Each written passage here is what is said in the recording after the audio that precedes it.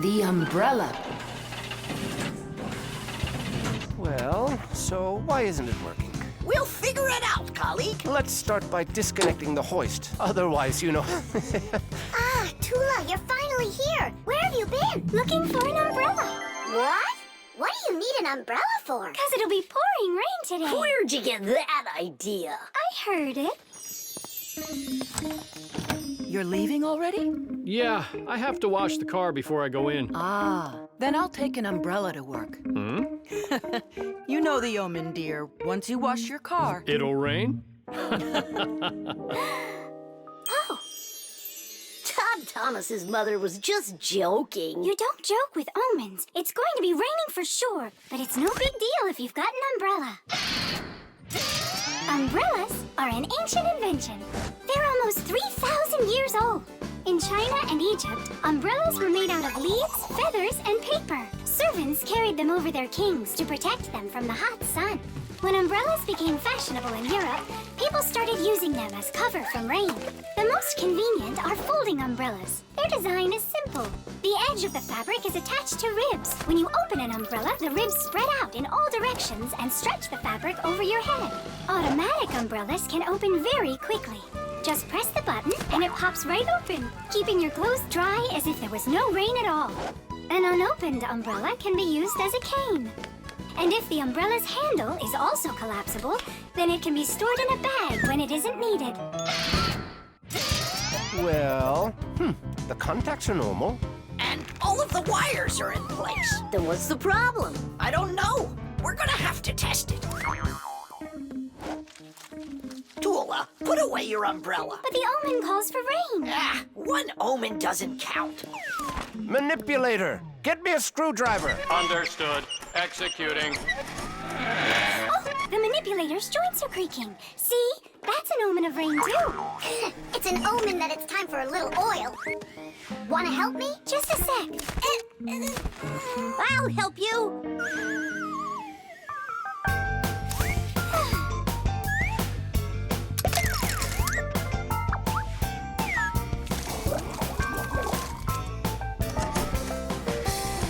Thank you.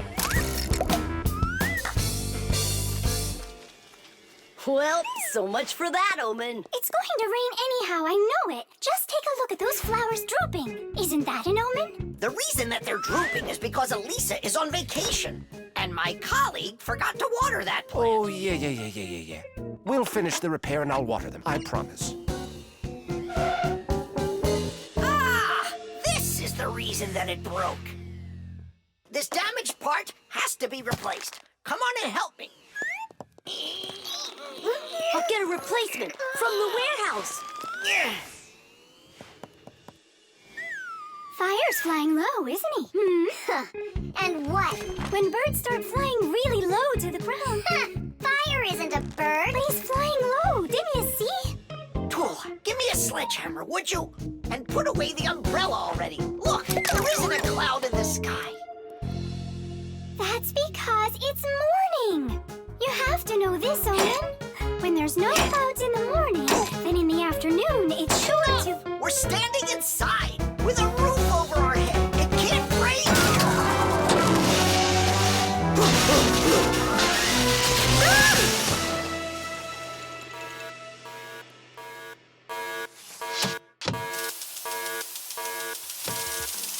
Look, it's raining. You see? I told you so, and you didn't believe me. Let's walk together, but how's the weather? Outside the rain keeps on falling down. But raindrops do not scare me, in fact they make me happy.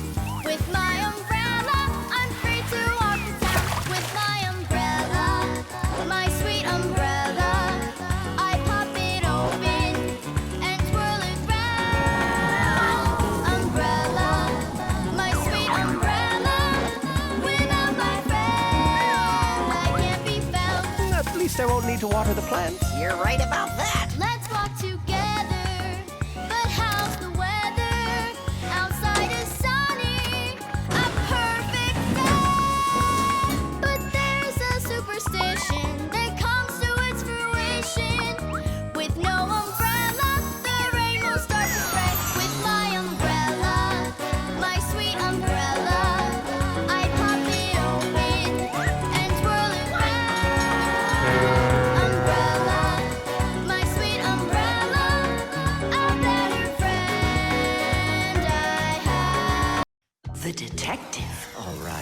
that is. Wasn't it great that we got to stay after class and watch that movie together? Yeah, that film was great. That detective, what a guy. He figured out exactly who did it. Solving a crime's not easy at all. But it looks like a lot of fun. I think it would be so cool to go solve a crime. Where's my lucky screwdriver? I can't do anything without it. Here we go. This could be the crime of the century. Detective Nolik, are you ready? But we're not... There's no escaping our fate, colleague. Our time has come. In order to become a detective or an investigator, you need to be very attentive and astute. Because detectives solve mysteries, find missing things, and detangle the most twisted cases. For instance, who ate the whole cake without permission? A real detective will notice the minor details right away. Crumbs under the sofa, a trail of paw prints across the room. By following the clues, a real detective will easily discover the thief. All right, it's time for us to figure out who stole the screwdriver. And the screwdriver, don't we need to find it?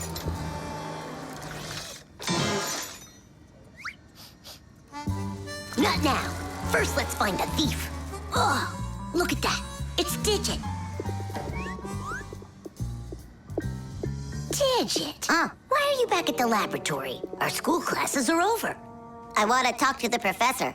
I came up with the coolest thing to make. What cool thing? It's a secret. That's a bit hard to believe. All right now, suspect. What were you doing after school? What do you mean, suspect? There must be some mix-up here. You're trying to dodge the question? You want to change the subject on me? That's it. I'm leaving. No screwdriver, no experiments. Well, You want to take over for Eugenius, and that's why you stole his lucky screwdriver. You're under arrest.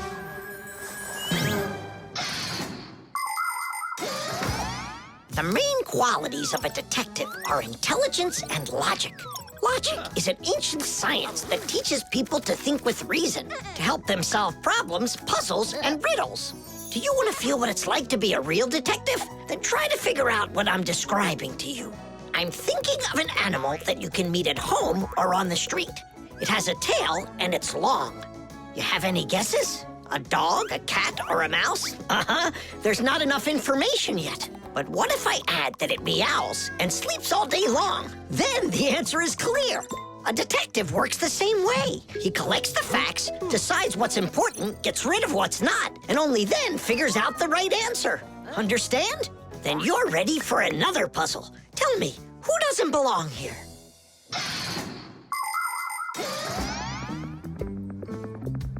Are you gonna talk? What funny mustaches you got there. Oh, it's a party, right? mm-hmm. They arrested me. Is this a game you're playing?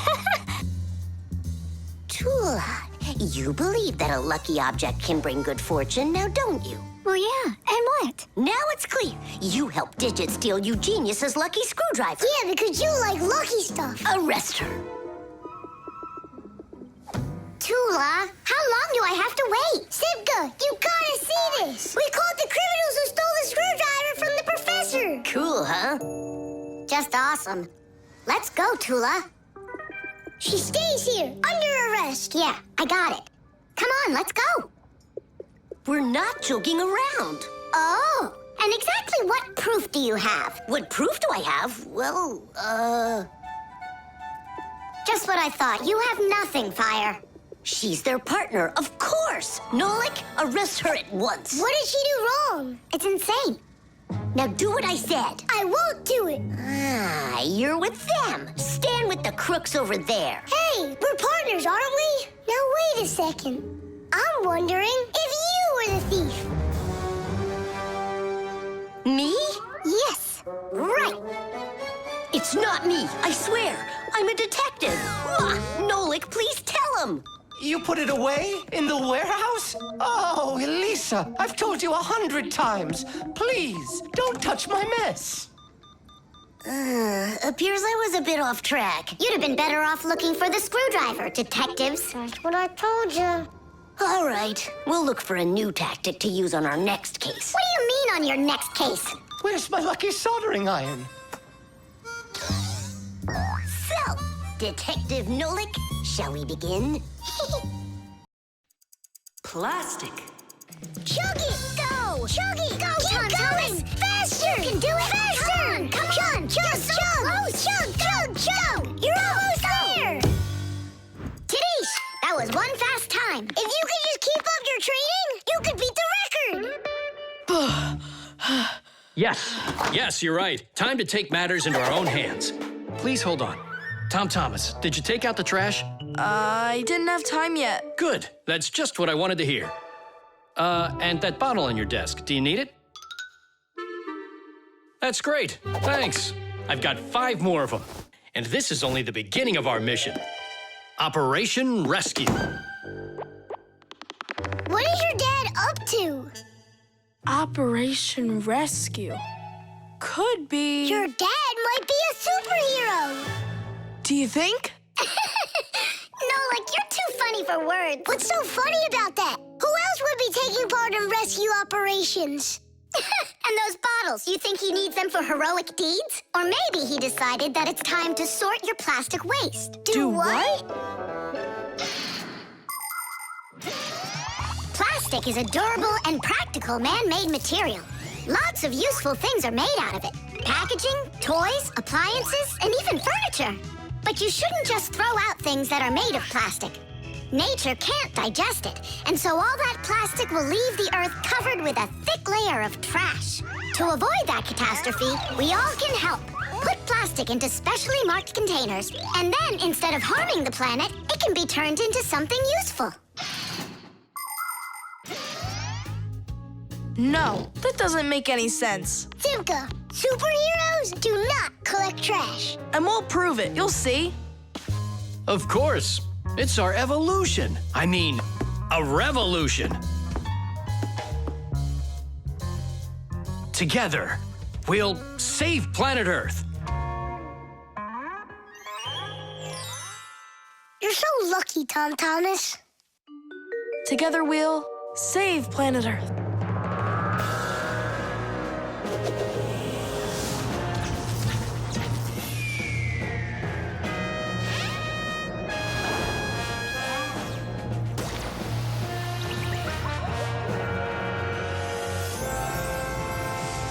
Tom Thomas, do you have any more plastic in your room here that I can take?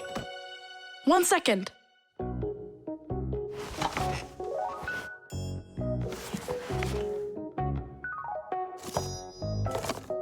You still use those things. For such a noble mission, it's not a problem. All our useful things should be taken care of. Dad, I really want to do it with you. Want to do what? What you're doing. You know, the operation. About saving the planet, like you said on the phone. Ah, you mean sorting out the plastic, don't you? Sure. I've got a couple of these boxes filled up already. Will you help me take them to get recycled? Really? What for? Just dump it out with the trash. Son, if we don't start doing what we can to recycle, I'm afraid our planet will become one big dump.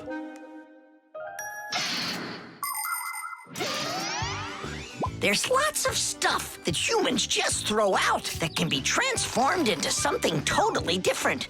For instance, an ordinary plastic bottle can be turned into a ballpoint pen, or a watch, or a chair, or dishes, or even some clothing. For example, there are some factories where old plastic is sorted, ground into pieces and cleaned, and then stretched into thread that can be used to make brand new clothing. Isn't that fantastic?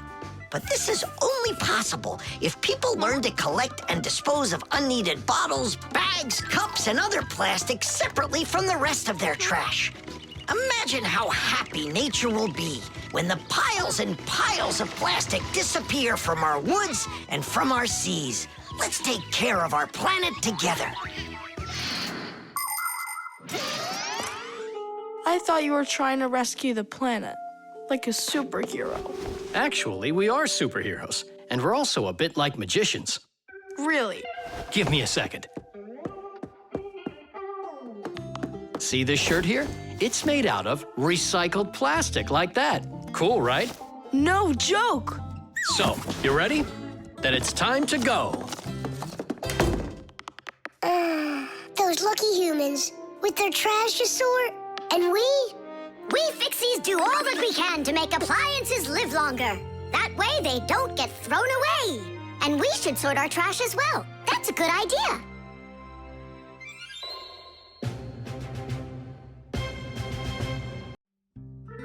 The spider.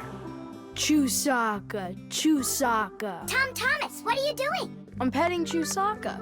How come? 'Cause it makes her feel good. Just don't rub her fur off. You're just jealous, guys, 'cause you don't have any pets of your own. What do you mean? We've got a pet. Yoo-hoo, Buggy! Buggy! She was in the vent the last time I saw her.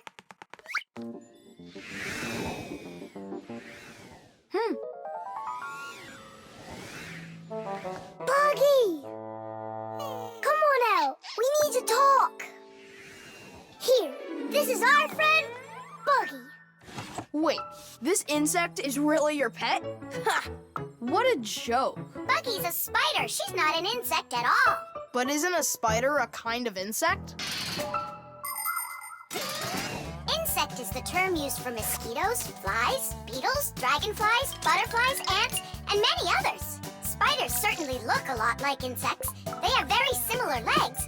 But spiders aren't insects. They're arachnids. Insects have 6 legs, while spiders have 8 of them.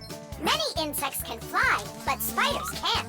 But spiders can weave spider webs. They may look beautiful, but really they are traps for hunting insects. How come your Buggy has 5 legs instead of 8 of them? I don't know. She lost them somehow. Anyhow, she can do lots of tricks. Hello, Buggy. How do you do? We know how to do that trick. Chusaka, shake. Just see that? And I bet your Buggy can't do this. Chusaka, sit. Buggy, sit. Why aren't you sitting? Lie down. Your turn. Lie down. Watch me. Like this. Lie down. She can't do that trick. Her 5th leg must be in the way. Lie down. Lie down, I told you. What kind of pet are you anyway? You can't even do a simple trick. Hey, where are you going? Wait, Buggy, don't go. Nolik, you should be ashamed of yourself. But why is she acting so stupid? Didn't you say that she was your friend? And what? Well, you shouldn't yell at your friends like that. She's right. What kind of friend are you? I'll go find her. And apologize. Buggy! Do you hear me?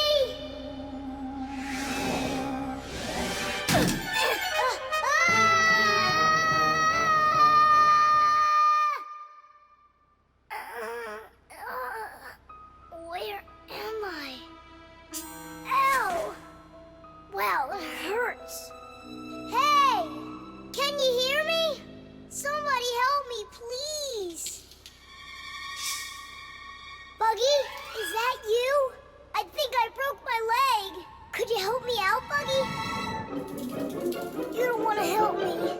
You're right. I don't deserve it because I've been a really bad friend. People like having pets to live with them in their homes. Dogs, cats, hamsters, parrots, fish, turtles. Some folks even get crocodiles. And the bigger the animal, the more work it takes to take proper care of it. But every pet needs love and care, no matter what size it is. Fixies like to have pets too. All sorts of little bugs, spiders, and flies. Fixies treat them as friends and take care of them. Of course, a little spider isn't as smart as a dog, but they also can be trained. There are some Fixies who have managed to domesticate such big insects as bees, beetles, and dragonflies. Fixies fly on their backs and use them to carry heavy loads. That's it. I'm stuck all alone in here. Forever. Simka? Oh, how did you find me? Buggy let me down here. Buggy! ever yell at you again. Ow, my leg. Hang in there, Nolik. We'll get you out. It was so scary. You could have died down there. Yeah, I almost died. But you know what? Buggy saved me. Yeah, that's cooler than learning how to shake hands. Buggy sure is a true friend indeed. Does your leg really hurt a lot? Ah! Nah, it doesn't really hurt. I'm fine. I was just joking. Water. Hi, I'm all ready. Nolik, he's gonna stay home like we agreed. Uh-huh, see you soon. Who's that? Nolik, it's you. I gotta go. I'll go with you. No, we've got an important job. Little kids aren't allowed. Why can't I help you? Because this work is very demanding. Only it's boring. And you're impatient, so you'll bother us. Huh? But I am patientest. Patient, son? I mean patient. Like totally patient. Prove it then. How? See that, water filter.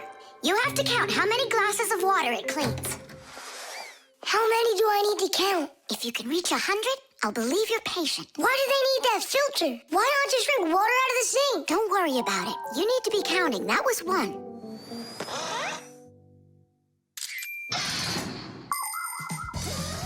Without water, life is not possible.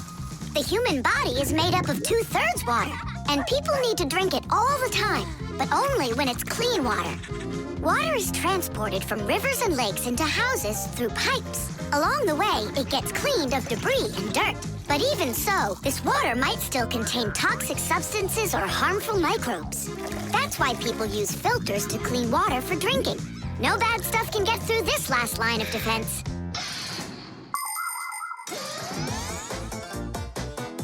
2. 10. Ha!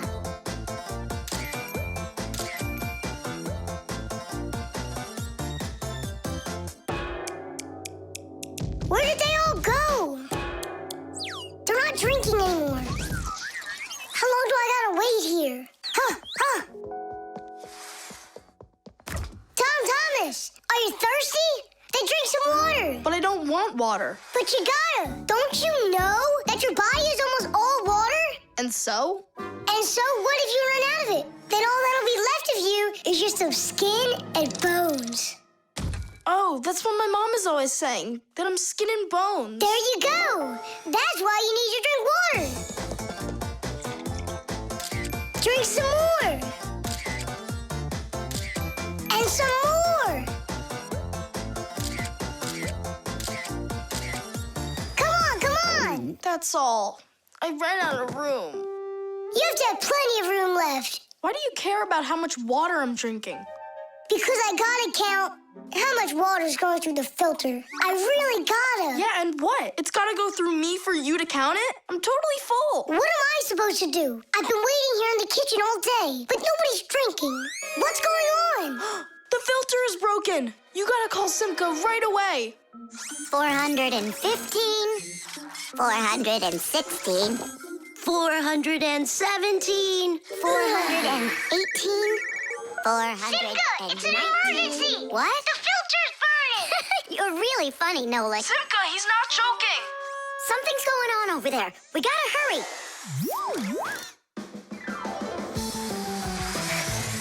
Where's the emergency? Look! So, what's going on here? Great. Now we're stuck fixing the filter. It's not broken. The flashing red light is an indicator. It means it's time to replace the cartridge in the filter. Since ancient times, people have been coming up with ways to remember things or to not mix things up. Knots on ropes were used as reminders that it was time to pay back a debt or reap a harvest.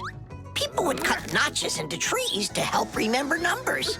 Later, people invented the abacus, calendars, and day planners. And now, things are even easier because devices can give us reminders. Alarm clocks help people get up on time. A loud oven timer can save a pie from burning. The green light of an indicator shows that a device is turned on and ready to be used. A red light shows the opposite. Today's smart appliances can tell their owners what they need to do. Without them, humans can be so absent-minded.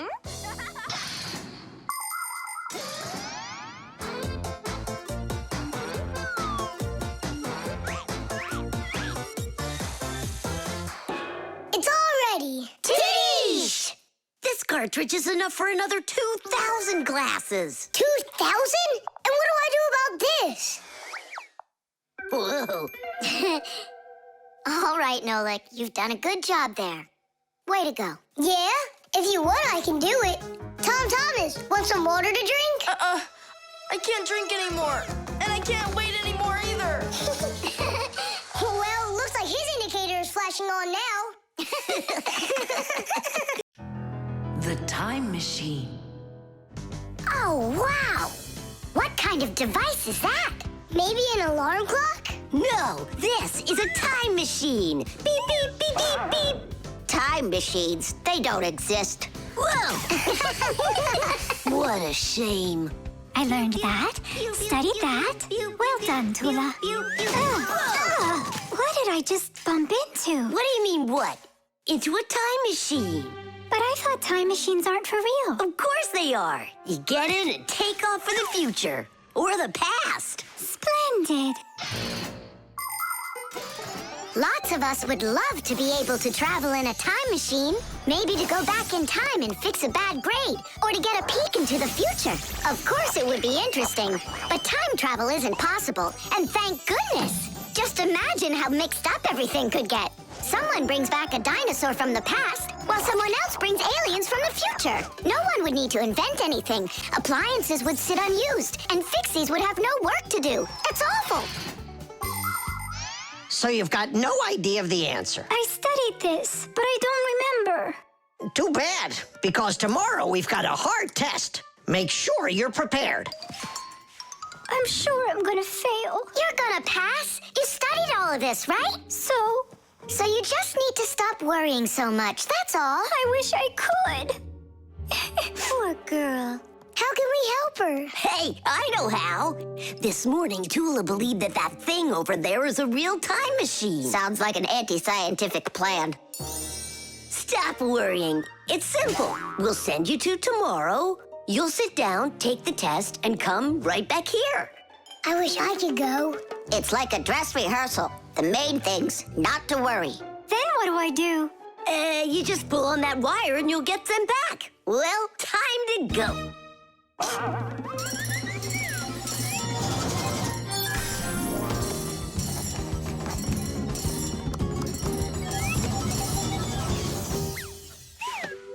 Wow, it's tomorrow. Hi there. Are you ready? Uh-huh. Grandpa's got sick, so I'll be giving you your tests. I'm scared. Don't worry, it's just a rehearsal. Well then, who had the best test? Congratulations, Toola! Oh, so cool. Awesome. that wasn't scary at all. Impressive. By the way, what's wrong with the professor? Grandpa's... you know, don't you? A bolt fell on his head. You dropped it, remember? I did? Yeah, yesterday. I'm not sure I like this future.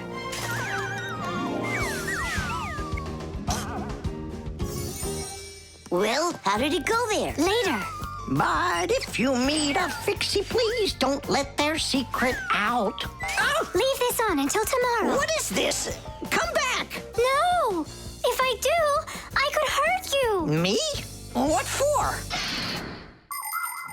Wouldn't it be incredible to travel into the future and see what you will become? Unfortunately, that's only possible in our dreams. But if you have a dream and aren't afraid of challenges and setbacks, your future can turn out just the way you imagined. Do you want to become a champion? Then you need to start your training right away. Do you dream of becoming the best programmer in the world? Then first pull up that grade in math class. Do you dream of sailing the oceans? Then you'll need to do a lot of reading because a captain has so much he needs to learn. Start creating your future right now. And we Fixies will be right there to help you, making sure the machines you need to reach your dreams will keep on working for years and years to come. Hey there. Are you ready? Uh-huh. So far, everything's exactly the same. Toola, take this, please. It worked. And pass out the tests. You may begin. These questions are different. Who had the best test? Congratulations, Toola! What am I worried about? I know everything is going to be fine. Tish! Well then, all of your test results are great. Only none of you could guess what this device is. What do you mean? Isn't it a time machine? No, it's for automatically watering plants, that's all. You see?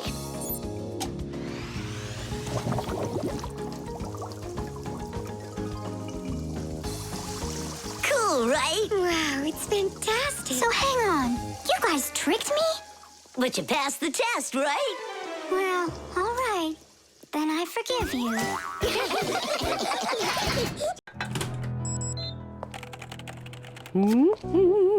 The copy. Elisa! Don't worry, I found it. No, I didn't find it. Elisa! Elisa! I hear you. I'm coming, Professor Eugenius. Have you seen this umbrella anywhere? Looks like the professor lost his umbrella again. More than one? Look at all these flyers. No, they're all copies of one flyer.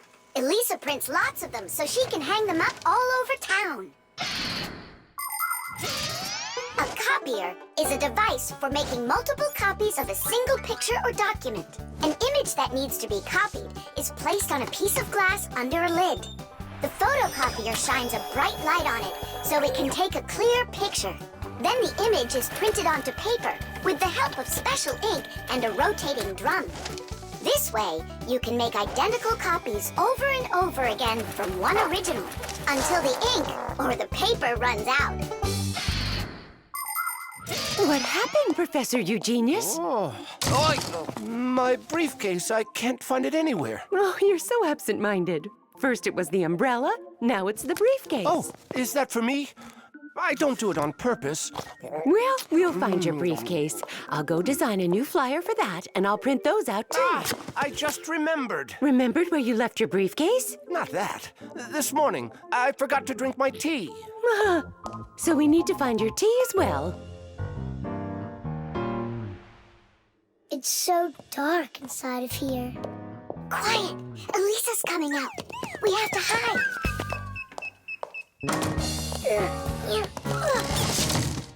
Where is that one about the briefcase? Here's the flyer for missing keys, the one for the phone, the flyer for when the professor gets lost. Here, a missing briefcase. Excellent.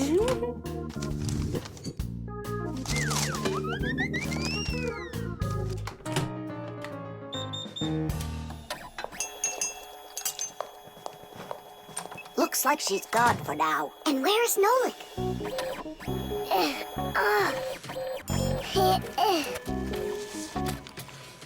There's Nolik, in printed form. He got stuck inside the copier. We have to go and save him. Save him? We all need to be saved, Toola. If Elisa takes these flyers and hangs them up, the whole city will find out about Fixies. So what do we do then? Wait, we can use those liquid erasers to paint over Nolik.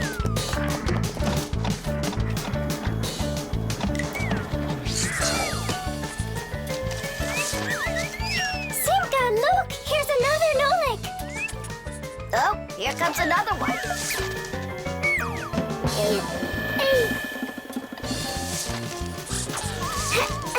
Make sure he's covered. And here. Not everybody has the opportunity to enjoy seeing the paintings of the great masters. But thanks to copying technology, these pictures are well known all over the world. Young artists and sculptors can learn their craft by studying and copying the great artwork of the past. It's good to have copies of important documents, just in case. What if the original of a document happens to get destroyed? At least there will be a copy. Copies are generally very helpful, but not all copies are good. Some copies called forgeries are bad. A forgery is a copy of a picture, document, or even money that is presented as the original. Making forged copies is illegal. You can even be sent to jail for making copies like that. And a little bit here. Simka! I can't see! We're right over here. The light's so bright in there. I almost went blind. And we had to take every one of those copies and paint over all of them. So that humans won't find out about Fixies. It's a shame I wasn't there. I could have helped you out with that. Professor, I'm leaving.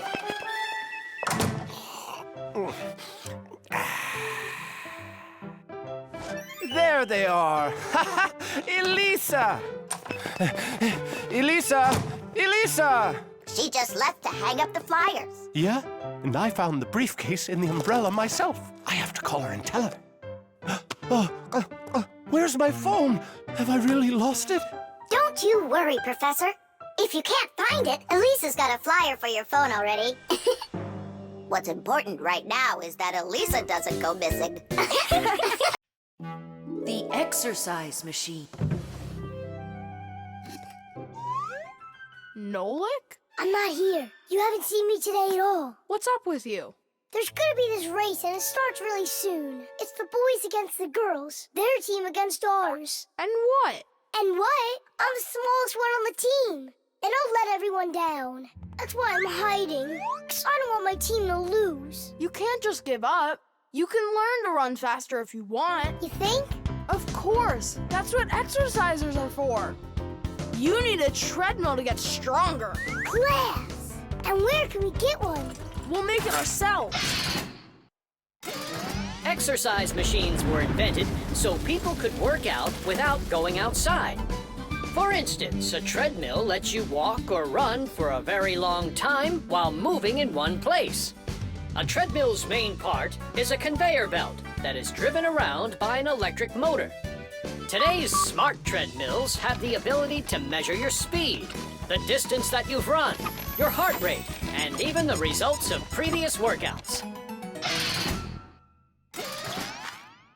There, it's all done. Tish! It's time to start your first training session. How will I learn to run really fast if you keep turning it so slowly? Hey, that's a little too fast. Oh, sorry about that. I got it. That's what you call training.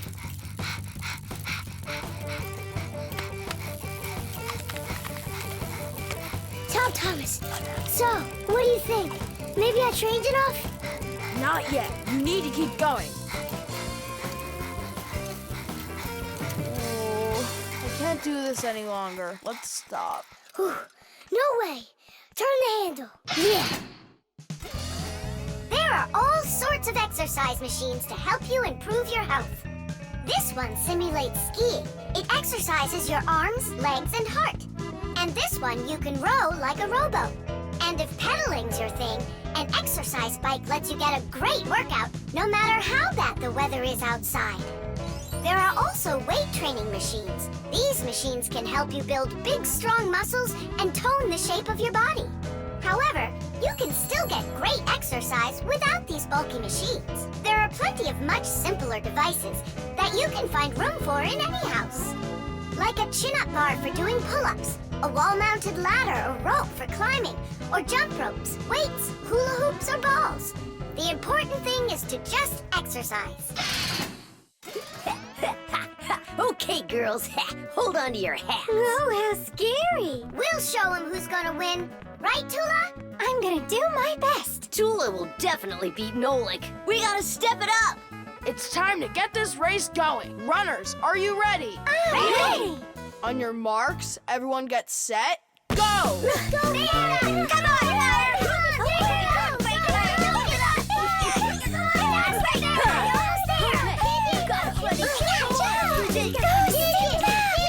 Come on, Digit! Come on, buddy!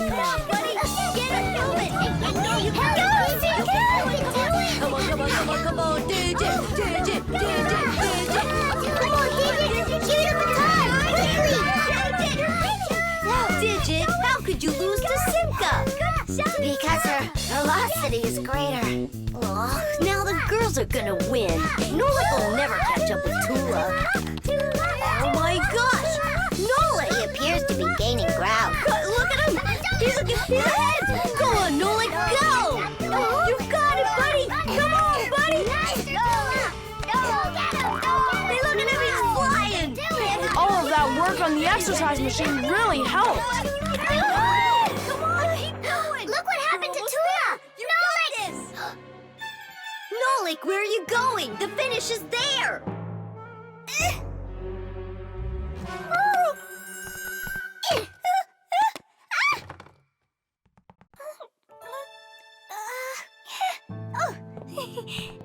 Thank you, Nolik. You're my hero. Come on, You can do it, Hooray!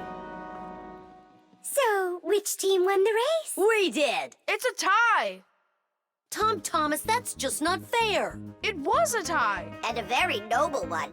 All right, you just wait for the next race. Nolik's gonna win it big time. Now it's time for you all to get up on that winner stand. Oh no, all the first places are taken. For you, we'll find one. The helicopter. It's very important, and I need your advice. Sorry I'm late. Oh, girls, I can hardly wait to see this. Here it goes.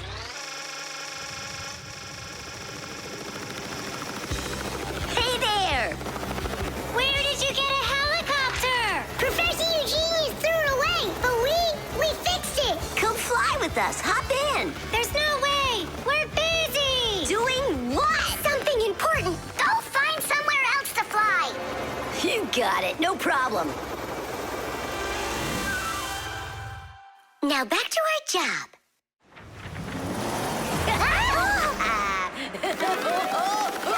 Stop it right now! You're bothering us, and you're going to fall.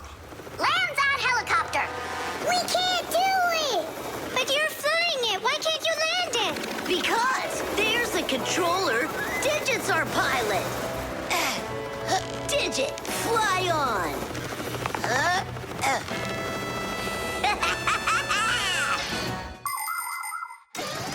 Helicopters fly with the help of propellers. The biggest one is called the main rotor blade. When the engine turns it, the rotor pushes the air with such a powerful force that it lifts the helicopter up off the ground.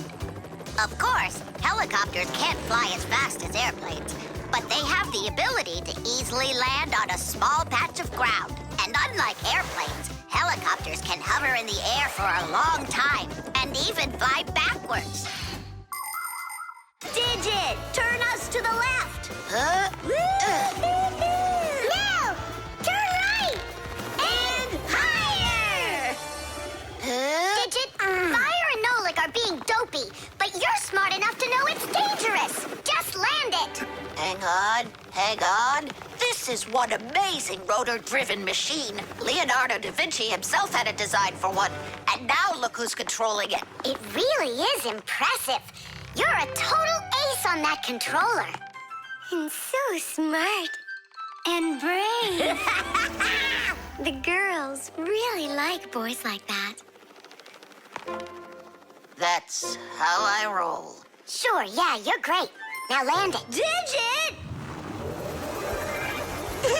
Oh! Whoa! Nolik, don't panic. We're gonna have to jump. Whoa! What about me?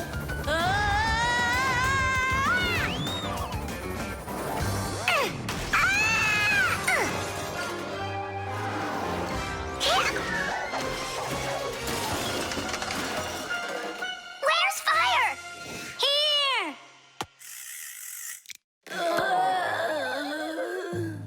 You could have crashed.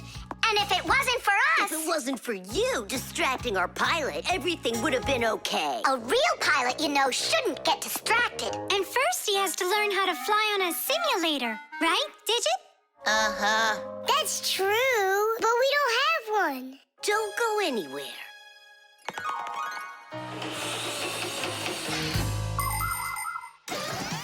Airplanes, helicopters, trains, and even cars are complicated machines that can be a challenge to navigate.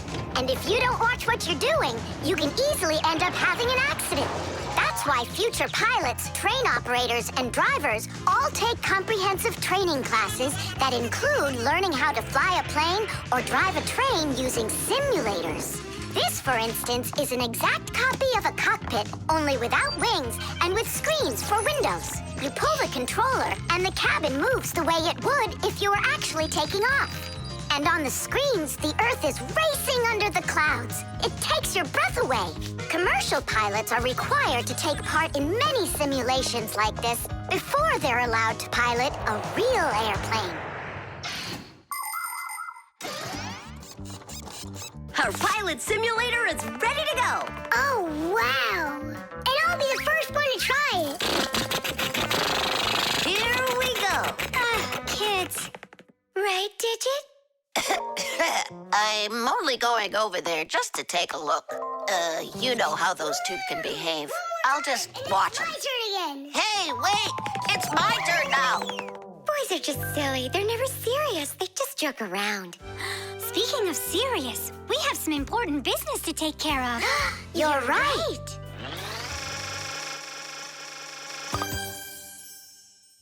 I can't figure out where I should put them.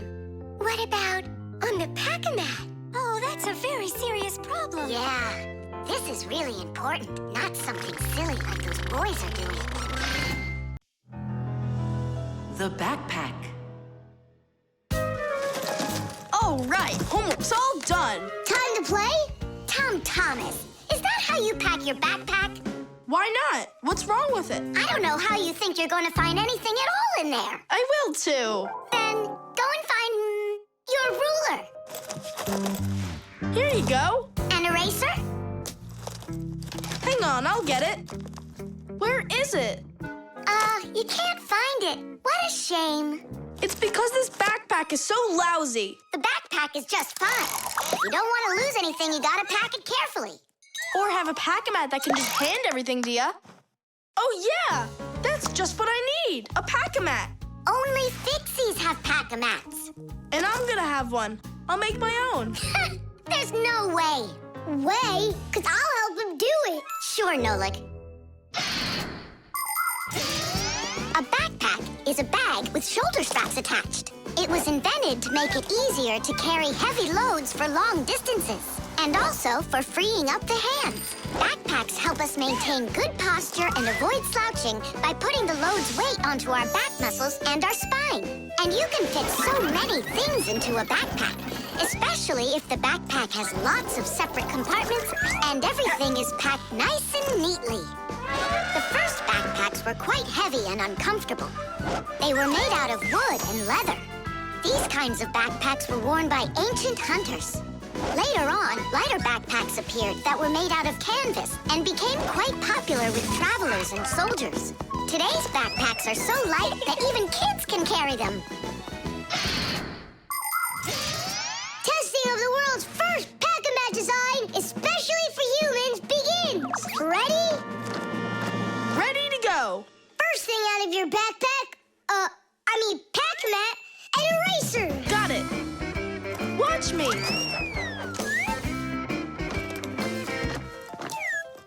Cool.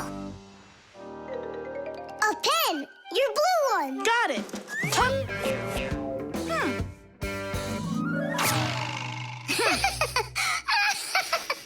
We're experiencing technical problems. We need a break. Testing of the world. I know. Just start. Take out the eraser.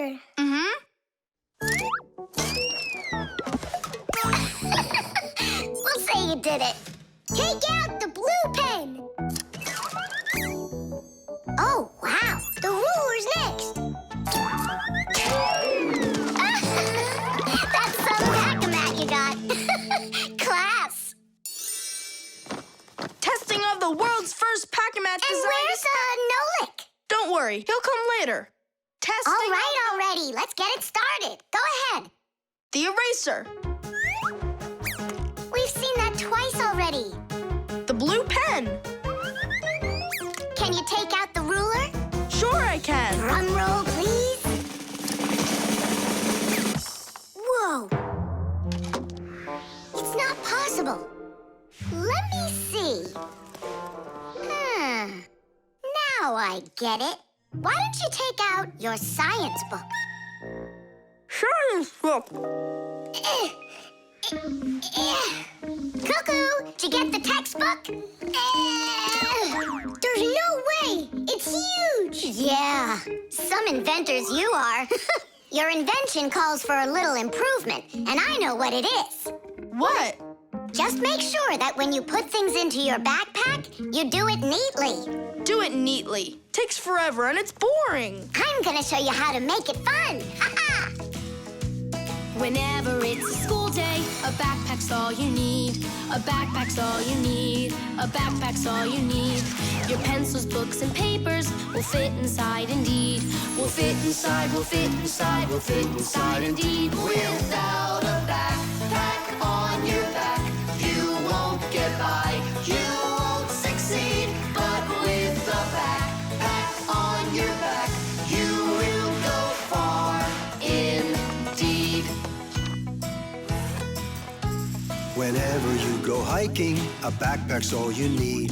A backpack's all you need. A backpack's all you need. Whatever you've collected will fit inside indeed. Will fit inside, will fit inside, will fit inside indeed. Without a backpack on your back, you won't get by, you won't succeed. But with a backpack on your back, you will go far indeed. Without a backpack on your back, you won't get by. Musical notes. Yeah. No. Yeah. No. Yeah. No! Hey, what a thoughtful conversation you're having there. Been going on for a while? Yeah. No! Simka, please tell Nolik what this is. A present, right? Uh-huh. From Katya. And it's got a secret code right here, you see? There's no secret on there. They're just notes. Musical notes. Ha! See? I told you. Those squiggles could have been music. I don't believe you. Come on, two people said the very same thing. Simka is not a people. She's a fixie. Anyway, there are two of us. You're ganging up on me. We're not ganging up on you, Nolik. Music is something you can play or listen to with your ears. But that's not all. You can also write it down. When we want to write down words, we use letters. And if we want to write down music, we use special symbols called musical notes. There are 7 notes: do, re, mi, fa, sol, la, and ti. The higher the sound, the higher the note sits on a set of 5 horizontal lines called a musical staff. Notes that look like this last longer, and notes like this are short, quick notes. Thanks to sheet music, people can read music like reading a book, and then sing or play it. Until I hear you play me what you say is there, I won't believe you. On what? You know that we don't have any instruments. Try using spoons to play it. You think you're being funny? Hey, stop arguing. I know how we can play this song. We can use water. Water? Let me get this straight. Are you trying to play the music, or are you trying to wash it? That's right. Pour it in there, Tom Thomas. Some more. Hear how the sound changes? Uh-huh. Stop. Now, start pouring water in this next glass until you hear the note called T. Stop. You got it. Now pour here? Yeah. We still have 1 note left. And what do I do if my mom comes home? What do I say I'm doing? That you're learning to play music while you're washing the dishes. That's it. That's the high do. Now we have all the notes we need. Mi, fa, sol, la, ti, and do. Class. Go on, Tom Thomas, play. How about we all play it together?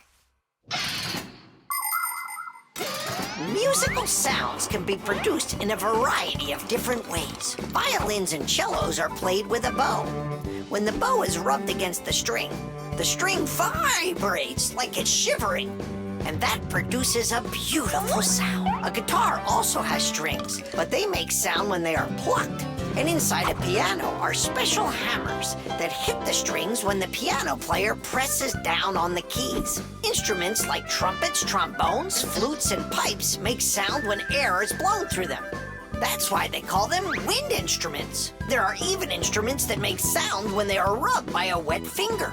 Try wetting your finger and carefully moving it around the rim of a wine glass. With a little bit of practice, you'll hear a lovely sound.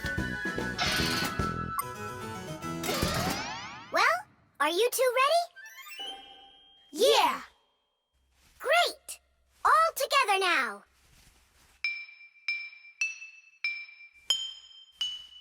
I know this. Happy birthday to you. Happy birthday, Tom Thomas. Happy birthday to me. Tom Thomas, we also wish you a happy birthday. You see, Nolik, and you didn't believe that this was music. But I was the first to guess which song it is. Hey, thanks so much for helping me figure out Katya's present. And how about sending a song to Katya? Yeah. We can write down the musical notes to a song about the Fixies. The Fixies? We can. We can't write down the words, but if it's just the notes there, then it's no problem. Hooray! Want to play it? Of course we do.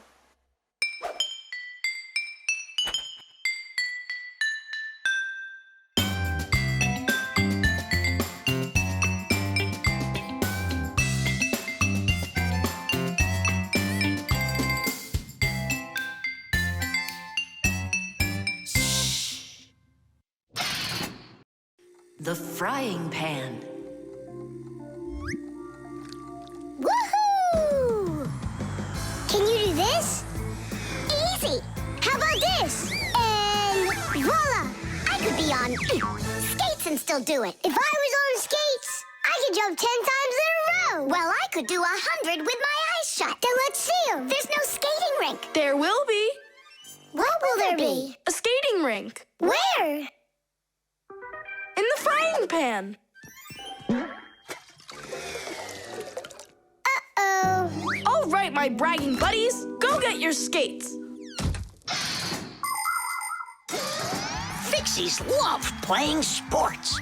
You might find Fixie adults working out with weights, or maybe working on a gymnastics routine.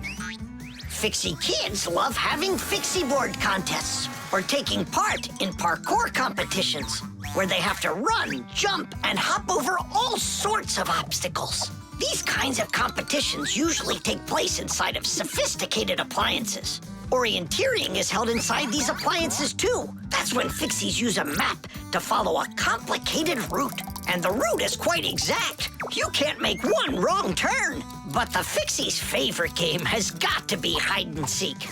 Nobody can compete with them in this game. You don't believe me? Watch.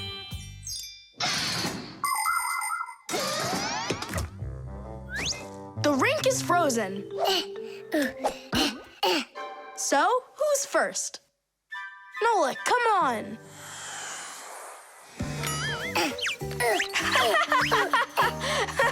Well, are you going to jump? Wow, class. And that's all? Not at all. No lick, no lick, no lick, no He's lick. not gonna make it. Too short a start. I can't do anymore because I'm injured. Sure. Say no more, Mr. Braggart. Then it's your turn, Simka. Now watch and see how it's done. La la la la la la la. Oh, wow. Nolik, you never had a chance. La la la la la.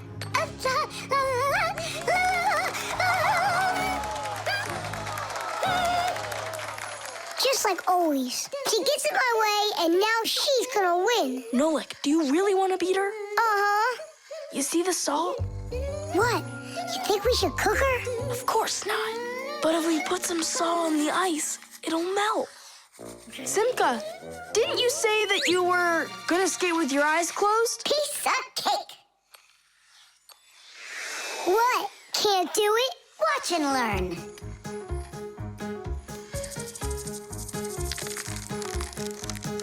One.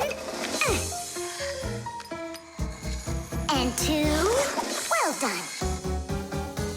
And three.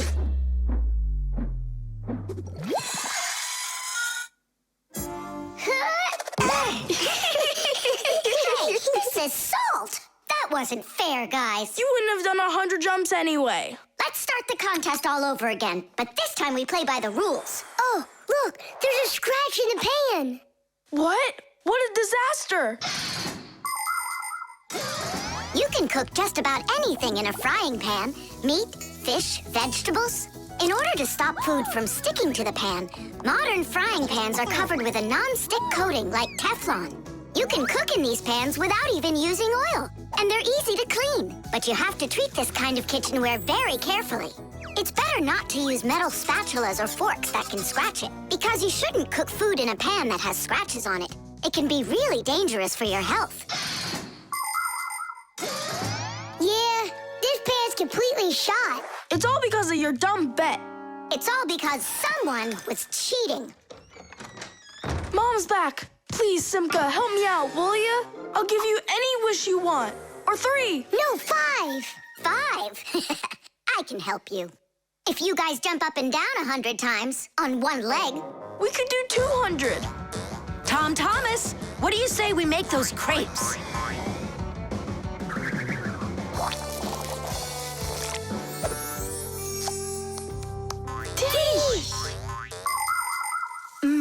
These crepes are perfect. I just love cooking with this pan.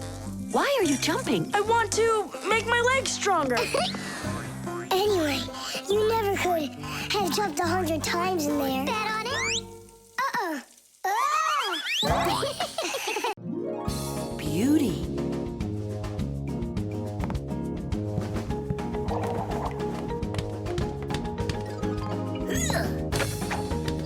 Okay, come on. Wow. You're such a show-off, Derda. And 1. Ha! Check that out. What's going on? It's a shame Fire didn't see that. I'm just training for school. You're the one that's doing all these twists and turns for Fire. Me? It never even crossed my mind. No, slow down. Toola, why don't we go and play some chess? Don't you think that figure skating's beautiful? Turn me. How cool! Why did you yell like that? I just got a pair of tickets to see the one and only Vector. Splendid! And who's going with you? Actually, I don't know. I haven't thought about it yet. What's there to think about? Just invite the most beautiful girl in our school, right? Yeah, not a bad idea, my friend. Woo-hoo-hoo! Did you hear that? The most beautiful one will get invited. Well, I'm not even interested. And you know what? Neither am I.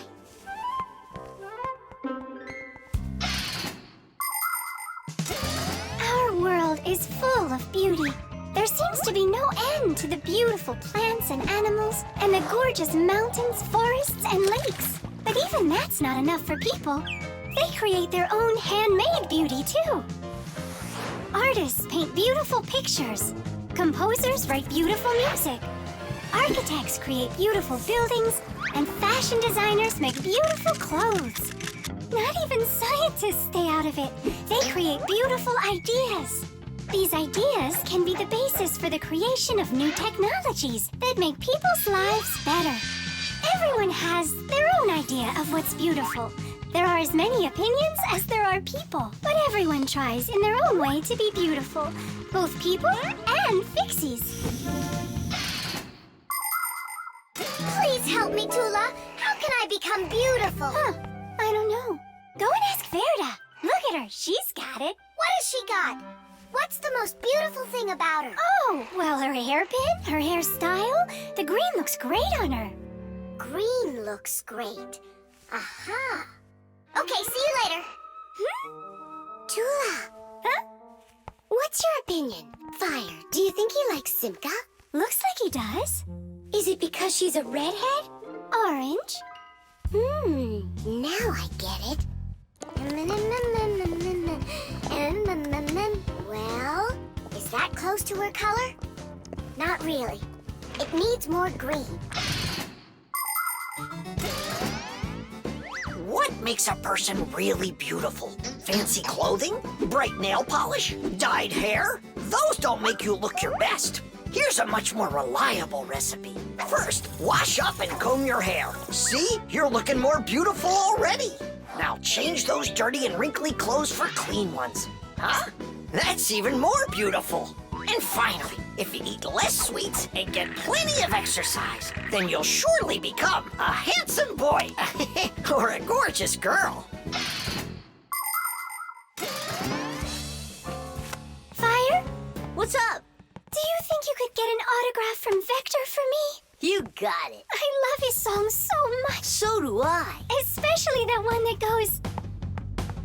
Computer, computer, computer, you are super. I play my computer and turn it up real loud. I play it all morning, all day, and through the nighttime. But no, that's not allowed. I had no idea you were such a fanatic. You know, I'm not gonna get you his autograph. Why won't you? 'Cause you'll get it yourself. You know what I got? An extra ticket. I thought you were gonna take the most beautiful girl. All of you are beautiful, and you're the most fun to be around. Let's go. Stop! Hang on! Oh, Simka? Or is it Verda? Where are you going? What do you mean where? To the concert. Verda? No, Simka. Or vice versa. I'm so confused. Come on, Toola. Can't you recognize them? This one's Simka, that one's Verda. Let's go or we'll be late. Blondes are always the lucky ones. Yeah, I guess we should have made our hair blonde like Toola's. Buttered bread.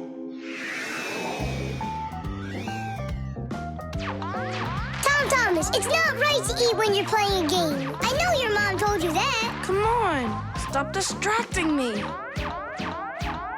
Oh no, that's the game. Now that's what you call Murphy's Law, Nolik. No, that's the law of buttered bread. The law of buttered bread. There's no way that's a real law. People say that bread always lands butter side down. Scientists laugh at that, but there is a grain of truth in it. First of all, a sandwich usually falls from the low height of a table, and so it only has time to make a half turn. Second, the side of the bread with the butter is heavier, and that pulls it towards the ground. And third, people remember the bad things that happen to them. So, they believe that buttered bread always lands the wrong way. That's just goofy. I don't believe in that law. It's true, and not just for buttered bread, but any open-faced sandwich. Then let's do an experiment. We got tons of food in here. We just cover some bread with it and then throw it. All right, let's do it.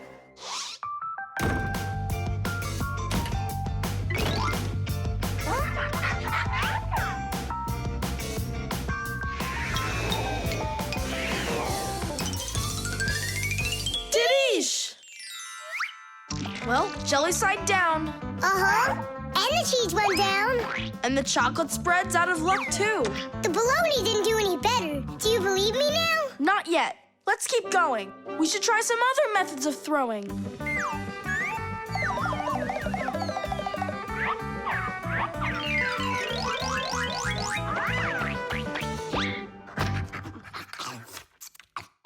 Oh, that's everything. There's nothing left. No, there's still some turkey. Where did you see that? Here it is. Take some from this plate instead. Your mom already cooked it. Hey, Turkey, show him how you're supposed to fall.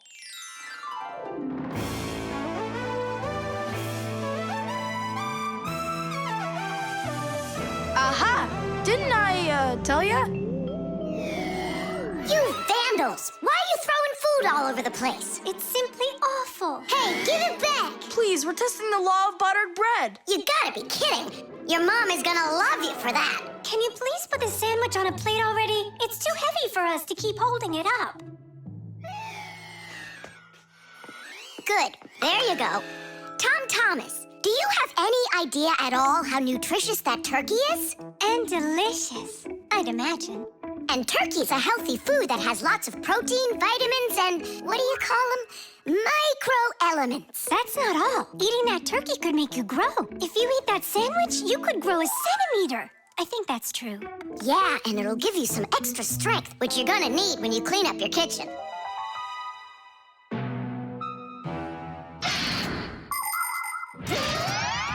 Humans eat food not only to make them strong, but also to grow and develop.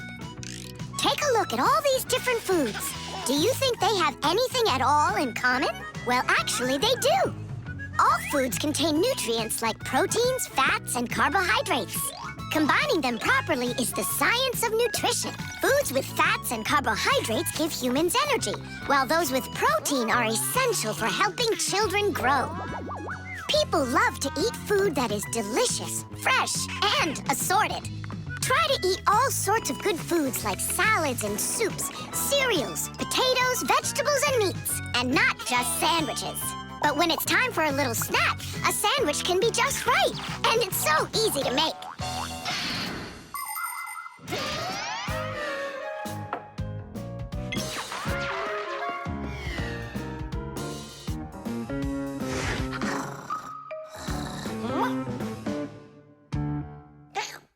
What happened to all of our bread?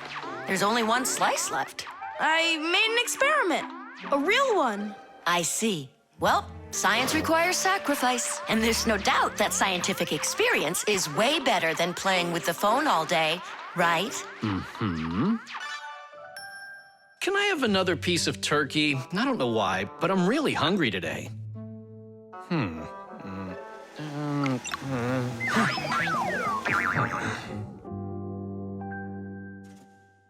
No, that's what I call Murphy's Law. No!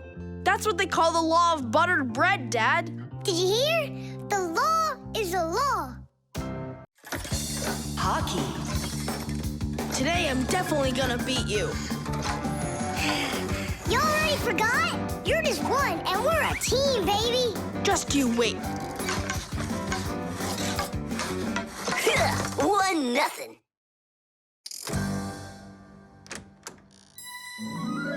Hi there.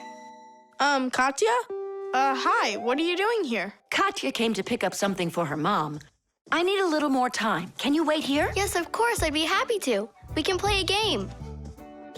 Only just not hockey. I never understood why boys are so crazy about it.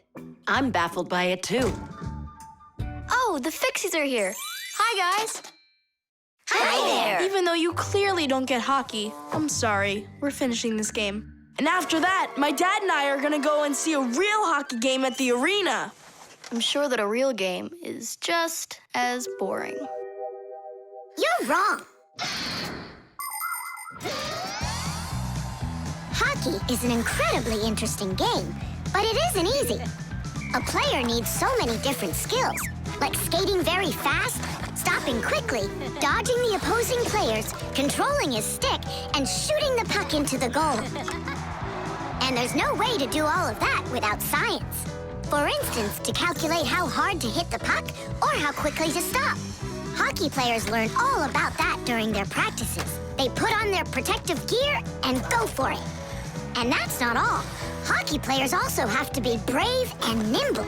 Otherwise, they might find themselves unable to stop and crashing into the boards or taking a puck to the head. Ow! But as the saying goes, hockey is not for cowards. Tidish!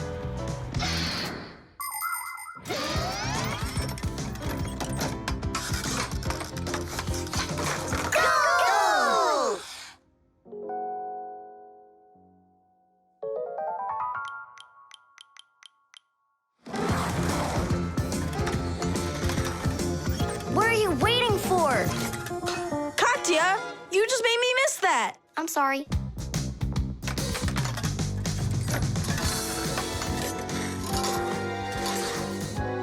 Bounce it off the board!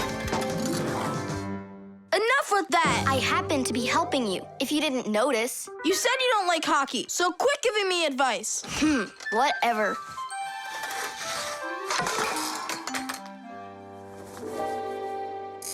That was my second goal from that spot over there. You lucked out. Uh-huh, sure did. He'll have less luck if you keep this player back. And that one needs to pass off the boards. Get your goalie... Before she said she didn't know anything about hockey. So are we playing or not?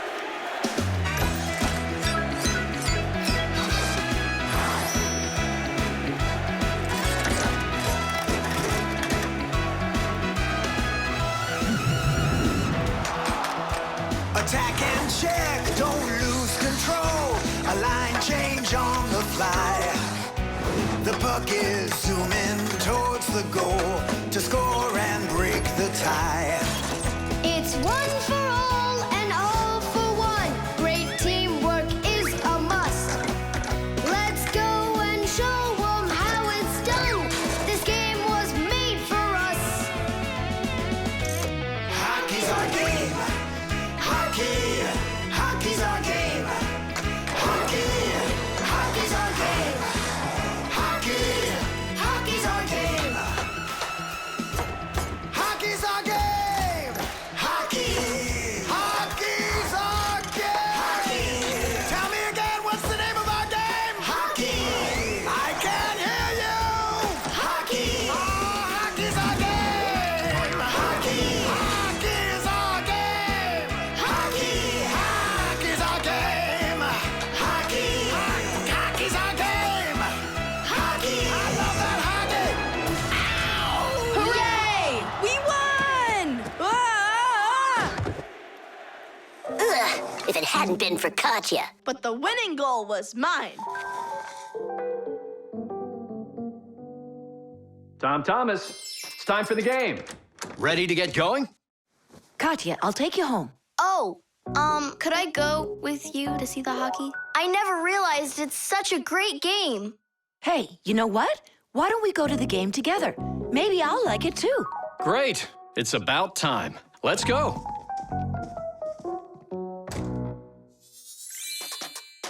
did we possibly lose that? Aren't we a great team? Well, Tom Thomas has his own team now. And not only that, they don't give up. It's not that. It was beginner's luck. That's all that it was. The window.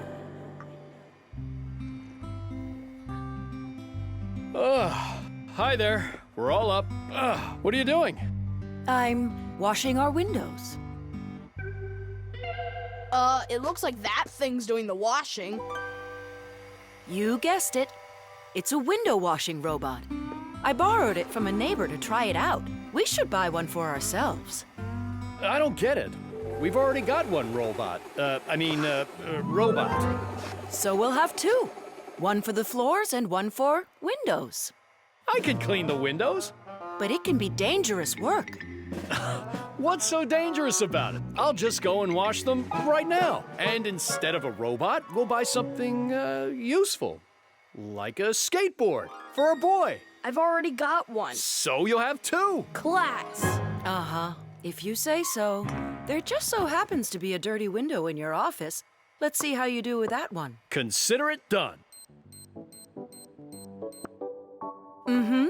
And we'll clean the tiles with the robot. A window is much more than just a hole in the wall. Windows provide houses with light, ventilation, and views to the world outside. Modern windows are made with several layers of glass. Between each layer is a space that's filled with air. The air works as insulation to keep heat from escaping outside. Do you know how to tell how many layers of glass your window has? Just shine a flashlight at it. The number of reflections tells you the number of layers.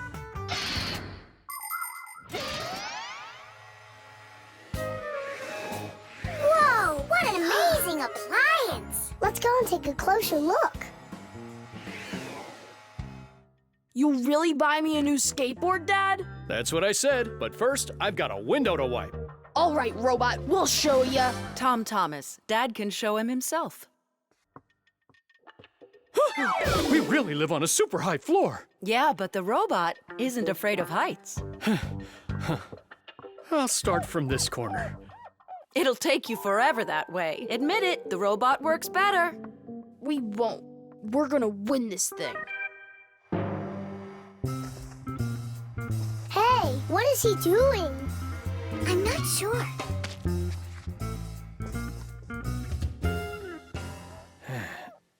Huh? Mom! The robot made such a mess in there. It's impossible. Look. Good joke. Just wait.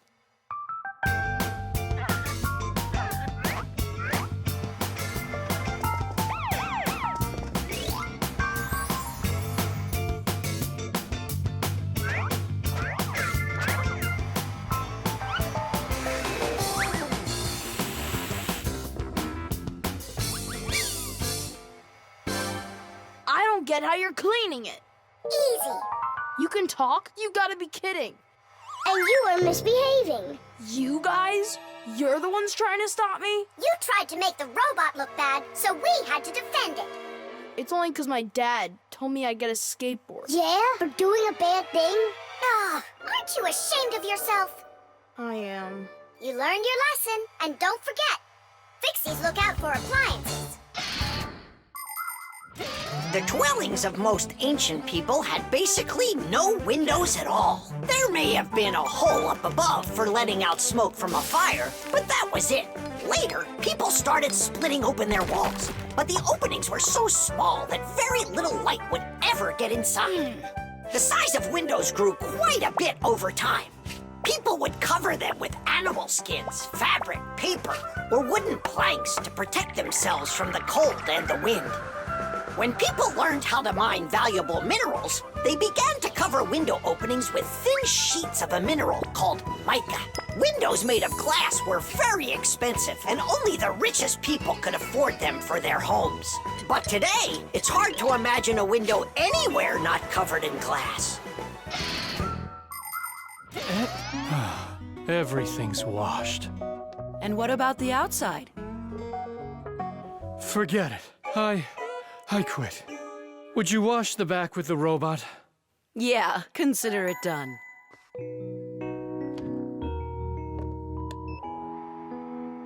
Yeah, you're right. I see. It really is a great appliance.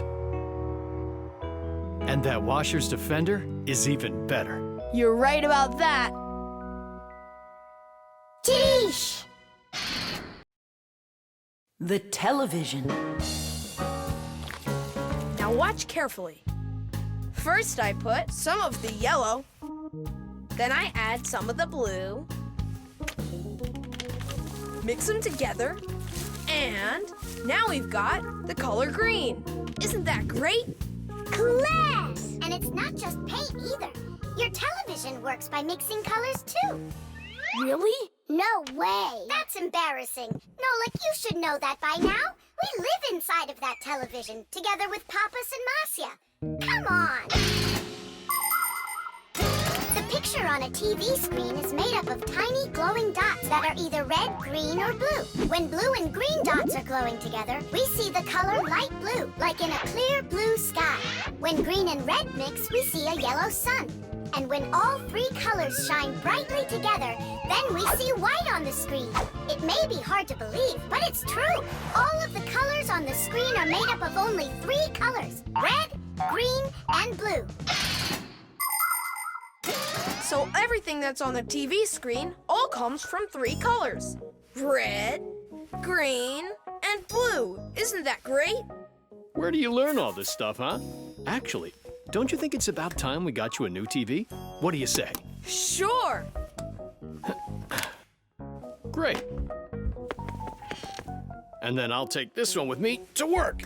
We just started shooting a new show about old things. Hooray! I'm gonna get an awesome new TV. Simka, Nolik, did you hear that? Are you here? They must have gone home for something. Wait a sec, their home pajamas and the television.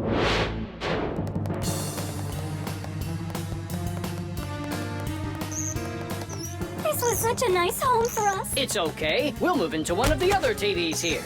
The one in the living room? Why not? It's a nice new one with a huge flat screen.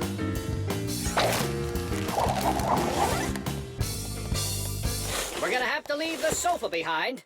What? There's just not enough room in that TV. Then I'm not going to move there. Then where? Into the fridge? No, thank you. My nose is running. How about the stove? And what about us? You're the one that says that a stove is off limits for kids. Maybe the microwave will do. No, it's dangerous there. Then, in the piano. What piano? There's no piano in Tom Thomas's apartment. What a shame. A piano's the best place of all to call home. Huh? It looks like he already put us into a box. We're trapped. Good.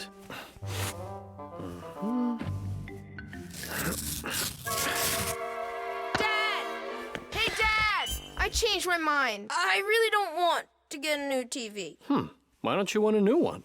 I'm just used to this one. You're a junk collector. Uh-huh. Just like you, Dad. People have always dreamt of seeing things that are far, far away. All of us have heard fairy tales about crystal balls and magic mirrors. But the magic of television began only 100 years ago. The screens on the first TVs were so small that people had to attach magnifying glasses to them to make the picture big enough for watching. Ever since those first TVs, both the outside and the inside of this amazing device continue to change. Bulky picture tubes have been replaced by electronic chips. Screens have grown wider and wider as TV sets have changed from big heavy boxes to flat light screens that can hang on the wall like a picture. And someday, real soon, it's quite possible that TVs will be made to roll up like a rug and people will be able to carry them anywhere. All right, I'll put it back. But under one condition. If it breaks, we'll buy you a new one right away. Yeah, sure. We'll never let it break, right? Never, ever!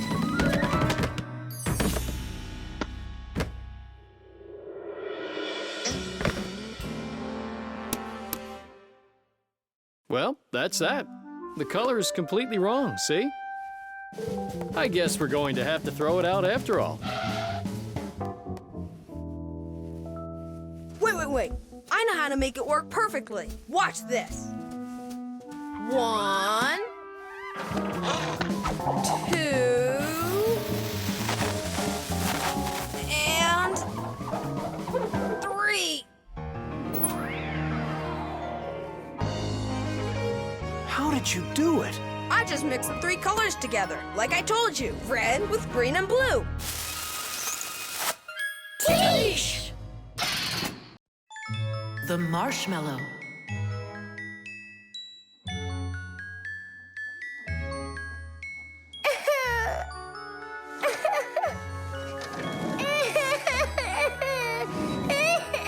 Fixies, why are you so sad? Christmas is just around the corner. Maybe it'll be a lot of fun for you, but not for us. Why's that? Marcia and Papoose had a quarrel. Over what?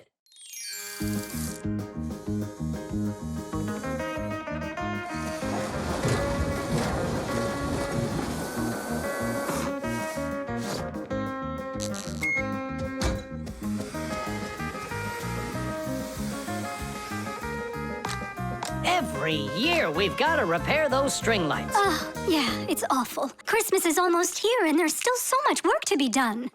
What do you think of that? And this? Whew. Here you are. You don't hear the phone ring, you don't answer messages, and we have string lights that aren't working right. We need help. Papoose, can't you give us a few more minutes? You said that an hour ago. Haven't you wasted enough time? We are not wasting time. Look in the camera. What? Look. Got one of Marcia? Look. Oh. There you are. So, having a good time? We were just about to leave and... You can stay right here. I've already done everything myself. You obviously have more important things to take care of. So you left me over there, by myself, working my tail off, just so you can play? Where are you going? To relax. Oh, yeah? Fine with me.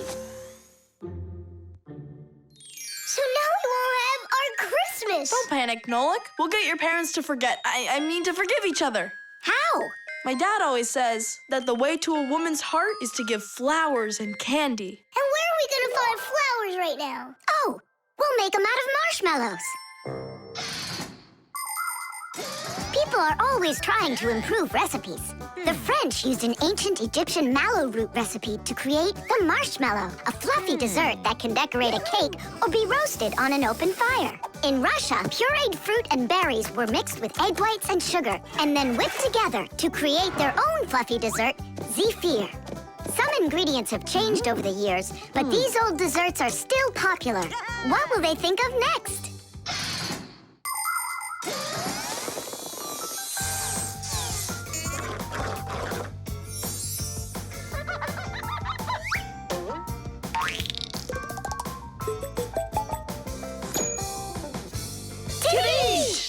And how do we make Papoose give them to Marcia? We're gonna set them up on a date. Marcia's calling for you. It's urgent. Tom Thomas's monitor isn't working. I thought she handles everything herself now. Papoose, you're always so kind and love helping others. Come on. All right. No, no, and no. I'm relaxing, I told you. But Tom Thomas won't have time to make his mom's card if you don't go. And then she'll end up without a present. Fine, I'll go. But I'm only going for his mom's sake. Sweets aren't just for eating. They can also be used to decorate a Christmas table. For instance, it's very easy to make this Christmas tree out of marshmallows. Make a row of marshmallows at the bottom of a plate. 1, 2, 3, 4, 5, 6, 7. The second row has 6 of them. The third row, 5. Then there's 4, 3, 2, and a special one on top. Add breadsticks at the bottom as a trunk and sprinkle the plate with some sweet confetti.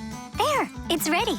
With the help of some little cookie cutters, it's possible to make hearts and snowflakes out of marshmallows. Or you could make a reindeer. Put a candy cane through a marshmallow, use sugar beads for eyes and a nose, and pretzels for antlers. Beautiful, right? Merry Christmas.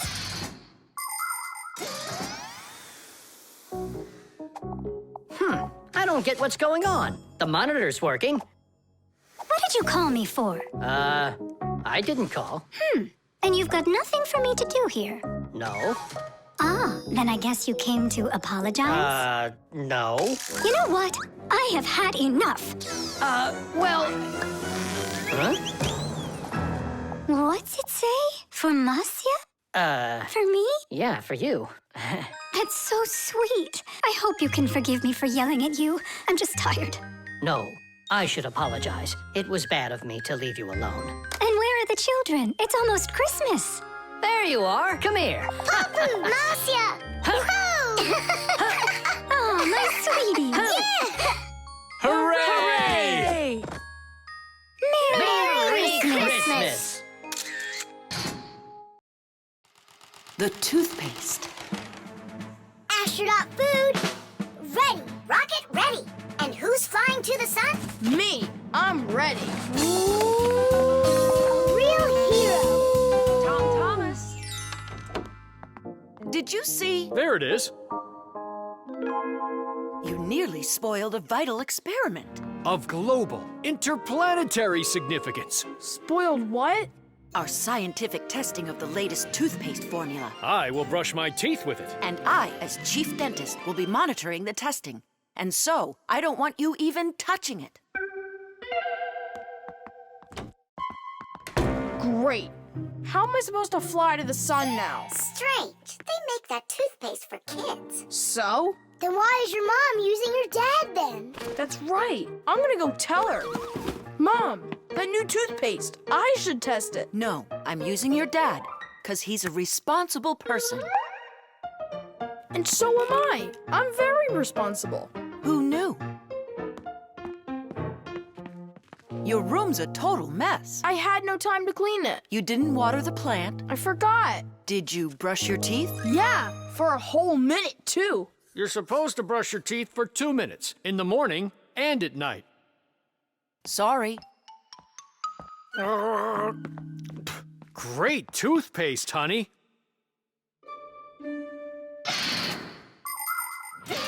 If you don't want to get a toothache, you need to take good care of your teeth by brushing them with a toothbrush and toothpaste. Toothpaste helps remove food that's stuck on your teeth, kills harmful bacteria, and keeps your teeth strong, healthy, and beautiful.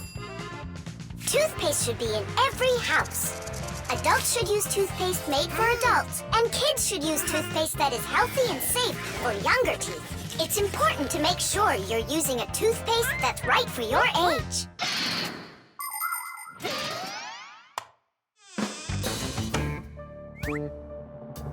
Thomas, don't touch it. It's for the experiment. I'm just gonna smell it. Don't worry. Well? It smells like bubble gum. Hey! Just a peek at the collar, that's all. Come on, do you want to spoil the experiment? Now put that toothpaste right back.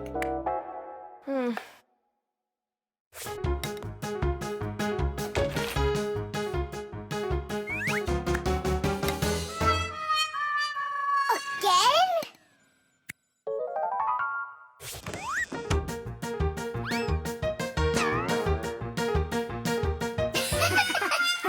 Whoops.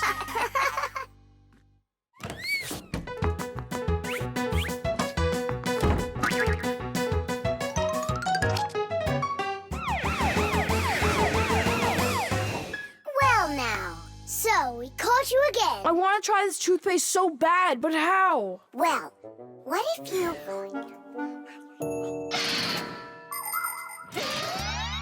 Do you know how to brush your teeth correctly? Let's check. First, take your toothbrush and rinse it with water. Then squeeze on a bit of toothpaste. A small pea-sized drop is all that you'll need. Now 1, brush the outside of your front teeth up and down. 2, brush the backs of those teeth from the gums on down. 3, open your mouth real wide and brush the teeth in the back. These are the teeth that you use for chewing. Go back and forth, over and over. You should brush a full 2 minutes, no less. Now it's time to rinse out the toothpaste from your mouth and clean the brush. That's right, the brush needs to be clean too. And please, don't be lazy. If you brush your teeth 2 times a day, they'll stay in great shape for many years to come.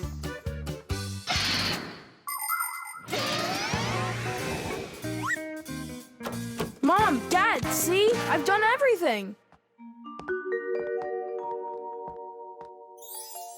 Well done. And I promise that I'm gonna brush my teeth the right way, as long as I need to, And twice a day? only let me be a part of your awesome experiment. Please, would ya? Well, I don't know. I think we could try it. Oh. What? Well, we also have this foam for teeth. Who's gonna test that? Me! A real hero.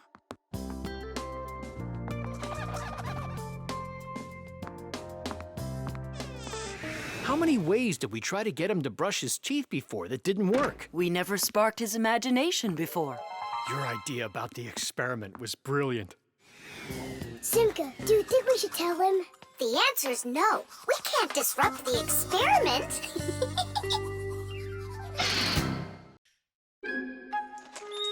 The parrot. Adisa, do you want a cracker? Wow, Thomas, who is that? Simka, Nolik, this is Adisa. My dad brought him from Africa. I can't believe it! You've got a real parrot! Can he talk? My dad said that he can, but I haven't heard him yet. Well, let's see if he can. Okay, say Adisa's a good bird. No, he should learn my name. That would be awesome. Adisa, say Nolik. That's my name. He doesn't want to talk about you, Nolik. Maybe he doesn't know how to speak human language.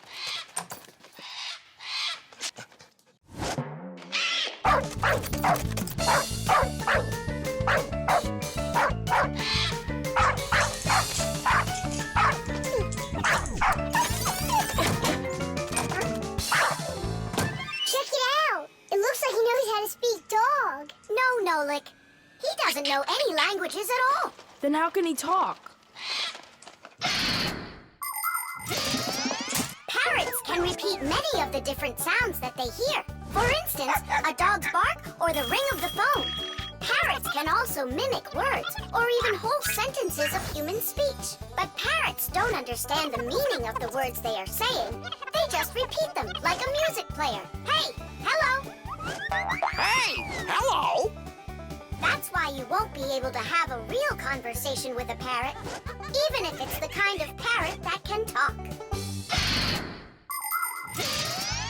All right, then let's have him repeat something. Hey, Adisa, Tadish. It's the Fixies' special sign. Say it. Fixies have a special sign. Tadish.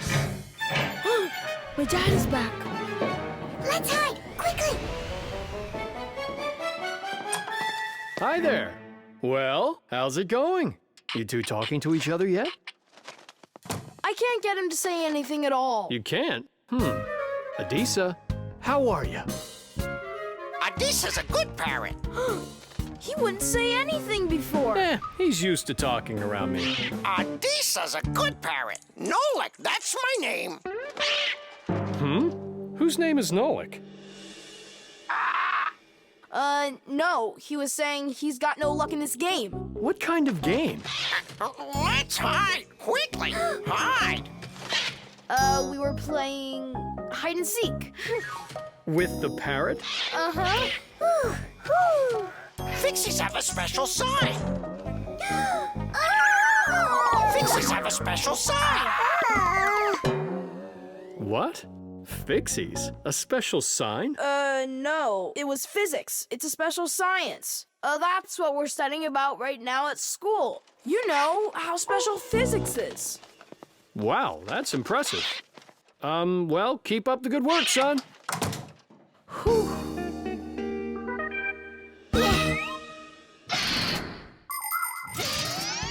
The ability to repeat what humans say is not something unique to only parrots. Crows, starlings, and other animals can do it too.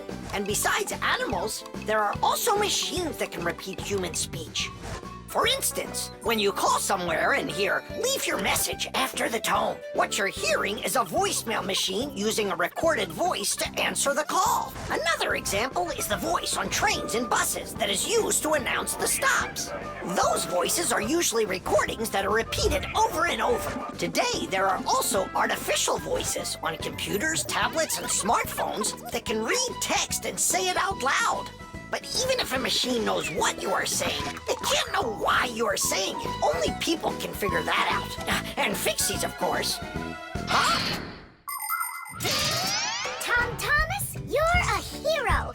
You really wiggled your way out of that one. And Adisa, bad parrot. He almost gave up our secret. Be careful with that parrot. I get it. Adisa, listen, you. Forget everything we said. And don't ever say no, okay? Yeah, nothing about the Fixies at all. Yeah, so if you meet a Fixie, please don't let their secret out. Got it? Oh, he's nodding. Looks like he understands. Let's get out of here so he'll forget about us as soon as possible.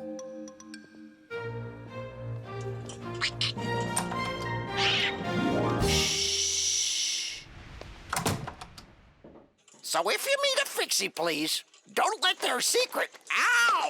Tadish, Tadish, Tadish! The movie. He fakes left. He shoots. Ha! Class! And can you do it backwards?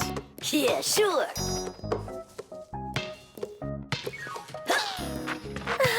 No way! What a shot!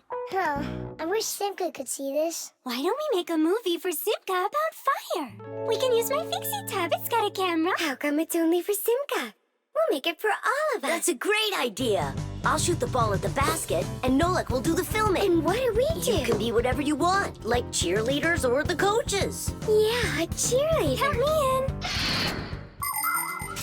Motion pictures, or movies, appeared more than 100 years ago after the invention of celluloid film.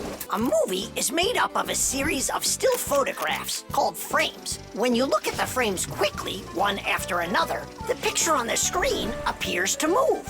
It's hard to believe, but the first viewers got very scared when they saw a moving train on the screen. At first, films were silent, Only later did people learn to make them with sound. And soon after that, people learned to make movies in full, beautiful color.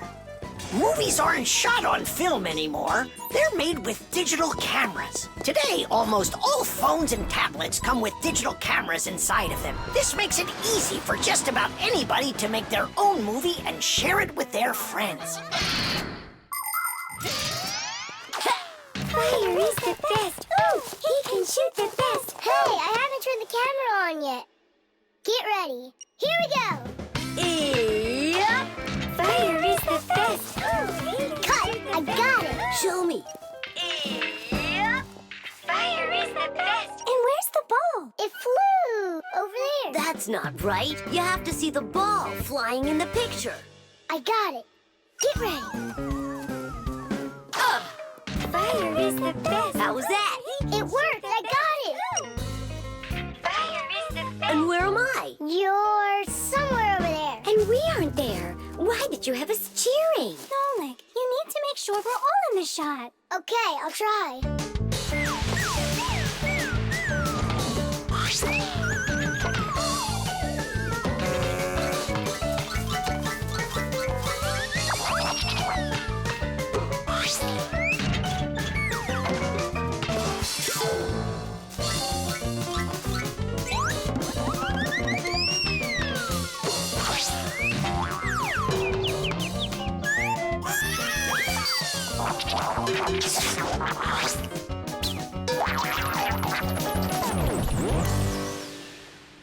How about I shoot the ball and Fire films it? No, Nolik. It's better if Fire takes the shots and you do the filming. Fire can't even hit the basket. You try to hit the basket when everybody's bothering you. Oh, so it's our fault, Why don't you learn how to play? Are you fighting again? We're shooting a film. Whoa! Can I see it? There's nothing for you to see. All I have is pieces. And not one is right. Don't worry. It's no problem. All it needs is editing. What does it need? Movies are not usually shot all at once, just a piece at a time. And each of these pieces can be shot several times with the camera in different places. Then there's plenty to choose from. After you're done shooting, you can take all of the best shots and put them one after another to make your movie. This process is called editing. Editing allows us to make movies that show things that could be impossible to shoot all at once. Well, let's see. For this first shot, we've got this take over here. For the ball going in, we've got this one. And I like this one of me shooting. And don't forget to put in me and Toola. Of course not. So here's what we've got. Fire is the best. Oh, titties! The film is super. Can I try to edit it? Yeah, go ahead. Now we have something to show to our teacher. And Digit, too. And Papus and Masya. Look, I did my own editing in the movie.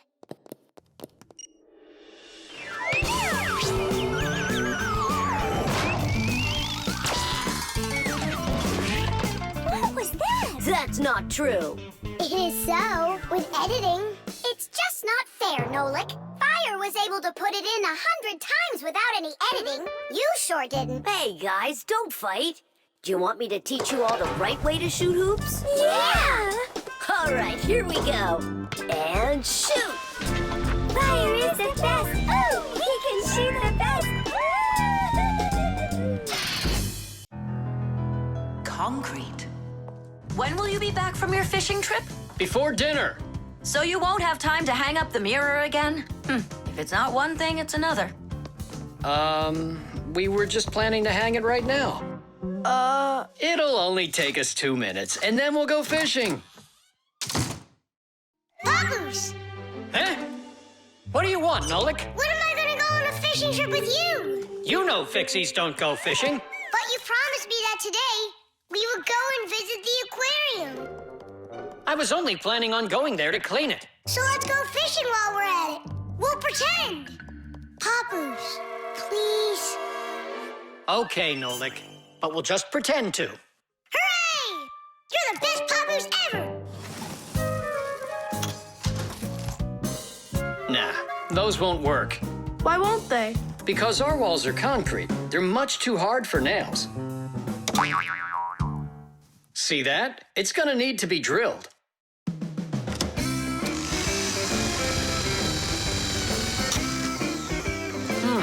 I guess we'll need to use a special drill bit that's right for this wall.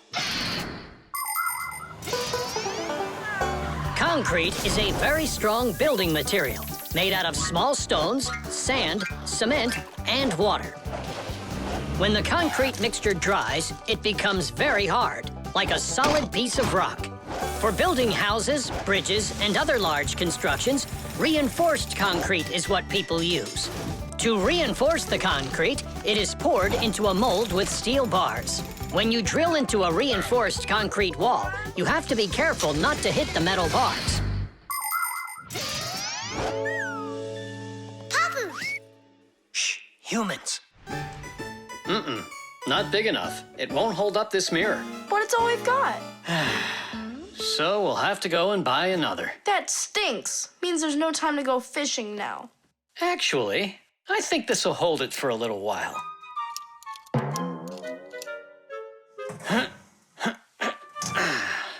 That looks great. So, ready?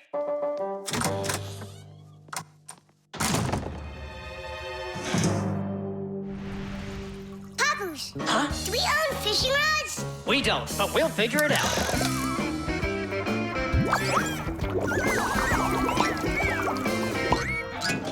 I really don't like how that mirror's hanging.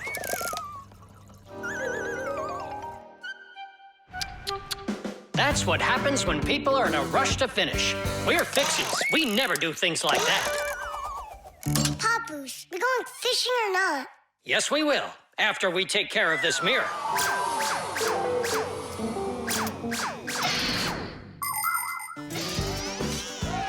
In ancient Rome, volcanoes helped make concrete. After they erupted, people would mix the volcanic ash with stones, lime, and sand. This concrete was used in many of the famous buildings constructed in that time. For instance, the Pantheon with its concrete dome. And this one is the famous Colosseum. It was also made with concrete. The Colosseum is almost 2,000 years old, but it's still standing strong. Later, when that land was conquered by other nations, people forgot about concrete and how to make it.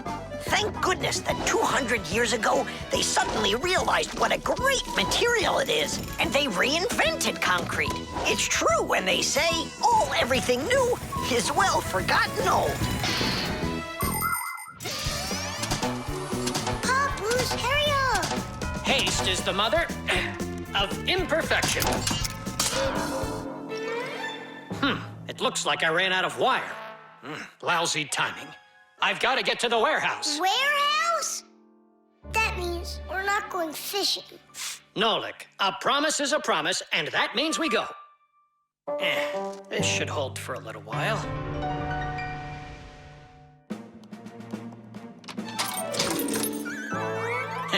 It's funny. We almost left without the fishing rods.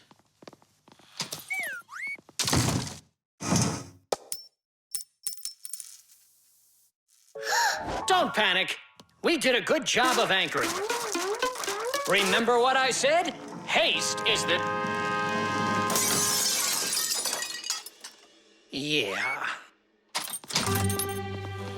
Yeah, I'm not hearing things. Looks like a trip to the store after all. For screws? Yeah, and a brand new mirror. It looks like today's fishing trip's canceled. And ours is too, Nolik. At least the fish will be happy.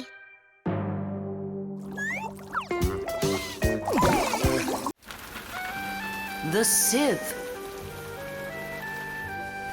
Dad, what time is Mom getting back from her conference? She'll be back in an hour. What surprise can we make for her? Let's bake her buns with raisins in them. They're her favorite. That's a great idea. Where do we keep our recipes? They're not here. Where could they be?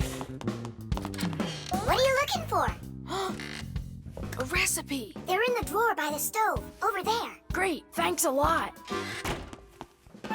Here they are. That's fantastic. Let's see. What do we need? Milk. Flour. Eggs. Some cinnamon and raisins. cinnamon's right there. But you're out of raisins. We're out of raisins. Can we make them without? No, Mom loves them with raisins. Ah, it's too late. The stores are closed.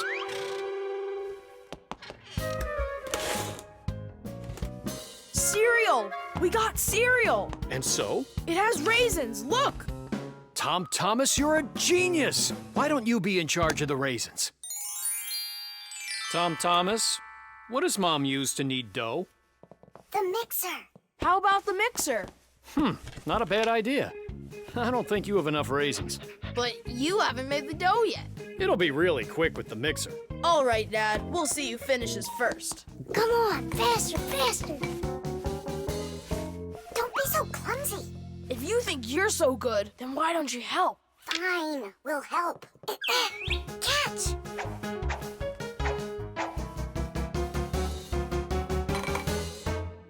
What's going on in there? We picked everything off the top. We have to dive down. Then dive. Hurry up. Dad's almost done putting the mixer together. Where are the raisins? It's dark down there. We can't see any raisins. Well, try diving again. No, this way won't work. We need a filter. In order to separate seeds from the husk, air from dust, and water from harmful particles, we use filters. The simplest kind of filter is a metal netting. These kinds of filters are installed in washing machines and dishwashers. They keep the water clean by capturing small debris and sand. As a result, machines work better and go longer without breaking. In other words, filters help separate what is wanted from what isn't. I think I know what Mom uses. Perfect. That filter's a sieve. Grab the bowl and hold the sieve over it. Pour in the cereal. Now shake it so the tiny flakes fall through the sieve and the raisins stay in it.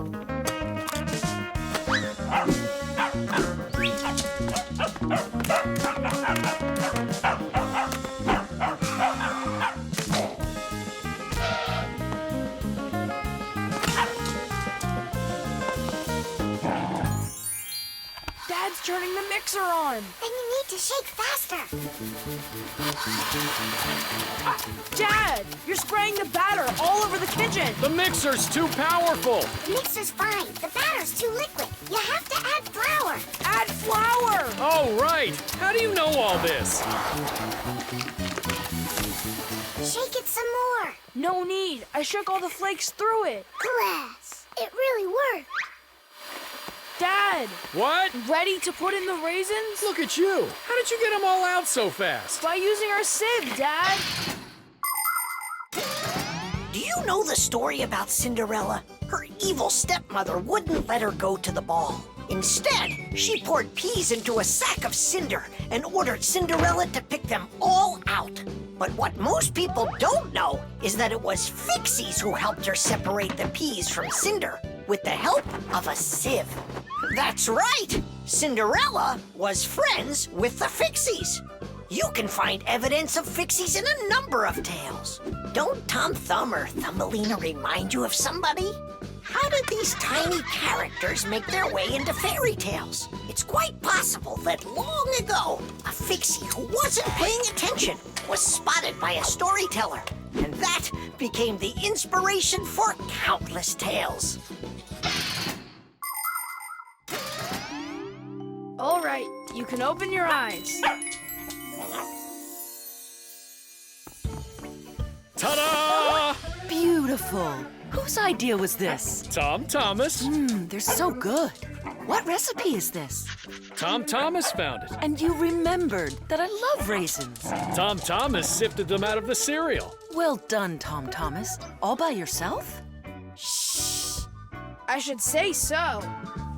Tish! Money.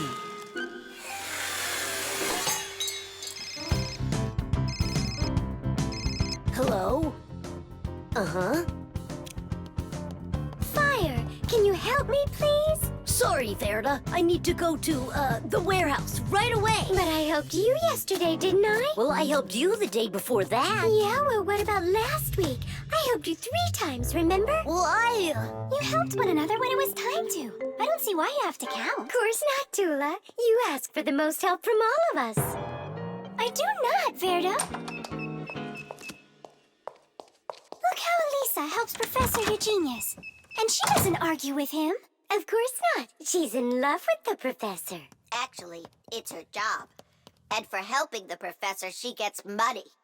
Money. That's a smart idea. Money constantly moves from one hand to another. A person does his job at work, and in exchange, he gets money for it. He can use the money to buy things he wants, like clothing or food. Or he can pay somebody else for their work, like getting a ride from a taxi driver, a haircut from a hairdresser, or a computer repaired by a technician.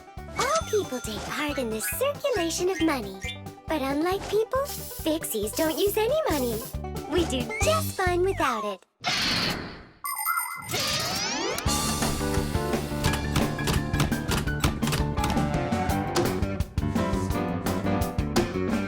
From now on, we'll do it like people do it. If you work for somebody, they give you money for it. And if you need some help, then you pay. And that'll stop the arguing. And all the false accusations. And those are for Simca and Nolan.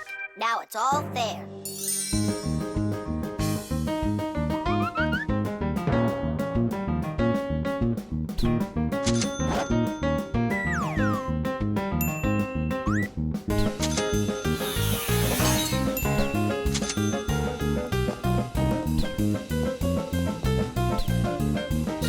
What is this? Money. What are we supposed to do with it? You don't know? You pay for someone to help you.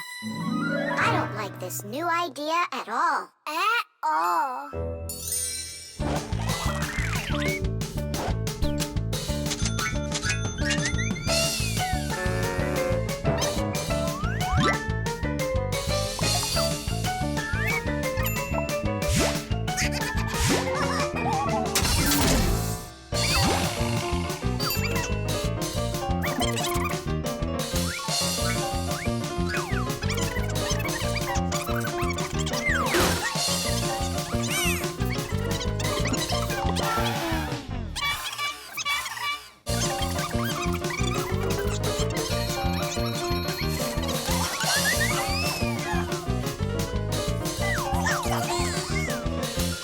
Maybe we should give them our money so they'll stop arguing. I've got a cooler idea. Hey, who needs money around here? 'Cause we've got it. Now there's enough for everybody. Where are you?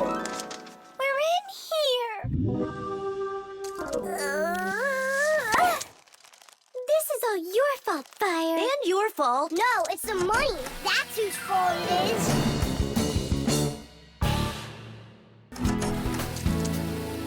He's right. That's why we were fighting. And we didn't even fix the printer. Money is nothing more than just paper. Although money is printed in strict secrecy, we still know something about the process. The paper used for money is made out of cotton and linen. It's stronger than normal paper made out of wood, which means it doesn't rip as easily, even if you fold it thousands of times. The ink used for printing money is special too. It won't rub off the paper or fade in the sun. And that's not all. The ink has secret additives that can only be seen if you look at the money under a special light. This helps protect people from fake money. It is for the same reason that watermarks, metal strings, and teeny tiny writing is also used on money. This writing's very hard to read, unless you happen to be a Fixie. I hope I didn't say more than I should have. Well, all done. It's time for a test. But what are we going to print? A word with real value. Yeah, something really precious. No, it's not money. Right, it's so much better.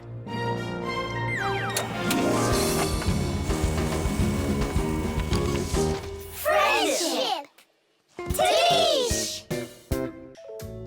The Masquerade. So, Tom Thomas, did you choose a costume for the New Year's party? Not yet. These are no good. I've been a pirate. How about a vampire? Did that. And a knight? Mm-hmm. This year I want to do something that's original. And what if... I know what! You can go dressed as me! As Nolik! Perfect! No one's ever gone as a Fixie, ever! Long, long ago, people would put on masks and dance in order to scare away evil spirits. In ancient theater, actors would change masks to play a few different roles. Everyone liked the idea of hiding their faces behind mysterious masks so much that people started organizing fun outdoor festivals called masquerades. There are countries around the world, like Brazil and Italy, that turn into one big masquerade ball during the holidays.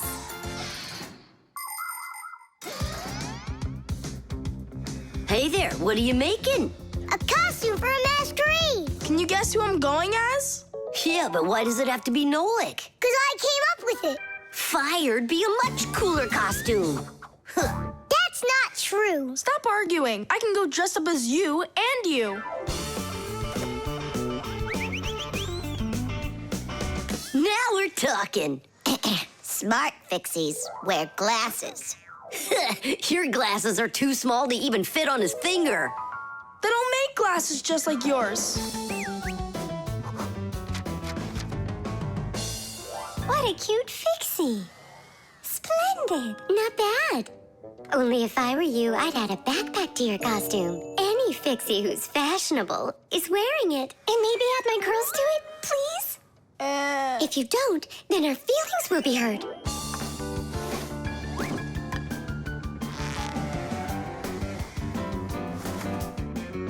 Class. Did we cover everybody? Oh, we didn't include Simka. And where are we gonna find room for her? What can I do about it? I already gotta get going. Then let's just not tell her. See you later, Tom Thomas. Thanks, guys. Tish! What have you been doing all this time while I was busy loading up the confetti? We were doing our homework. And looking at this magazine? And talking. Yeah, all of that and more. That's gotta be the worst lying ever. Tell me what you're hiding. Have you lost your minds? Sorry, but there was absolutely no room left on Tom Thomas. That's not what I'm talking about. What is the #1 rule for Fixies? Well, what did we promise?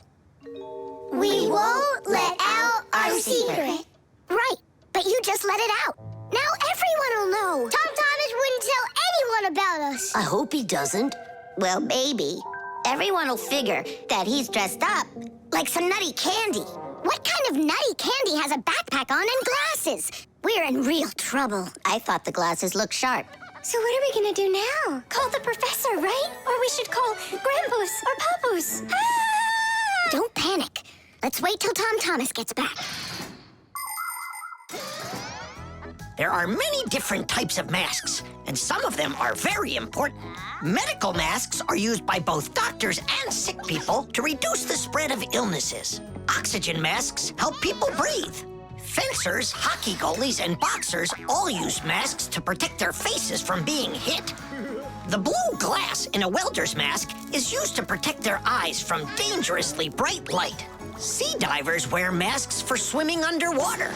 Without a mask, it would be very difficult to see the beauty of the underwater world. The masks that people wear at carnivals and parties, well, they're just for having fun and putting everyone in a good mood, or as a disguise, so that no one recognizes you right away.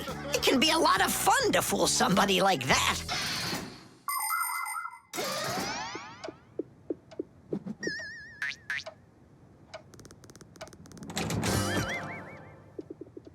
So how was it? It was great. They had a contest for costumes, and I won. Hooray, that's all. Say bye to us. I hope you won't be upset, guys, but I couldn't tell anyone that I was a Fixie. Here's all I could think of. Grand prize for best costume, robotic toucan. Hey, come on. Do you think we look like toucans? Yeah? Yeah. Yeah. Yeah. Yeah. All Fixie toucans. We've got work to do. Oops. Happy New Year. The iron. All done. Thanks for your help. Professor Eugenius! Yes, Elisa. The award ceremony's in an hour. You need to leave soon. I remember, Elisa. What are you getting an award for? It's the... it's the Genius of the Year. Not too modest, but fair. And well-deserved. Wow. And they're giving it to you? Well, yeah. Will they show it on TV? Why, of course. Class. And during your speech, can you say hi to me? And me, and me. And Sipka. Right. Say something like this. I'd like to send a big shout-out to all my Fixie friends. Oh, that's a great idea. That way everyone can know about Fixies. Professor Eugenius, didn't I see an iron in here earlier? Huh? Oh! Oh, come on, Elisa. There's no need for that. I'm not going to argue with you. You have to look just perfect. Otherwise, everybody is going to think that I don't take care of you. First, we'll let the iron warm up, and then I can iron your suit. The most essential part of an electric iron is called the heating coil. It's hidden inside the iron sole plate. When the iron is plugged into an electrical outlet, the coil gets hot and heats up the sole. People use a hot iron to remove the wrinkles from their clothing. Irons also have a water container. When the water gets hot, it turns into steam. The steam comes out through the holes in the iron sole, making it even easier to remove wrinkles. Wow, that sure is hot. All that's left to do is pour some water into it. Professor, this is water, right? Yeah, it's water. That isn't water. No, wait. It's not water. It's not water. Then what is it? Well, it's, juice. Juice? Yeah, juice. Oh no, the poor iron won't last. Phew, and it smells like crud. I broke the iron. It's awful. No, Elisa. Don't be so upset. Don't be so upset. It's the Genius of the Year ceremony, and you'll be in a wrinkled suit in front of the whole country. Oh, I won't survive. Elisa, hang in there. Be careful. Elisa. Elisa. Professor Eugenius, are you all right? Couldn't be any better. We're gonna go fix that iron for you. And while we're doing that, you go fix Elisa. That would be great. Look over there. I'll fix the contact. You and Nola can scrape that burnt juice off the iron.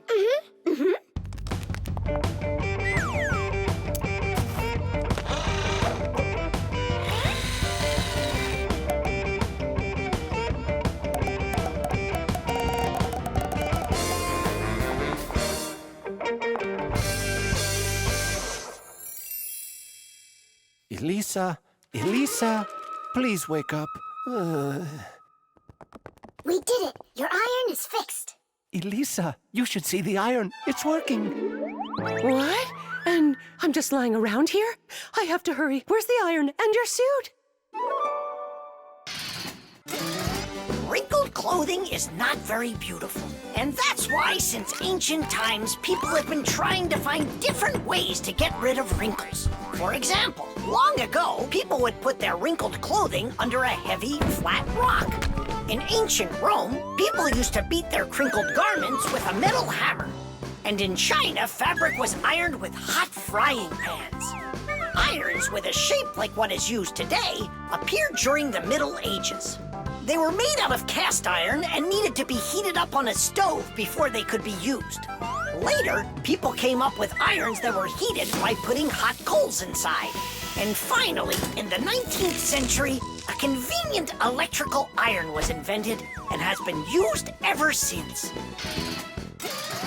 And the prize for Genius of the Year goes to Professor Eugenius! Bravo!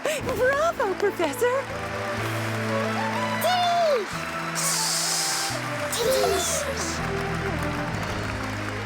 I thank you. I give my sincerest thanks to you. And may I take this opportunity to send my greetings to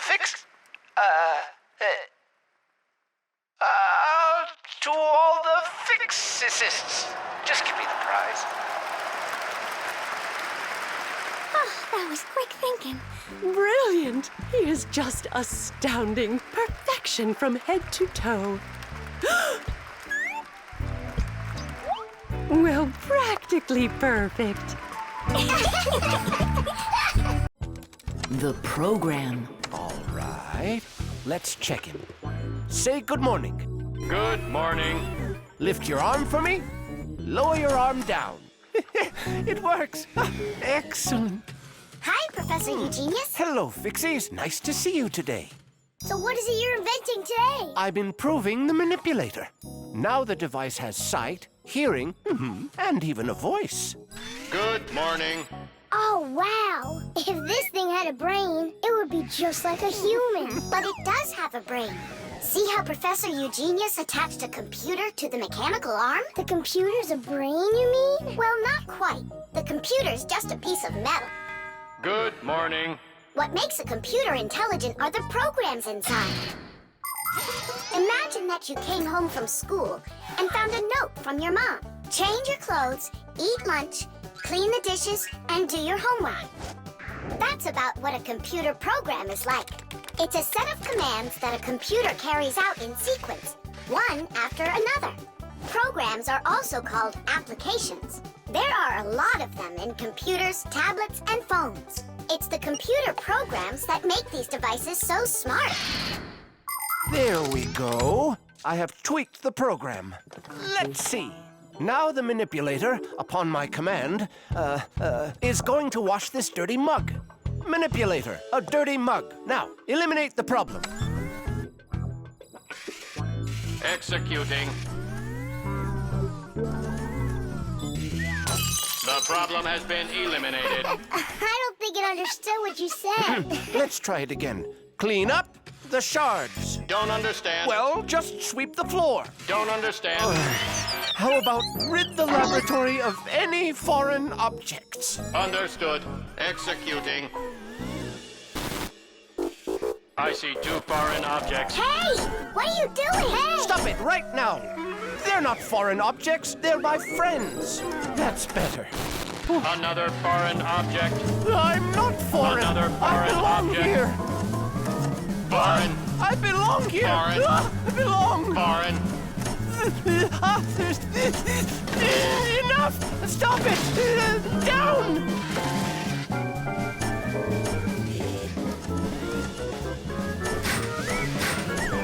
What? Can't get us? You need a longer arm.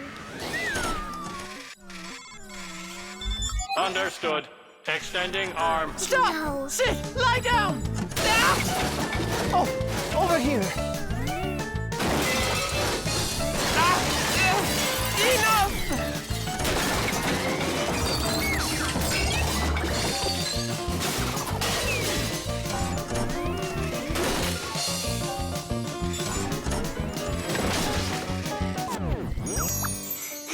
Your program doesn't seem to be working right. For sure. It must have some glitch. Modern devices often work under the command of different computer programs. And these programs can malfunction. For instance, a car alarm might go off for no apparent reason.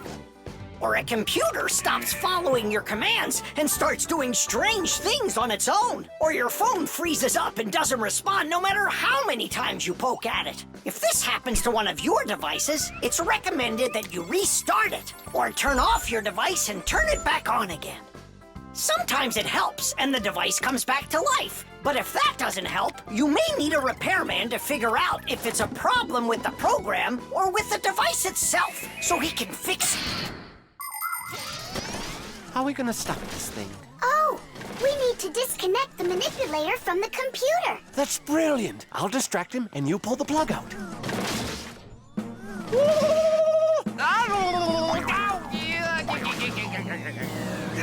Don't. That's my sensitive spot.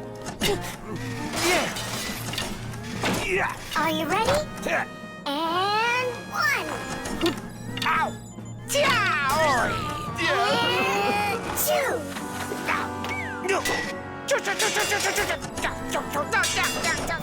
And 3.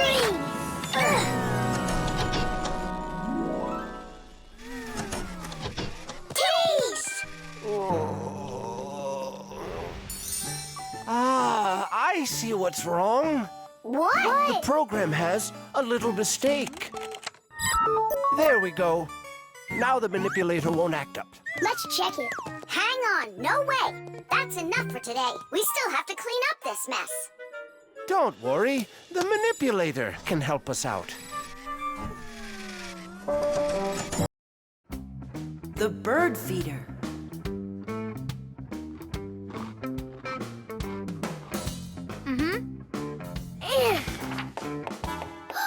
Did you hear that? What? Oh, again. Outside the window. There. Huh, a little bird. He's beautiful. Uh-huh, only he looks sad. Just wait till he sees what I'm gonna do. I guess he doesn't think you're funny. That's because he's cold out there.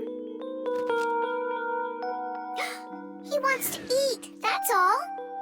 Maybe we should make a feeder for the poor bird. Do you know how to make a bird feeder? No, but we both know someone who knows everything. In the winter, it's not easy for birds to find food under the snow. Luckily, many people come to the rescue. They build little houses for the birds, designed to hold food. The name for these houses are naturally bird feeders. Bird feeders can be made out of wood, plastic, or even something as simple as a milk or juice carton.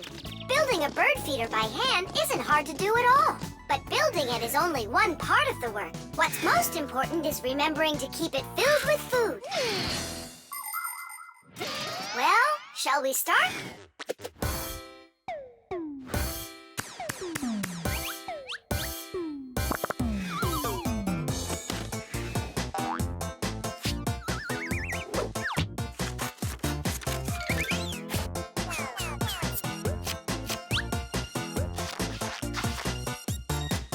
The bird feeder is ready! And what are we gonna put in it? I got an idea.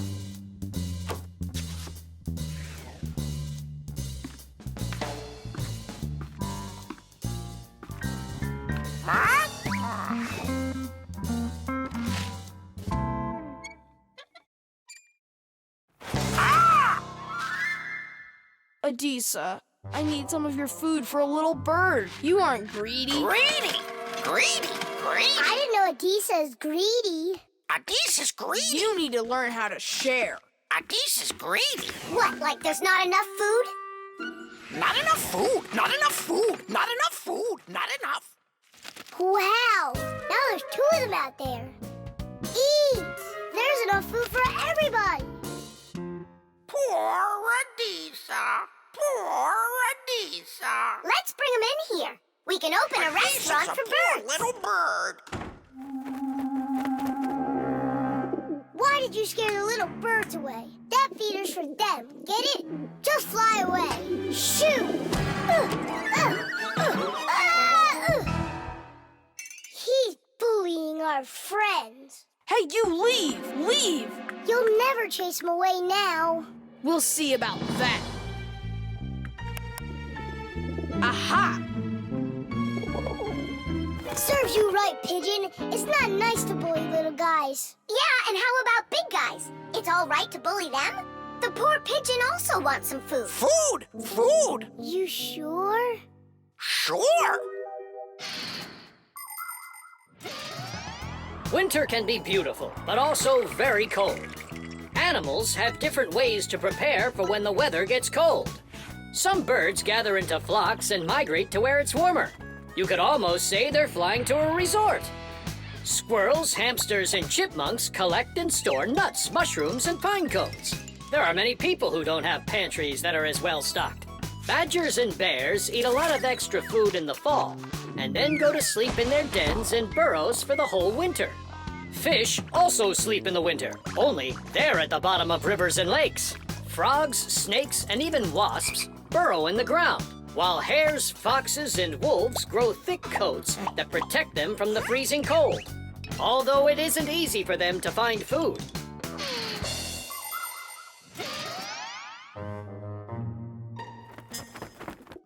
So that will be your feeder. And that new one will be for the little birds. Hey, are you taking their food again? There you go. But those little birds, they'll probably never come back here. Look, Nolik! They came back!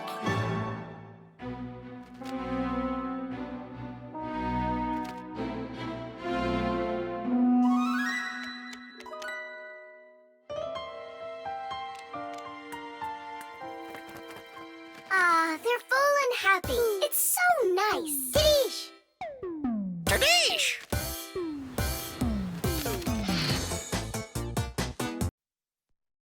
The blood test. Here! Hi, Tom Thomas. Huh? What are you, fighting with flies? No. Dad signed me up for a class. I'm starting to learn martial arts. Are you gonna fight like in the movies? What do you mean? I'm gonna star in the movies. I'm gonna play a superhero. Yeah! Ah! He'd be a great windmill for sure. Tom Thomas. Is first period free for you tomorrow? Yeah? Excellent. Then in the morning I can take you in for a blood test. Oh, blood test? Why do I need that?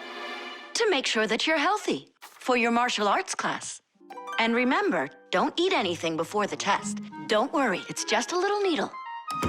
A little what? Mom!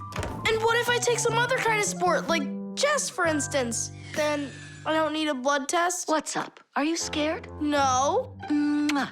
I'm proud of you. Dad never told me I need a blood test. It looks like our superhero's a little scared. I think I'd be too. Blood sounds scary. Nothing scary about it. A human body has a huge number of little tubes called blood vessels with blood flowing through them. The blood carries oxygen and nutrients to the cells, takes away carbon dioxide from them, and protects them from harmful microbes. To be sure if you're healthy or not, it's often necessary to have a blood test. The most accurate results come from blood that is taken from a vein. The sample is analyzed to see if everything is all right, and if not, the doctor will prescribe a treatment. You see, it's totally safe. And there's nothing scary about it. Mm-hmm. Oh, blood should only be drawn on an empty stomach. What's that mean? It means no eating before the test. And what happens if I eat? Well, then they won't take any blood from you. That's an idea. What's an idea? I got no idea. Okay, good night. You're really not scared at all? Mm-mm. For some reason, I don't believe him.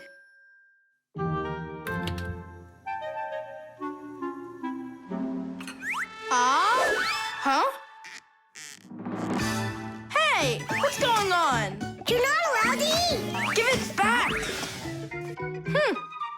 Oh, my mom's coming. Oh. Tom Thomas, did you forget? You're not allowed to eat now. Do I have to have this test? Go on. Go get yourself ready.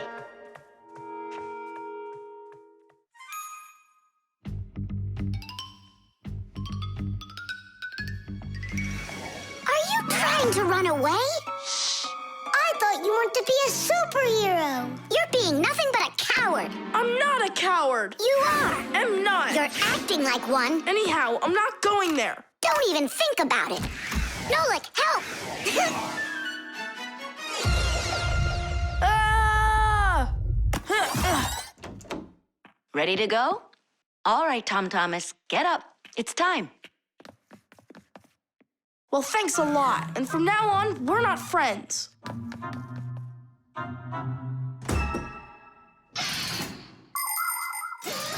Making an accurate blood analysis is not a simple task.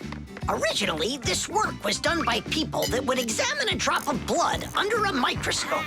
Today, in modern laboratories, technicians analyze blood with the help of smart analyzing machines. These machines can do the job much faster, and they don't make mistakes like people can.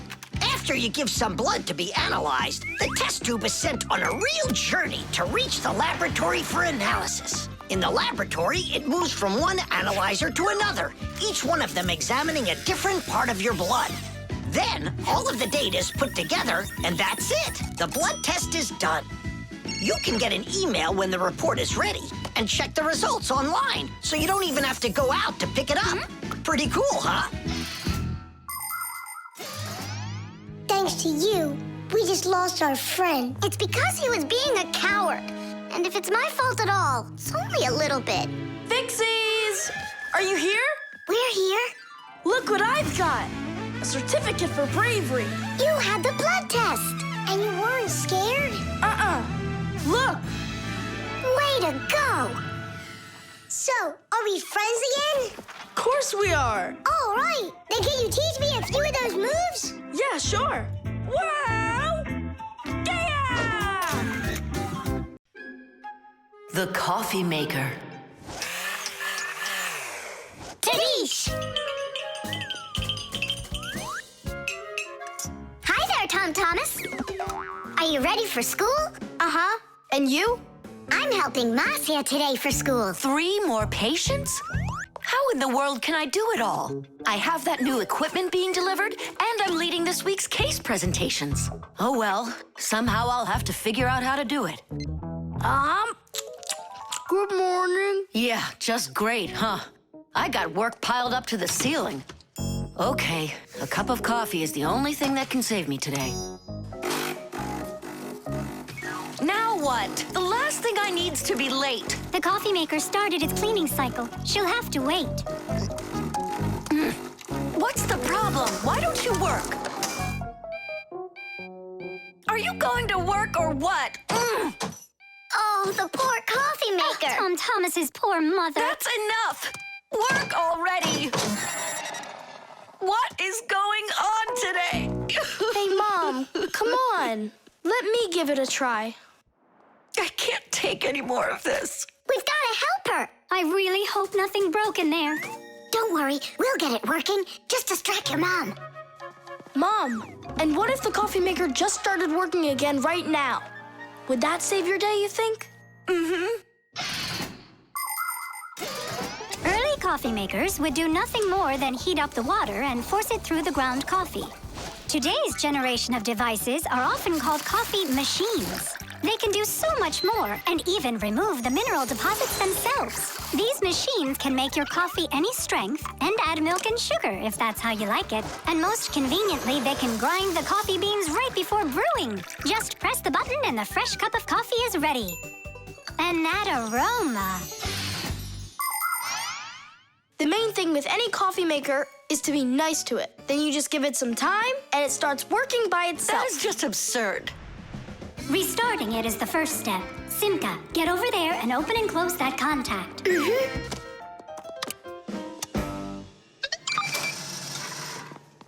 You see? That's what I was talking about. A coffee maker isn't alive. It's a machine, that's all. Then how come you hit it like you did? But if you're really nice to it and you pet it, then she'll purr. Hear that? It liked that a lot. Coffee maker, blink to us when you're ready to start working. Turn on the display. See that? It answered us. It behaves like it's really alive. Well, coffee maker, make coffee. It's impossible. Titties! Time for a little surprise. Just don't give up our secret. You fixed it somehow. What's your secret? It's simple. If you handle appliances with care, then they'll take care of you.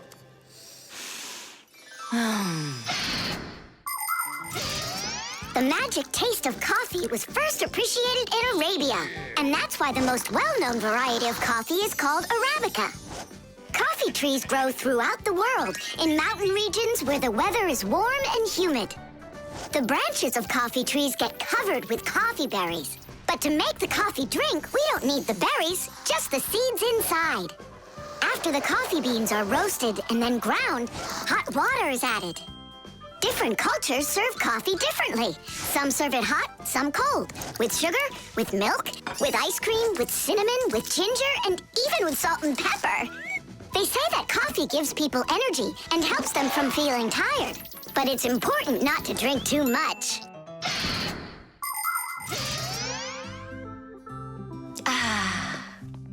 Tom Thomas, you're a powerful wizard.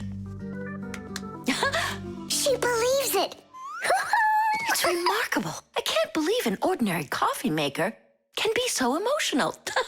Poor thing. Forgive me, huh? And that's not all. If you take care of your coffee maker and you're nice to it, it can even sing a song. Oh, my dear Augustine, Augustine, Augustine. I've got to be hearing things. You've got me under your spell, Tom Thomas. Time to go. Augustine. Oh, my dear Augustine, Augustine. Why did you start singing? Sorry, I got carried away. And I got carried away. Sing me that song again, will you? Oh, my dear Augustine, Augustine, Augustine. Oh, my dear Augustine, everything's gone. Chocolate. Tom Thomas, unwrap it already. In the morning, Nolik. I really want to see the toy that's inside. Be patient, Nolik. That's all. I'm going to bed. Please don't touch it, okay? And you won't open it without me, right? That's the deal. Good night, Nolik. Uh-huh.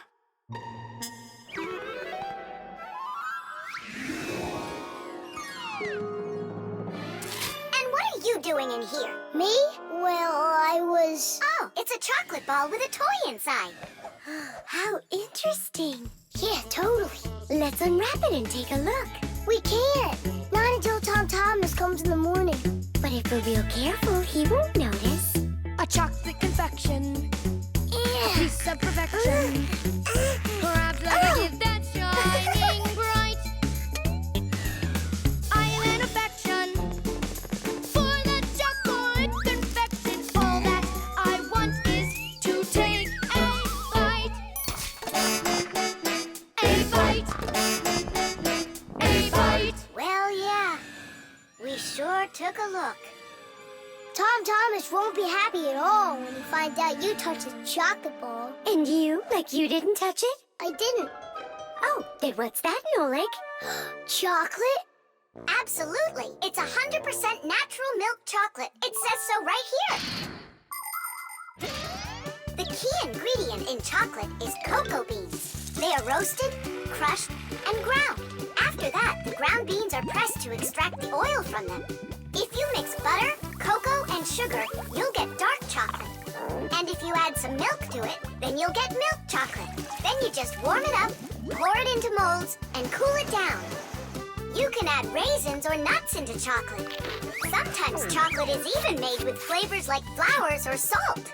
Chocolate wasn't originally for eating. It was used in a drink made by mixing roasted beans with water and then adding hot peppers. Not every adult could drink it, let alone a child. Today, chocolate is a favorite treat the world over for children and adults alike.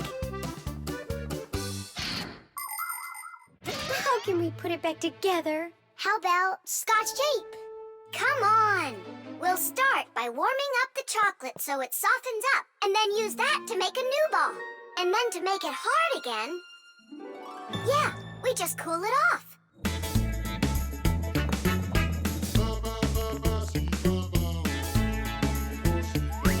My chocolate confection has got an imperfection. Half of it's gone into thin air. But this is expected when chocolate goes unprotected. First you have got it, then it's not there. Not there. Not there. Titties! Done. Let's put in the toy. But we haven't even looked at it yet. Oh, it's so pretty. Tom Thomas is gonna love it. Oh, wait! Oh, what do you think of this idea? I've got a new confection of chocolate perfection. Safe in its wrapper, shining bright. Oh, what perfection! My brand new chocolate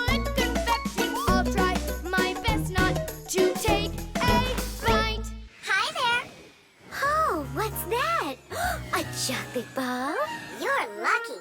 Could there be a toy inside? Mm-hmm. But I can't take off the wrapper without Nolik. You really can't do it without him? I can't. I told Nolik I wouldn't.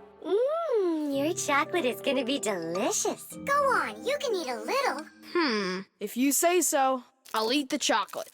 But we won't open the toy without Nolik. Good chocolate. Come on, don't you want to know what the toy is? We won't tell. All right, just a peek, and we'll close it right up.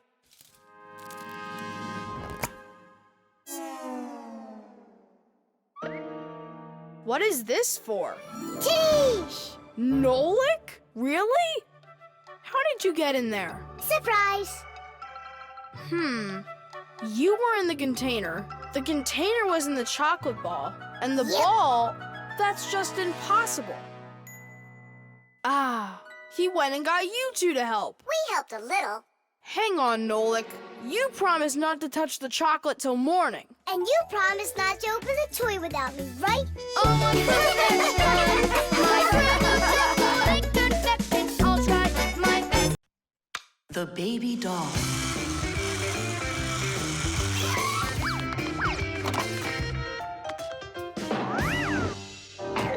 Toola, you gotta get out. We can't all fit in here. This time we'll take a ride, and next time you can. And I'm by myself again? Hey, don't worry. I'm gonna be getting such a cool car later today, Toola. Will it be a big one? It'll be big enough for all of you. Tom Thomas! Here, your toy came, just like you wanted. Awesome!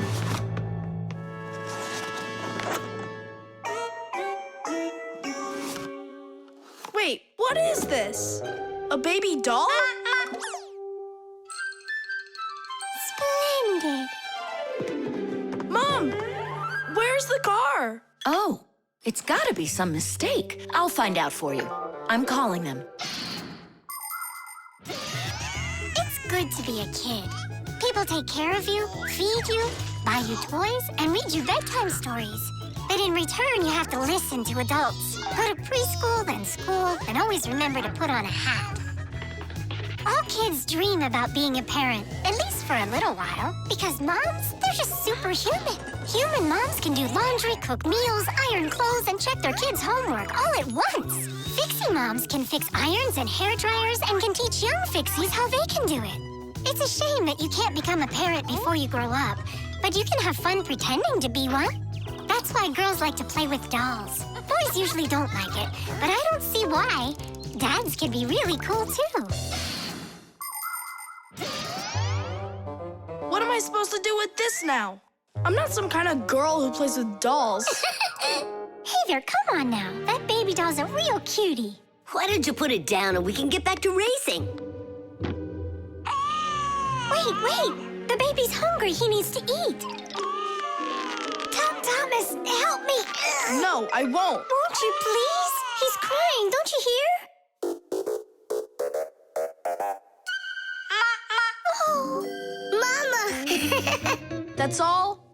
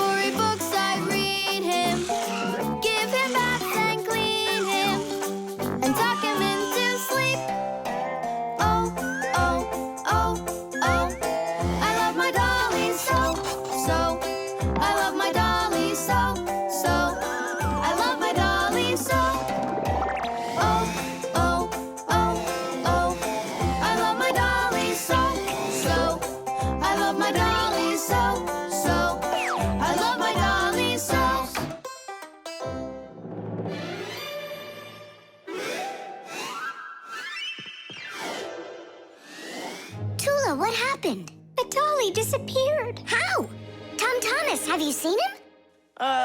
No. I'm not watching after that boy. But what if something terrible has happened? My dolly's eyes were shiny, toes and fingers.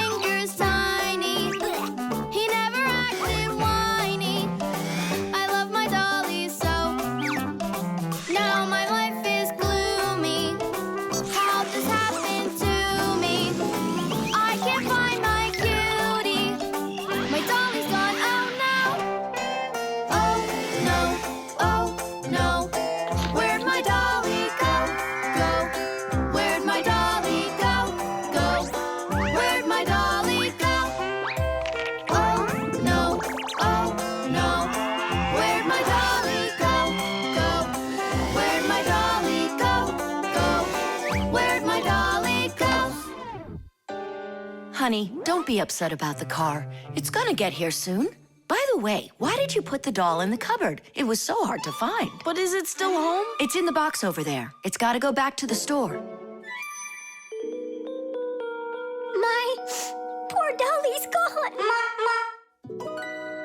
My dolly! We're supposed to send him back today. Oh. Only I told Mom that I'd rather keep him. Hey, and what about your big new race car? Later. Did you do all this for me? You know... Whoa!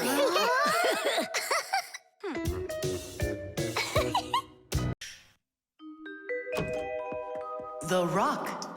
Tom Thomas is back! Hooray! So, how was your camping trip? Super! You've got to check out what I found. Rocks? That's just half of it. Wow! Is that a screw? It looks kind of strange. Because it got petrified millions of years ago. Screws weren't around then. They came much later. And how do we know that? It could be the first one discovered. And maybe it's not just some screw. Know what I'm saying? Are you saying that we might be looking at a Fixie?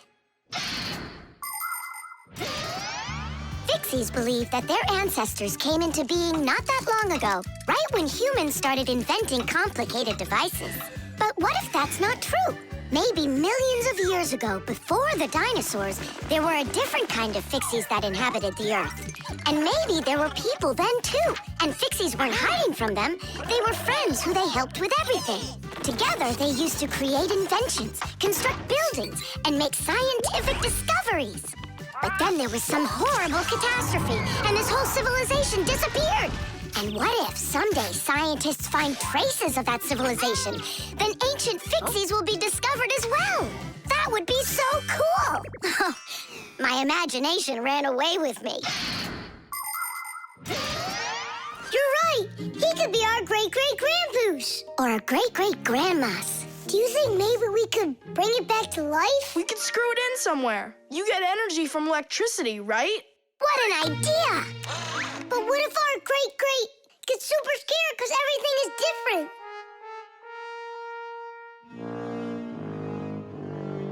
We can build him a prehistoric world to wake up to.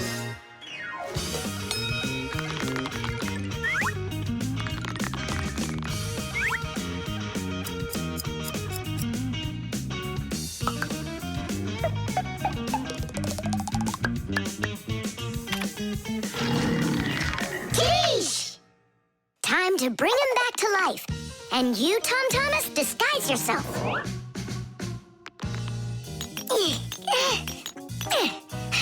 We'll break him like this. We need a different way to do it. We need more power for this.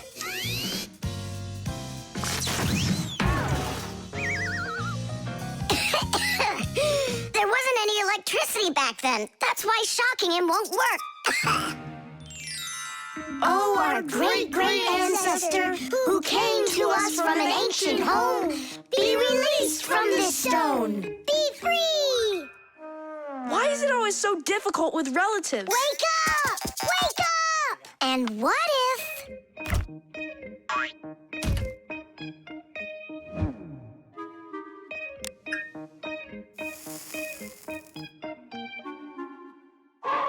Yay!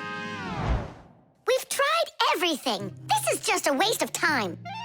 Let's sing that song about the screw. Our song. No, Lick. It's never gonna work. You don't know that. We can at least give it a try.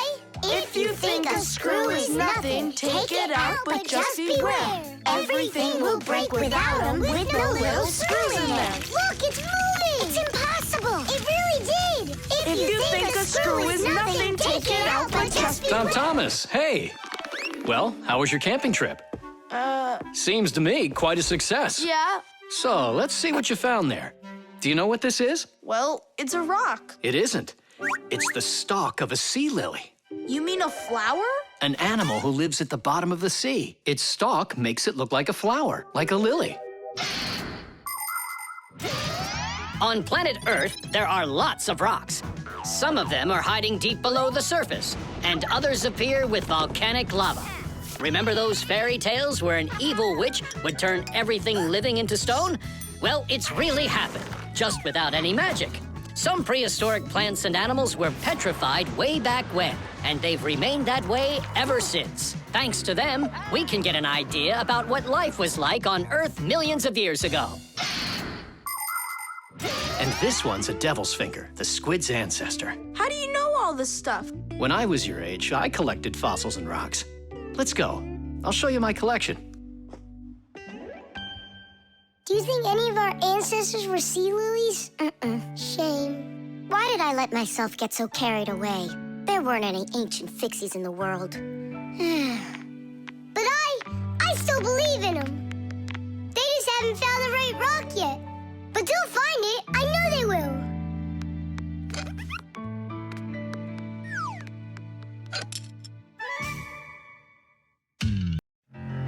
The pyramid. Tom Thomas, can I open my eyes? Not yet. Hurry, will ya? That's it. I'm ready for the contest. Ta-da!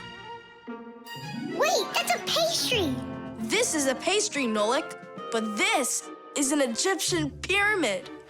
Oh, wow. Doesn't it look just like an anthill? Sure does. I remember when Grandpoo's told us that inside of those is a labyrinth and a mummy of a sparrow. No, a pharaoh.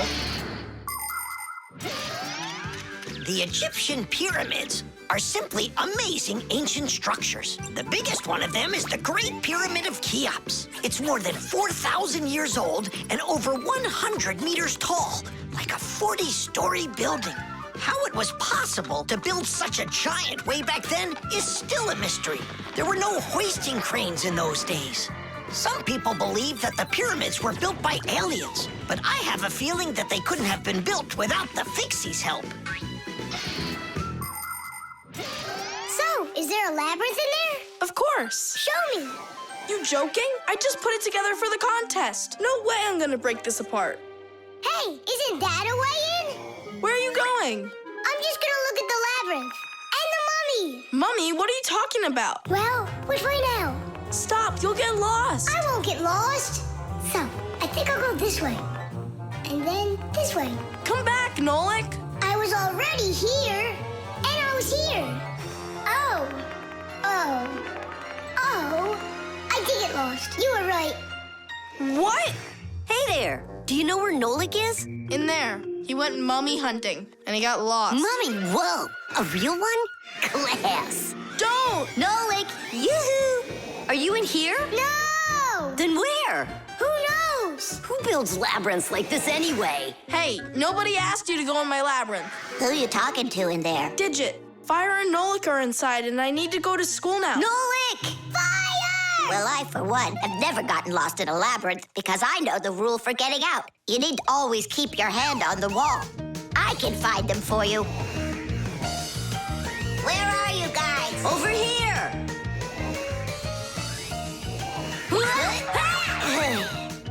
I forgot which of these walls I was touching with my hand.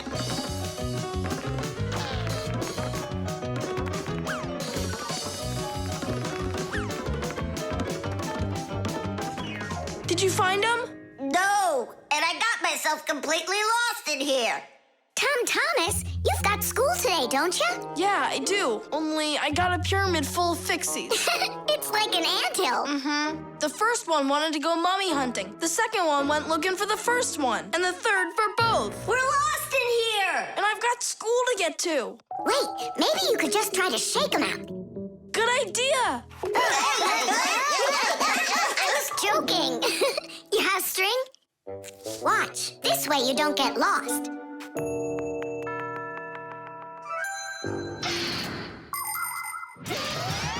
When you're going on a trip, think about how to keep from getting lost and how to find your way back. Don't just rely on maps and the GPS in your phone. Take a compass with you. It will show you the cardinal directions without needing phone service. You can also find north and south by looking at the sun, stars, or even an anthill in the woods. Take a good look. The slope that's gentler faces south, and the one that's steeper faces to the north. And if you find yourself walking through a labyrinth, don't get lost.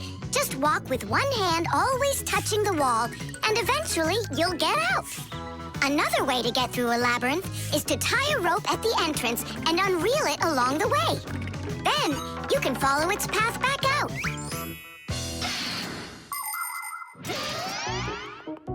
Here's the first one. And the second. And Nolik? A mummy! Is it alive? It's me, Nolik. But I couldn't find yours. That's because there's none in there. What? You mean I got lost in there for nothing? You were in such a hurry, you didn't listen to what I said. But without a mummy, how can you win? Oh, then maybe you could be my mummy. No, thank you.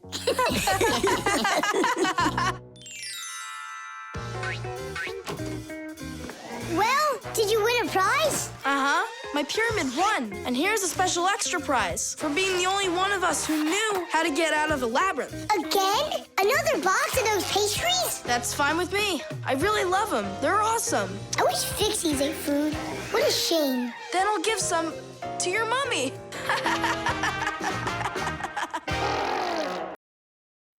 The jewel. Tom Thomas, it's time to eat. Where did it go? Chusaka, did you see this tiny little... Can't believe now I'm asking a dog. Tom Thomas, are you looking for us? Hey, Fixies, maybe you can help me. One of these stones is missing. And so? And so, this pin is very valuable. And so's the stone. If I don't find the stone soon, it's gonna be the end. Honey, your lunch is getting cold. There's no reason to panic. Your precious stone will be found. Wait a sec. Can stones really be precious? Of course they can. Gemstones are the most rare and beautiful of all stones, but it's not easy to find them. Diamonds, emeralds, rubies, sapphires, people find them underground and inside of mountains. Brave divers go to the bottom of the sea to find pearls. People have performed heroic acts and committed daring crimes to get these precious jewels. The magical shine of gems can both enchant and ruin. Remember, only gems acquired honestly bring happiness.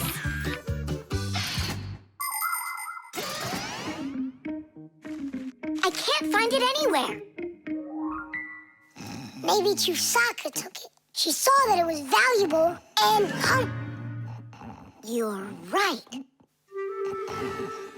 Chusaka, give us back the gem, all right? Give it back, we said.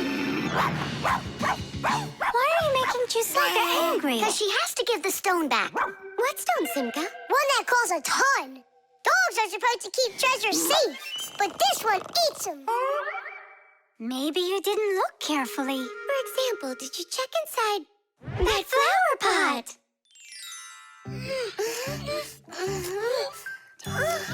This digging's just a waste. How could it end up in here? Because I know this is where we left it. Oh! Is that so? All right, spit it out. Look at this! A diamond! This will look absolutely perfect on my back-a-mat. But I was the one that found it. It would look perfect on mine, too. Let's bring our back-a-mats and try it on them. We'll put it here for safekeeping. Well, who could have taken it? We still need to check inside of Chusaka. You gotta be joking. She'll eat you up. Where are you going, huh? Inside Chusaka, to get the stone out. No, don't, please. I'm ready to do anything my friend needs me to. By any chance, are you looking for this? Where in the world did you find it?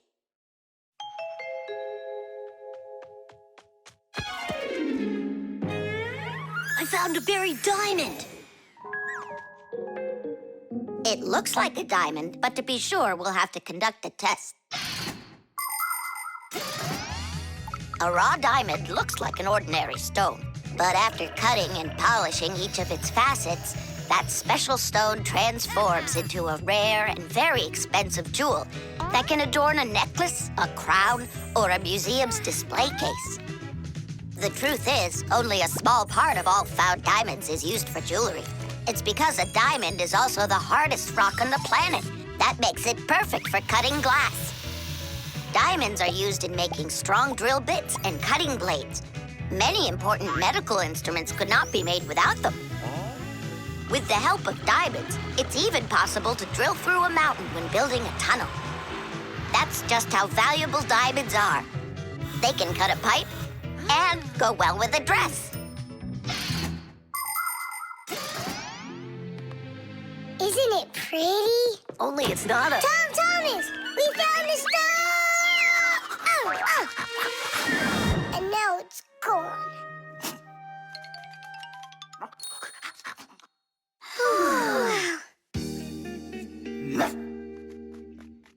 Chusaka did great!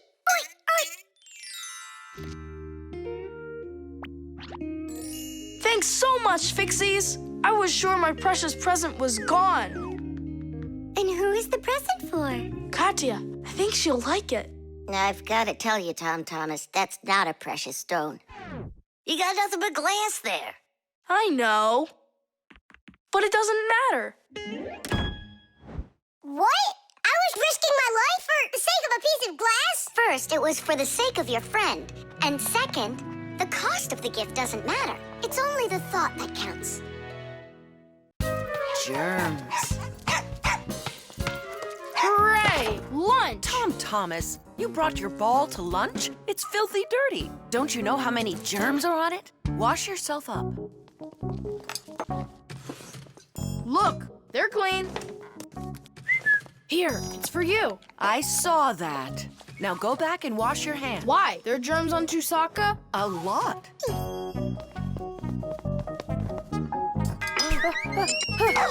Come on, give it back.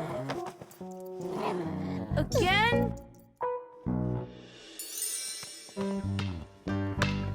Hi, Tom Thomas. Why are you so angry? You go wash your hands 5 times solid. This is germs, that is germs. Maybe they don't even exist. Of course they do. It's just that they're so tiny, you can't see them without a microscope.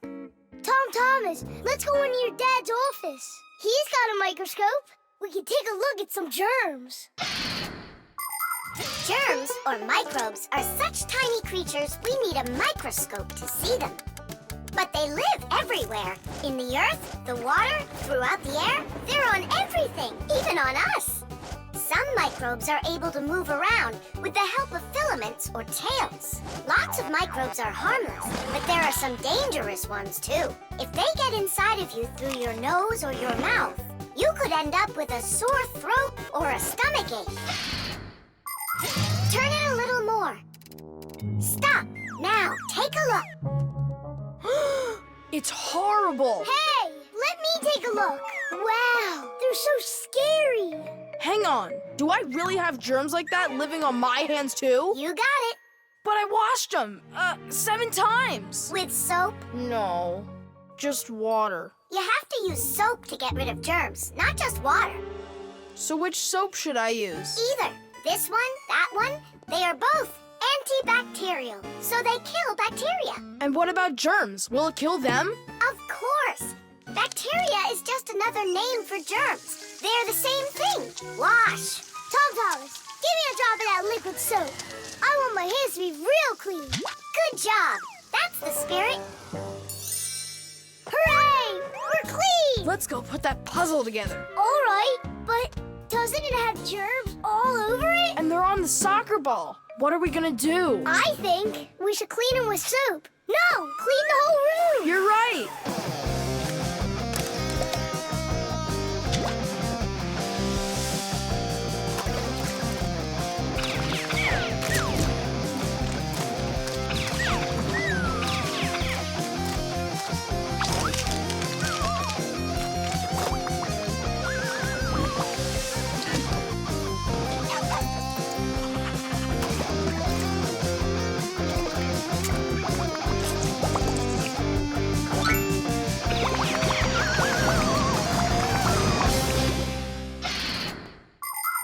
We are surrounded by millions of invisible microbes, including those that can cause an illness. But there is no need to be afraid of them if you follow these simple rules.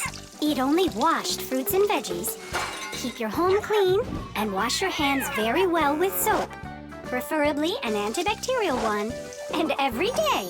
Antibacterial soap protects you for a few hours after it's been washed off. It not only cleans your hands, but also stops germs from reproducing. There are useful microbes, too. Some bacteria can be added to milk to make yogurt and cottage cheese. Others are used for purifying water. Even inside of humans are a lot of useful bacteria that help their bodies digest food. Nolik, what do you think? Are there microbes living on the soap? I don't know. We should wash that too, just in case. Hey, what are you two doing in here? Washing the soap. With soap? So there won't be any germs on it. You've gotta be joking. Listen, getting rid of all the microbes is impossible and unnecessary. You just need to protect yourself from the bad ones. Bacteria gone. Tom Thomas, I need a minute so I can mop your room. But I already washed it. What a good boy. The table's sparkling. Just look how clean it is in here. Great job. What's going on? Nothing. You're not getting sick, are you? No. Tom Thomas, you did a great job in here, only you're taking this cleaning way too far. Understand? I've gotcha. And do you get it? Me? Get what? That the most important thing is to make sure you wash your hands with soap. Okay. To the germ fighters! Making the world safer, one less germ at a time. 92, The wheel. 93, 94, 95, 96, 97, 98, 99, 100. And 101, 102, 103, 104, I forgot. and 100 and... Nolik! Hey, come on! Tom Thomas promised to give me a ride outside on his bicycle. I gotta get going. Lucky you. I'd love to ride on a bike. Yeah, it would be a lot of fun. You're not allowed to go. Why can't we? Tom Thomas isn't your friend, all right? He only invited me. If you want to take a ride on a bicycle, then go find your own human friend to invite you.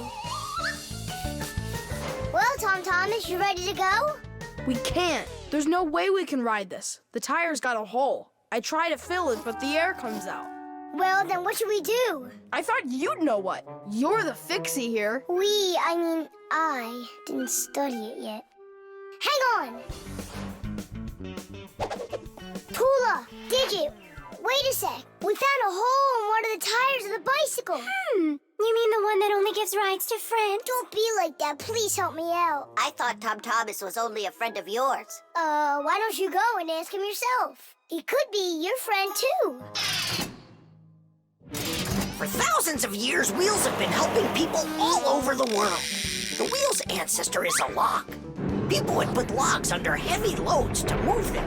Then people came up with the idea of slicing the log and connecting the slices with an axle. And there it was, the wheel. Wheels made life more convenient.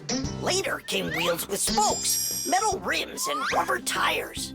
Soon people were wheeling around the world in and on all sorts of vehicles.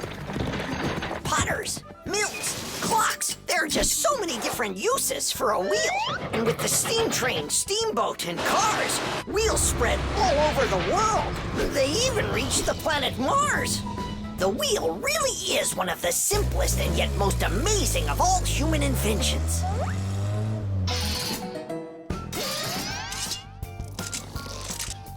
Whew, it's off. So what's next? Now you take out the inner tube. You mean this rubber thing? Yeah, that's your inner tube. There's a hole there somewhere. Pump it up, Tom Thomas. Then we can see where the air's coming out. That's not a good way to find the hole, Nolik. Why isn't it good? 'Cause the hole might be really tiny. Then how do you find it? To find it, we need water. How come? Yeah, how come? Now I get why we need water. There! See those tiny bubbles? Yeah, do you see them? That's the air from inside of the tube. That means the hole is right there. Nolik, you're a genius. Hooray! Here's the hole I found. Look! Will you let me put on the glue In my pack-a-mat, I have just the right kind for this. Oh, it's right here, right where I found it. But first, we have to make sure that the rubber is dry. Looks like it's dry. Then let's put the glue on.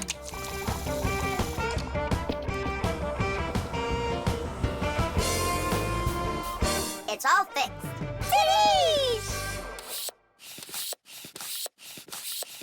All right, it's ready to go. Hooray!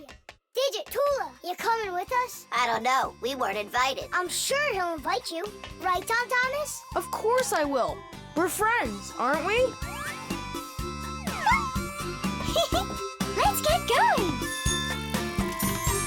See the wheel spinning round, through the cities and towns it is rolling. Spinning wheel, spinning round, spinning wheel, it just keeps on going. See the wheel spinning round, through the valleys and hills it is zooming. Spinning wheel, spinning round, spinning wheel, it just keeps on moving. See the wheel spinning round, on the road to the dreams we are chasing. Spinning wheel, spinning round, spinning wheel, it just keeps on racing.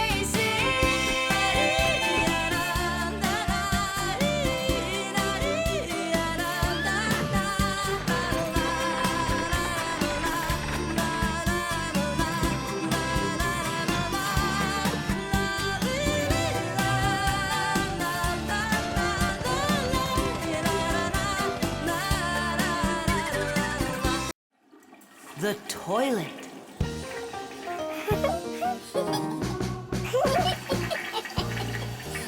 Hey, Tom Thomas, you're not allowed to drink water from the toilet. I'm not drinking it. Then what? Washing up? In the toilet? Come on now. Then what are you staring at inside of there? Well, I think that the toilet's broken. The water just won't stop running. Yeah, so? What do you mean, so? We gotta conserve water. Simka, you're the one that taught me that. You're right, Tom Thomas. It's important not to waste water. But the problem in this toilet isn't where you were looking. Then where? Here in the tank, not the bowl. Almost all toilets have tanks that are used for storing water. This water is flushed into the bowl when needed. Water flows into the tank through a water valve that has a float attached to it. As the water level in the tank rises, so does the float. And when there's enough water in the tank, the float closes off the valve and the water stops. But if the float happens to break, the water will keep running through the overflow tube into the bowl. We'll be back soon. Look at this. I can't believe how beautiful it is. Ha! I see what's wrong here. This float that we're standing on, it got disconnected for some reason. That's why the water keeps pouring out. I see. And it's going down that tube into the bowl. Well, what's the problem? It's the float. It got disconnected. Can you get it back on? Nope, sorry. Without Papoose, we can't fix it. We'll get Papoose. And you, Tom Thomas, you'll guard the door. Yeah, or someone could come and flush the toilet while we're working in the tank. And we'll get flushed away. To where? Straight into the sewer. And then it's bye-bye, Tom Thomas, forever. The sewage system is a huge network of pipes that run underground. This is where the dirty water from sinks and the waste from toilets is sent. The sewage pipes then carry this dirty water to sewage treatment plants, where the water is cleaned before it is dumped into a river or the sea. Before the first sewage systems were invented, people would just dump their waste right out their windows onto the streets. Oh, the smell in the cities was just awful. Even the first sewage systems didn't put a stop to this terrible smell. This smelly problem wasn't solved until the invention of the modern toilet. At the bottom of the toilet is a bent pipe called the siphon that's filled with water that keeps the smell from getting back into the house. Don't ask me why, but no one goes through that door. It's a secret, Chusaka. Tom Thomas, ready to eat? Not now, Mom. Not even a cookie? All right. Here's what I need you to do. You guard the door so no one flushes the toilet. And that goes for you, too. Oh, it's terrible how much water's getting wasted. It's a good thing you noticed it. It was Tom Thomas who spotted it. Well, let's get to work.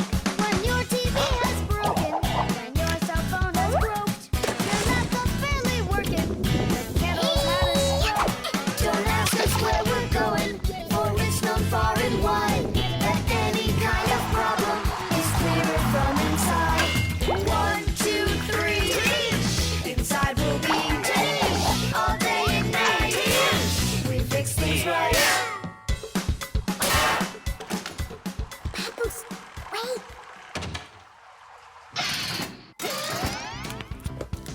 Chewbacca.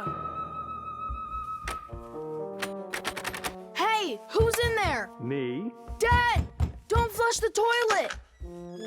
I wasn't planning on it. I was getting ready to take a shower. All right, just don't touch the toilet. What's wrong with it? It's just broken. Really? Let me check it out. No! Don't flush it!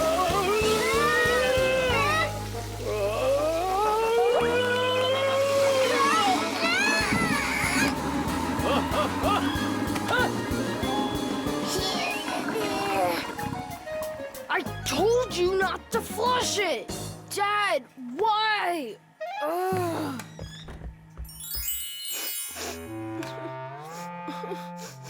Why are you crying?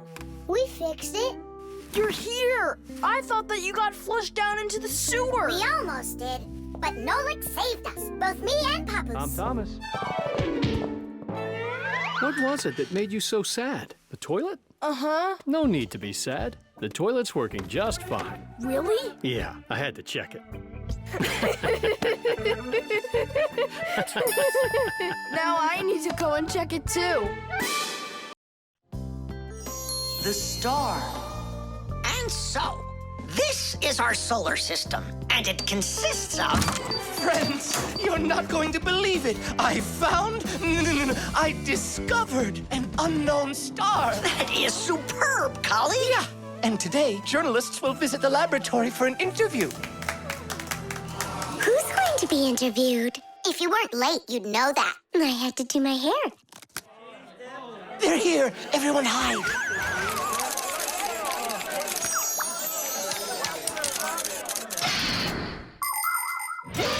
There are lots of galaxies in the universe with billions of hot glowing spheres that everybody knows as stars. Stars are each born out of huge clouds of gas and dust that are called nebulas.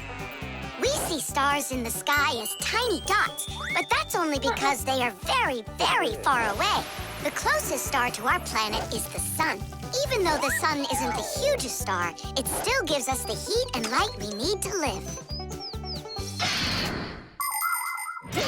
Professor Eugenius is a celebrity now, on a global scale. Yeah. Hey, did you see? Verda also got on the cover. No joke. Where? And I think we look pretty good together. So, who wants my autograph? We'll have to wait till after school. It's time to go. Hey, aren't you going? Not right now. My colleague and I have more important business. What colleague? The professor. Both of us have become celebrities. Verda, you got on that cover totally by accident. Somebody's jealous. Well, we've got our new star. Now, what should I name it? Colleague, Huh? why don't you name the new star Verda? After all, it does sound pretty. Verda. Like a vertex whirling around. That's a great idea. It's a shame you didn't get my autograph, because that new star now has my name, Verda. And now an elaborate celebration needs to be thrown in my honor. I mean, mine and the professor's, of course. What celebration you talking about? With a red carpet and flowers. Why are you just standing there? Make it happen. The poor girl thinks she's a star. Absolutely. So what can we do about it? With lunatics, it's better not to argue. That's what I read. Then let's play your silly game.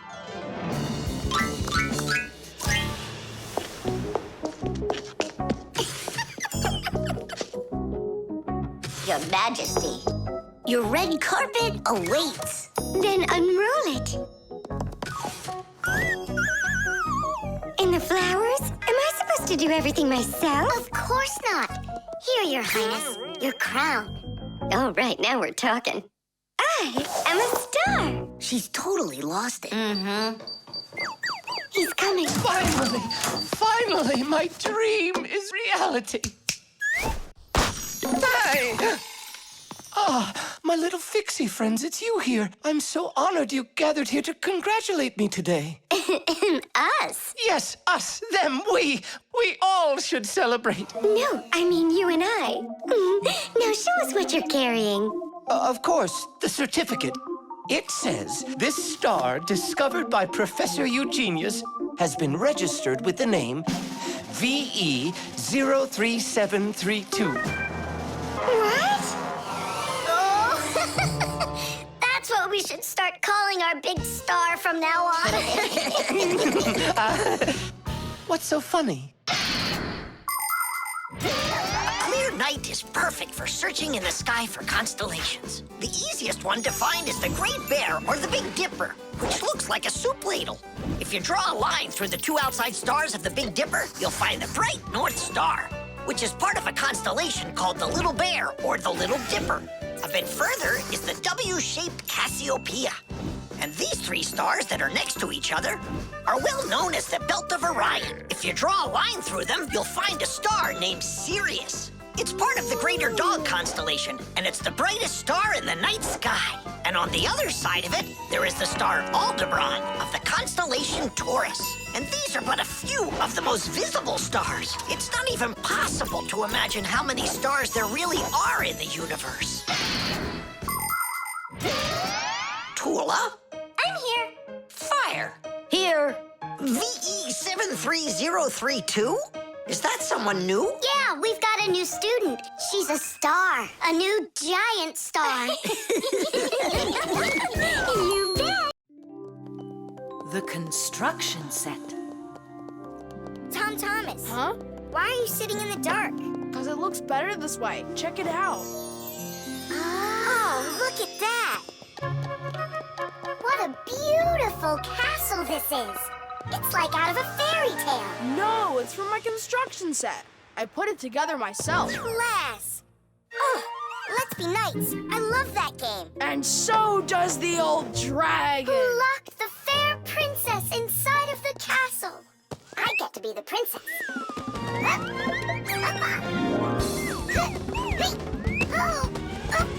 Oh, where's the brave knight who will rescue me from the evil dragon?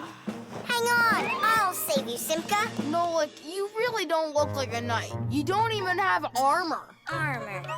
Wait, hang on a second. A construction set lets you build lots of different things from a set of parts. Put them together like this, you've got a house. Like this, a car. Or like this, a spaceship. The parts might be made of metal and connected with screws. Some construction sets have plastic parts you click together. Other sets are models where the pieces are glued together. You can also find magnetic sets. Touch the parts together and magnetic attraction makes them stick. Beware, dragon!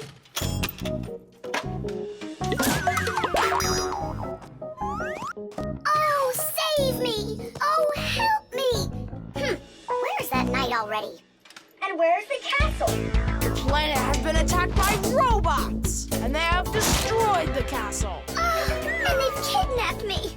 And are you still a princess? Of course I'm still a princess. Oh, save me, brave knight. Right.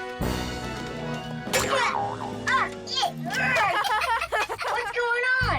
This is a magnetic construction set, and your armor is made out of metal, so you got attracted to the magnets. Tom Thomas, it's not fair. Unattract me. Okay. Oh, rescue me! Help me! You gotta save me! Hang in there. I'll be right back. I gotta change my costume.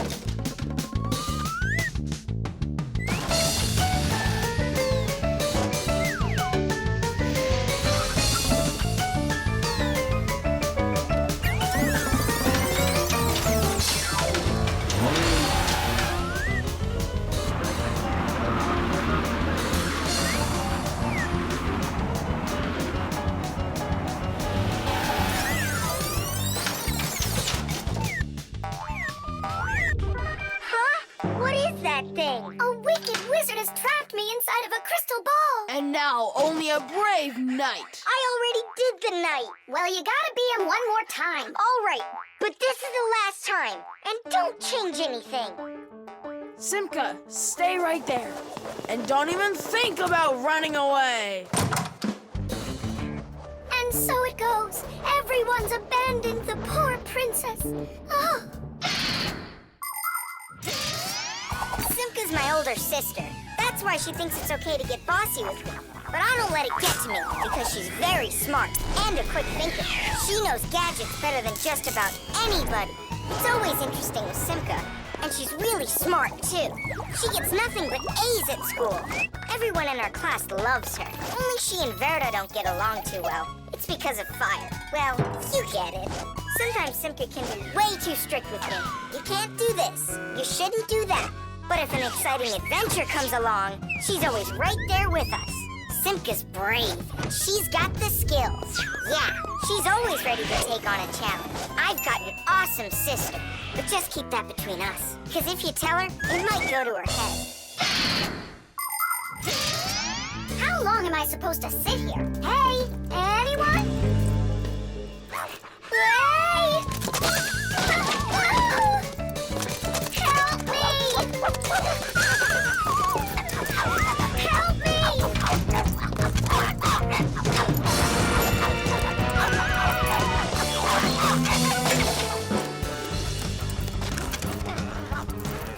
Chusaka, you give that back. Leave this room. Are you okay? I can't leave you alone for a minute. Yeah, I think we're okay. Nola got here and saved me from Chusaka for real. Just like a real live knight. Oh, come on, a knight. I'm not kidding. You deserve to be one. And to protect every living creature from pesky Chusakas everywhere. I promise. Oh, valiant Fixie, I now pronounce you to be a knight. Sir Nola. Hooray! Hooray! Hooray! Kitty!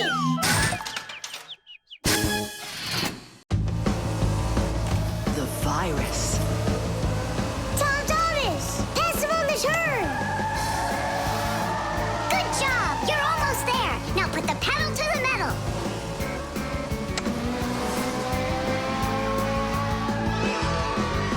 Kitty! Ha! Take that, Johnny. You lose. You want to race him again? We can't. We just finished the last level. Oh, we were just getting started. Wait a second. Let's see what it says here. Congratulations. Your prize is a smartphone and a collection of brand new levels to race. All right. Class. Click on it. It's not smart to just click on random buttons. There's nothing to worry about. Whoa. Hey, what's going on? Someone messed with the numbers. There you go. Didn't I warn you guys? Do you think it might have been Johnny? Johnny! Of course! He got upset that we won, so he put on the cap of invisibility. Then he snuck into the room and deleted everything from the computer. Stop! What are you talking about? A cap of invisibility. This has nothing to do with Johnny at all. Looks like you got a virus. Then we need to get Tom Thomas's mom in here. What for? Isn't it obvious? She's a doctor. She'll get rid of this virus in no time. That won't work. Quit it. A computer with a virus isn't treated like that. A doctor won't be able to help here, especially a dentist like your mother. Then who can help us? You need special software for that. Antivirus. A computer virus is a destructive computer program. It can not only delete or steal important information, but completely destroy your computer. And the scariest thing about this virus is that it spreads very quickly and can infect the other computers on the network, very much like a human illness. To find and stop these viruses, you need to use an antivirus program. Antivirus programs also protect computers against new infections. And by the way, your dad's computer uses antivirus software. And mine doesn't have it? No, you won't let anyone near your computer. You never have any time. Dad, let's do it Peter, okay? I've got to finish one more round. It'll only take a minute. Oh, look at that. The virus is starting to wipe out everything now. That means this computer will disappear. And this room, too. And all of us.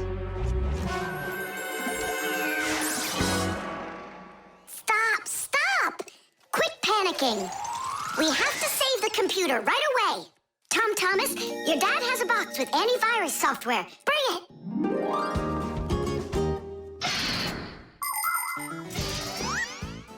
Games, music, cartoons. There are so many interesting things on the internet, but just like in the physical world, you have to follow some rules when you're online. First, you should only visit websites that you know. Sometimes a destructive virus could be hiding behind a pretty picture, and there are plenty of scammers on the internet. That's why you should never give anybody you don't know well your address, or send an SMS so you can download a free game.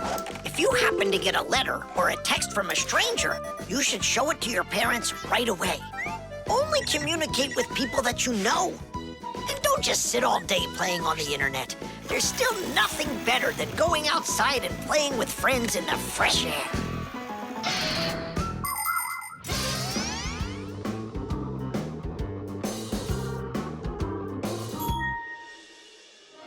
That's it. The enemy's destroyed. Well done. Let's check if everything works. Tadish!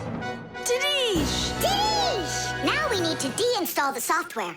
How come? There's no need. No, we have to. That program should only be installed by an adult. Otherwise, your parents will figure out you got help from Fixies. Sorry about that. All done. And here comes my dad. Dad, will you install this on my computer, please? You need it right away? How about a bit later? No, we can't keep putting it off. There you go. Now your computer is protected. How come you became so responsible all of a sudden? Oh, Dad, you don't know what kind of viruses are out there roaming the net. You're so right. The spray can. Uh-huh. Footprints, just like I suspected. Are those your footprints? Not ours. Then what's on your shoes? What a mess I got into. Pew! It's bug spray! Elisa! What a terrible smell. What is it? It's poison. Why do we need poison? I've had this gnawing suspicion for quite a long time that something is living in our laboratory. And so, yesterday, after it got dark, I quietly dusted the table with flour. And so... Look, don't you see? Footprints. And I want to destroy them. Destroy who? You really haven't figured it out? Cockroaches live here. A cockroach. That's what she thinks you are. What makes you sure that it's a cockroach? What else could it be? Well, maybe a spider. Well, spiders are cute. And nice, too. But then where is the spider web? I don't know. Exactly. It's cockroaches. That stuff is gross. Where's that stuff coming from? It's from an aerosol spray can, Nolik. Aerosol is made of tiny little drops and particles that can hang in the air for quite a long time. Dust, smoke, and fog, they are all aerosols. People learned to make aerosols long ago. For instance, they took a liquid that repels mosquitoes, poured it into a can, and injected some gas into it. Then, when you push the button, the gas forces the liquid to go out through a tiny hole, turning it into a bug spray. That spray will poison the Fixies. We have got to stop Elisa. Let's destroy the aerosol can.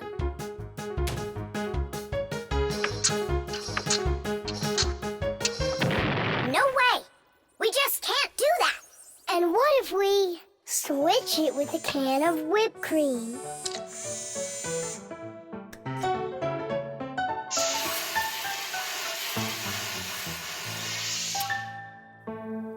Quit joking. We've got to get Elisa to believe that it's a spider and not cockroaches. She thinks spiders are cute. You're right. Let's go get Buggy. Spray cans have all sorts of different uses. For example, they're very convenient for getting medicine into a sore throat. They can be used to fill the air with the sweet smell of perfume or to cover unpleasant smells with deodorant. Spraying paint from a can is also very useful. It applies the paint very evenly. Some spray cans are even used for food. But there can also be deadly poisons inside of spray cans, like bug killer. So make sure you know which one you're using. And you must always remember how to handle spray cans properly so that nobody gets hurt. You must never open, take apart, or pierce a spray can. And spray cans should never be heated or put next to an open fire because they contain gas that can explode.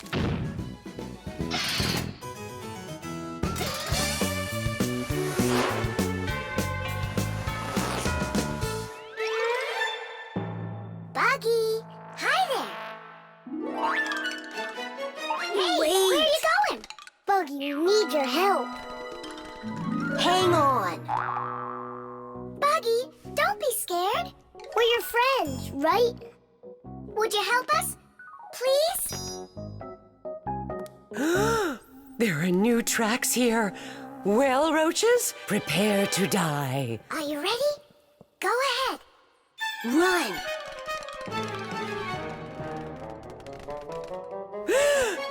Oh, don't kill Buggy. No.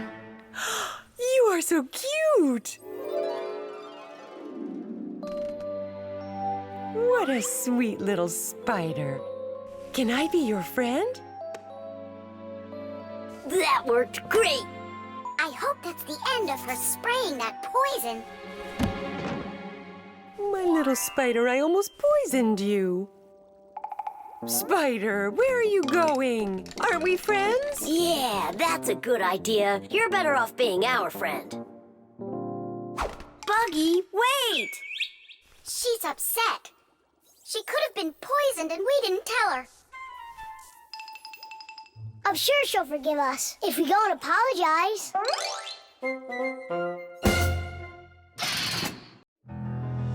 Vitamins. 7 times 5 is 35. 7 times 6. Wait a sec. It's Tom Thomas, are you ready? For what? For a walk. Did you forget? Oh, yeah. I'm having such problems with my memory. I keep trying to memorize this table, but I can't. If you want to improve your memory, you need vitamins. Vitamins? Well, how's it going, Tom Thomas? Not well. My memory's just terrible. Studying's getting me nowhere. Hey, don't be discouraged. We'll make your memory better with some vitamins. Oh, now you about vitamins. And who else? Just a school friend. Well, all right. Vitamins are very important for people's health, even though you don't need much of them. For instance, vitamin A is necessary for good eyesight and normal growth. Vitamin C helps keep you from getting sick. Vitamin D makes your teeth and bones stronger. Usually, people get the vitamins they require from a diet of fruits, dairy, vegetables, and other healthy foods. But if someone still isn't getting the vitamins their body needs, then doctors recommend taking special vitamin pills. All right, take out some vegetables and some fruit. And some berries. They have a lot of vitamins, too.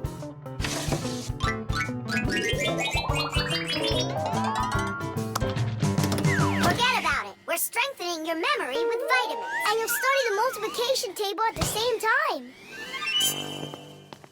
All right, then. There are 3 cherries in each pile. Tom Thomas eats 5 piles. Go on, eat. So, here's the question. How many cherries did Tom Thomas eat altogether? I don't know. What'd you say? I said I don't know. Try counting those pits, then. Huh. 15. That's right. And that means that 3 times 5 equals 15. Now, try my problem. Tom Thomas ate 3 pairs of apples. That's easy. The answer's 6. I just couldn't find more apples for that one. Tom Thomas, quit slacking off. To get this problem right, you have to eat the apples. They have vitamins.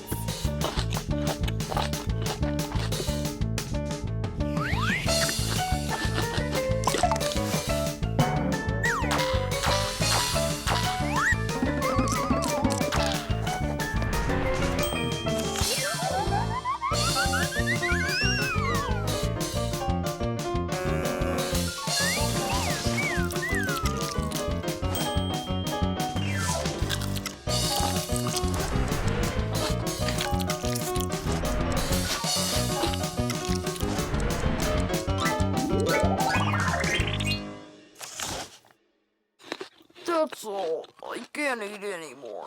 Keep eating. They have vitamins. Anyhow, we don't have enough carrots for me to learn how to multiply by 9. All right, then. I'll help you. To multiply 2 by 3, all you need to do is just add 3 2's together. It's much harder to multiply a number by 9. That takes too much time to add. That's why at schools they want you to memorize the table.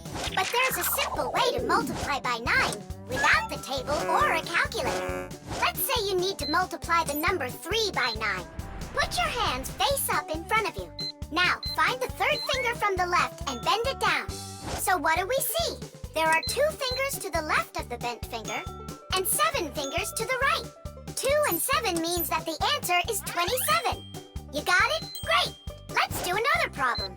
What is 7 times 9? Here are 6 fingers, and here are 3. That's right! The answer's 63. Thomas, did you eat all of that? But you're the one that told me you need to eat vitamins. That's why I got these vitamins for you. That little? What do you mean, little? There's enough in this bottle for a month. Go ahead, try one. They're very good for you. They taste good, too. Right. Better than an onion. Or a radish. Can I have another one? No, that's enough. You shouldn't take more than 1 vitamin every day. I remember where I saw this. I saw the same kind of bottle with a green lid over at Katya's. Speaking of memory, let's check your multiplication table. Let's say that you and Katya are each taking 1 vitamin a day. So, how many have you eaten after 9 days? The answer's 18. Well done. It's getting better. Vitamins really work.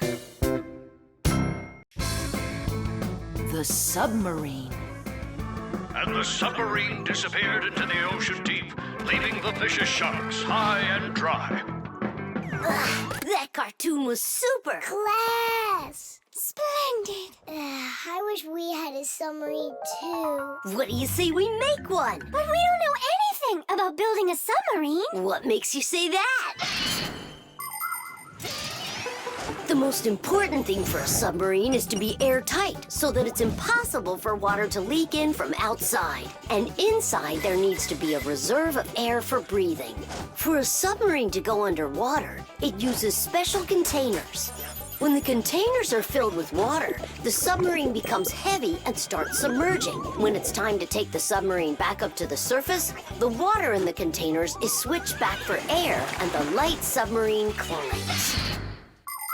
And what are we going to make it out of? Out of, broken toys. And where are we going to sail her? In the aquarium.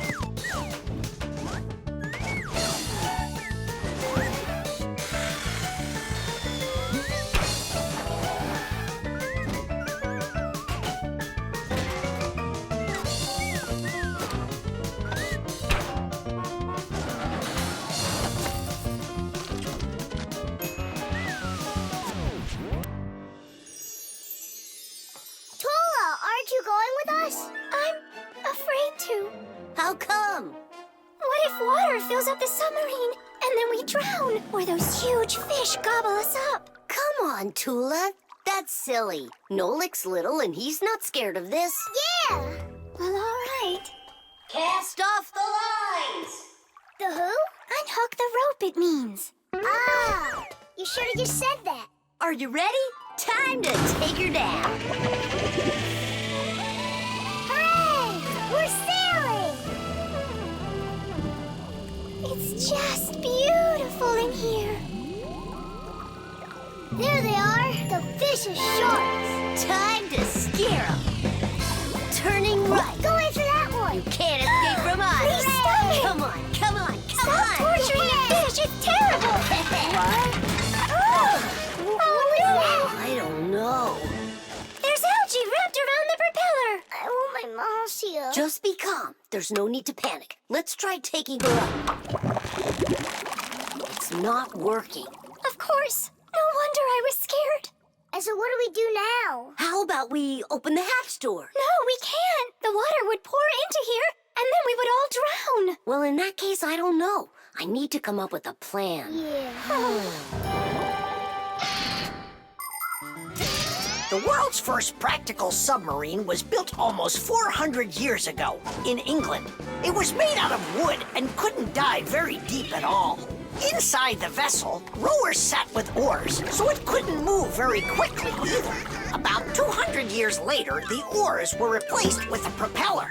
But the propeller on that submarine could only be turned by hand, making it a slow submarine as well.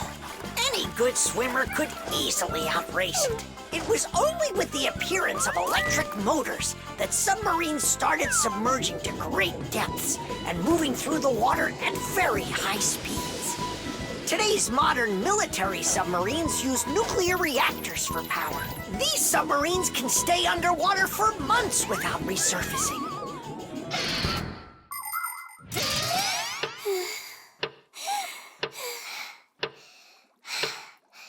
Fire, can you come up with your plan quicker? Because we're running out of air.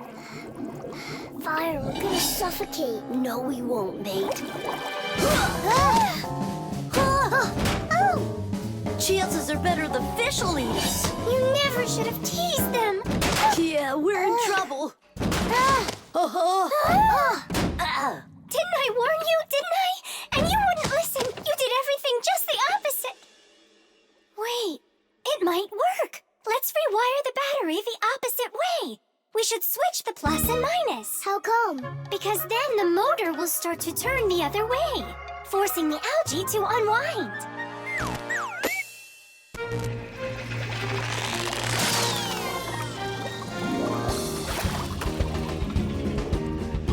Titties! Hey, quit it! We won't bother you anymore, all right? Peace. Thank you so much, Toola. You really saved us. It's just because I was the one that was most frightened. No, it's because when things got really scary, you kept your cool about you. Wouldn't it be splendid if next time we built a helicopter? The Solar Eclipse. All right, here we go. Tom Thomas! What's that for? There's a solar eclipse today. Look, and I'm gonna watch it. That's so cool. And what do you need the box for? Simka, did you forget? It's dangerous to look straight into the sun. Huh? It's so dark. How long until it starts to get dark? Half an hour. We'd be happy to help you out with that, wouldn't we? Only one thing I don't get. The light will be gone? Like gone forever? How did you come up with that? There've been plenty of eclipses before this one. In outer space, everything is in a state of constant movement.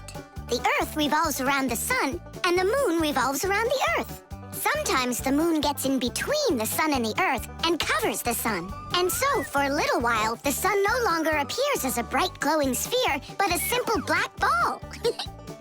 This phenomenon is called a solar eclipse. But a solar eclipse can only be seen by humans and Fixies that are in its shadow while it's happening. But anything can happen. Like, what if something gets stuck? Then, would it stay dark forever? And when has that ever happened? It's happening now! Nolik, either help us out or stop bothering us. All right, look. This is the Earth, here, and the moon, there. The flashlight's our sun.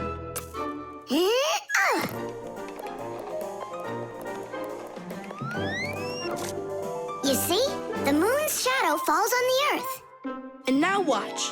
When the moon starts to go, the light comes back. Did it get stuck? Just like I said, the end is near. The end of the light.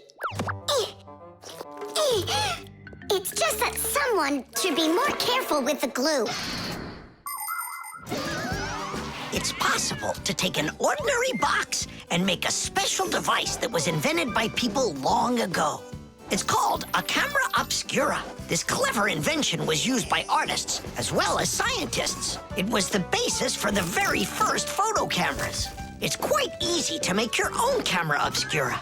Cut out a small square on one side of a box, cover it with aluminum foil, and poke a little hole in the center of it. Put a sheet of paper on the opposite side.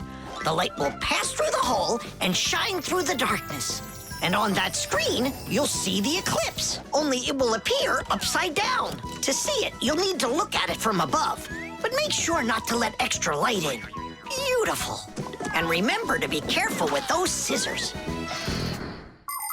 But don't you understand that it's scary in the dark? And it's impossible to live in it? Don't be a coward. You glow in the dark. But what about Tom Thomas? Is he gonna have to walk like this?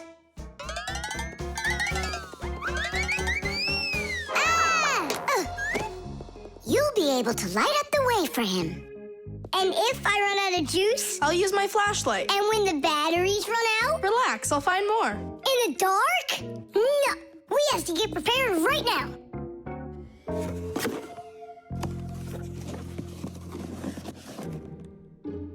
Can you see the sun? Uh-huh. 1 minute left. You ready? A minute? What? Hold on, I'm not ready yet. I'll get charged a little more. No, I need to get those batteries. 10 seconds. 9 seconds. 8 seconds. What should I do? 6. What should I do? 5. 4. 3. 2. Marcia! Here it goes. Whoa. It's totally beautiful. Nolik, come on out. You'll miss everything. It's amazing. Class, it's so awesome that we did this. Look, look. Now the sun's coming back out.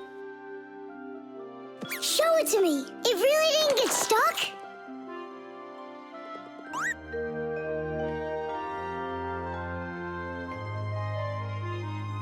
You mean the whole eclipse is done? It was cool, wasn't it? Uh-huh. Only I missed the whole thing. Well, you'll see the next one, right? If you don't get spooked again. You're not going to throw the box away, are you? I'll save it for you. I can use it to store something useful. Batteries, for instance. What if tomorrow's the end of the light and Nolik's not ready for it? Fasteners. And of course, all of the appliance's parts must be fastened good and tight.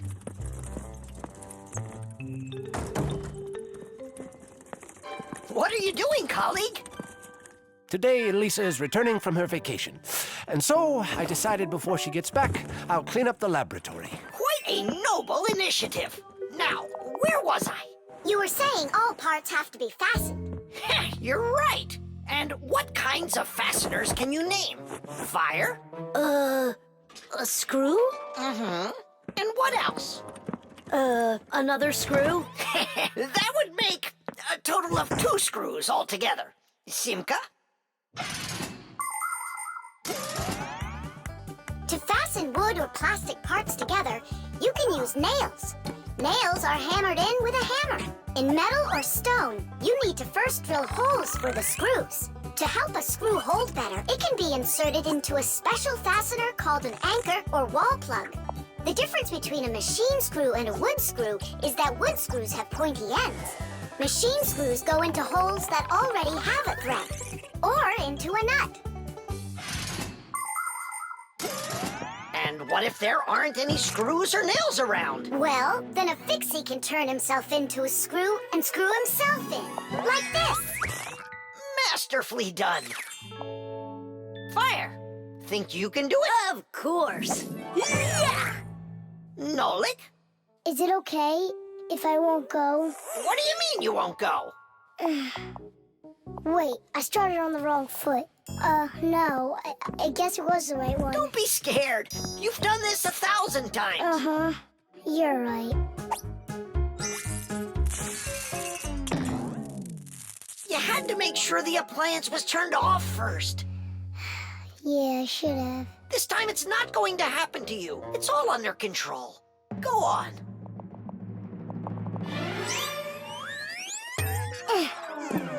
I'm still scared to do it. How about you try again? And who came up with this dumb screw idea? According to legend, the screw was invented in ancient times by the great Archimedes. Using his screw-type mechanism, Archimedes built a special machine for getting water out of a canal. In ancient Rome, people used wooden screws in presses to squeeze the olive oil out of olives. Screws were also used as parts of drills or as lifting jacks. But the use of screws as fasteners did not begin until the 15th century. Soon thereafter, screws became so popular that today it's almost impossible to find an appliance made without one. And if one of these little screws should fall out, we Fixies will come to the rescue. Because we don't just turn into screws when we need to hide from humans. We're always ready to do it when help is needed. Nolik, let's try it together. Don't be scared. We're here with you. Ready? And... Nolik, watch me, son. I haven't screwed myself in over 100 years, but I'm not scared. Did you see that? It's a piece of cake. Grandpa's? I'm stuck. It's all my fault. There's no need to worry. Professor Eugenius, can you help us unscrew Grandpa's? I'll be right with you. It got a bit rusty. It's probably old age. I know what will help. A drop of oil.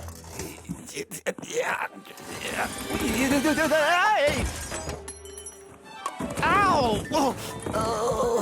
Professor Eugenius, are you okay? I'm okay. Thank you for asking. Look out, it's going to fall. We need to fasten the shelf to the wall. Nolik, help! We can't do this without you. Simka, I'm scared too. Nolik, save me!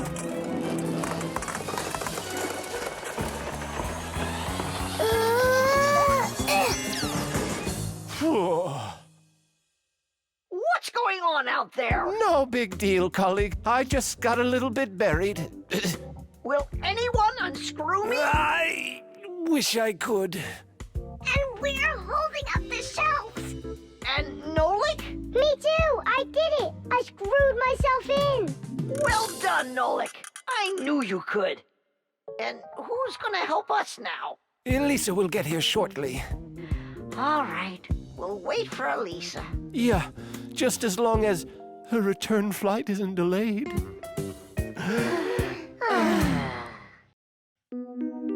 The dishwasher.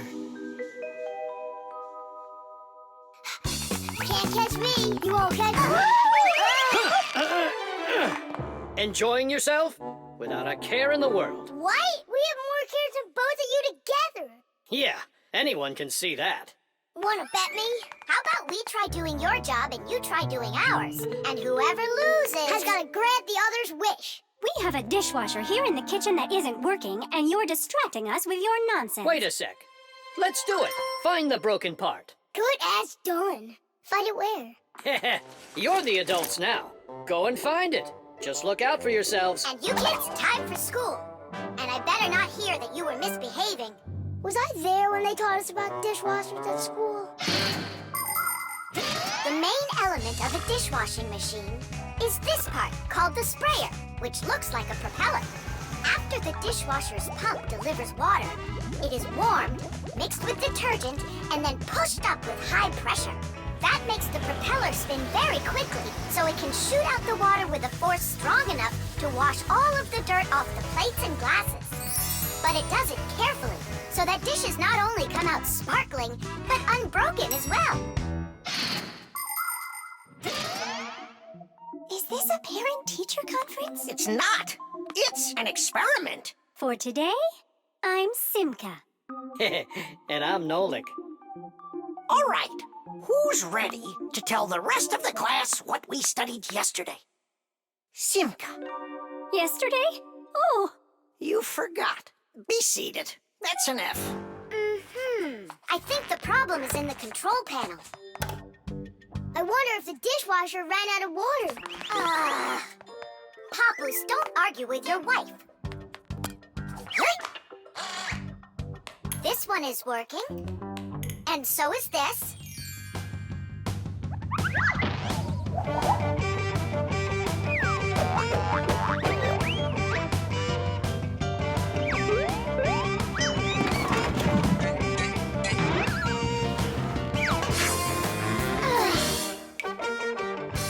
You know what? Why don't we just wash those dishes? But that would be cheating. No one will find out. The dishes will all be nice and clean, and bam, we're the winners.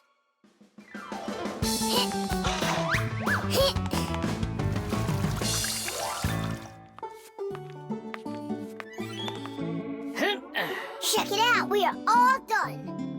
How come the indicators aren't lit? Fixies have to fix things. And what do you call this? And you, did you both go to school today? Of course we did. I mean Simka, got an F for her answer. Well, thanks, Marcia. And did you play with Tom Thomas? You know that we don't show ourselves to people. Tom Thomas isn't any human. He's our friend. Either you play with him, or you both lose, just like we did. No way. We'll play another round.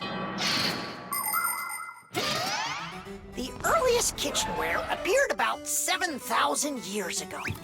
Early people made these containers from stone or wood.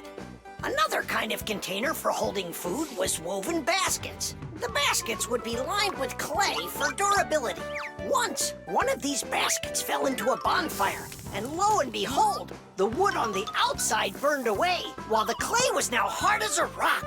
That discovery led to the invention of clay pottery that is still in use to this very day. Later on came the development of glass, metal, and cast iron cookware. The world's richest people can even have food served to them on dishes of silver or gold. Today, kitchenware is not only a practical convenience, but it can decorate any home as well. Forget it. This is impossible. Let's just tell them we give up. Simka, how come this button is crooked and not sticking out? 'Cause the button got jammed. Yeah! Nolan, you figured out what was wrong.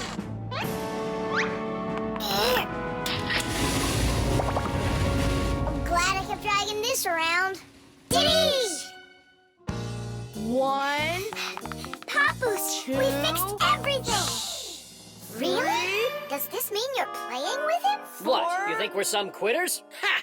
Then which one of us is the Ready winner? or not, here I come. Let's call it a draw. Each team gets one wish. Our team wants you to fix my F. And you finish this game with him.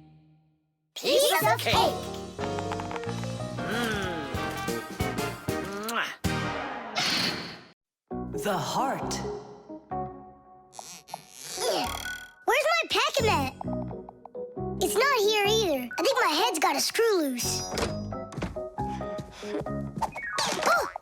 Tom Thomas, why are you throwing your stuff around? Oh, because I got a real problem. What is it? I can't decide which club I should pick. Johnny signed up for robotics, and Katya's gonna be in chess. You call that a problem? Go with Johnny. And why not Katya? Then go with chess. But they don't have robots. My mom told me I should listen to my heart. Do you know how to do that? I found it. See you. Gotta go. Nolik. Simka can tell you. She knows everything. The heart is the main pump of a living organism. It's a unique muscular organ with a multitude of blood vessels attached to it. The main function of the heart is to continuously move blood throughout the body. The human heart pumps about 6 liters of blood every minute, even though this pump is not that large. Make a fist. Your heart is about the same size as that. To make sure your heart stays healthy, you need to strengthen it with plenty of exercise and a healthy diet.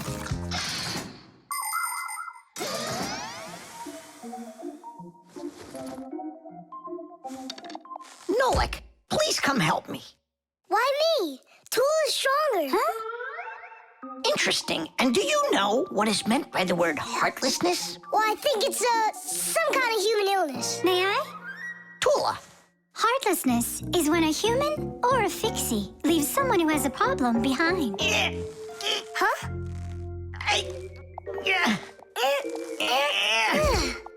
Thank you very much, young man. I mean, young fixie. Heartlessness. Does it last forever? Of course not. We just need to help one another more often.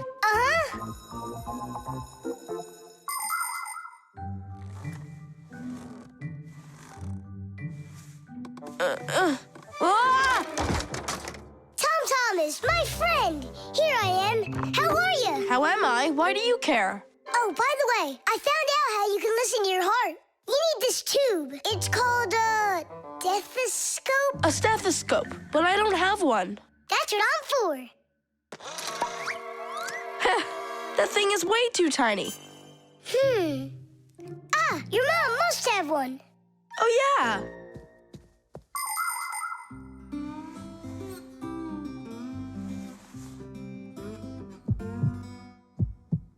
Well? It's beating. Loudly. And what is it saying to you? Not a word. And now? It's beating.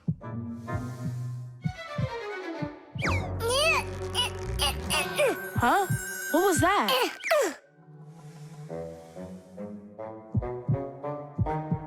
This is just absurd. A heart can't talk. You know what? Why don't you just try again?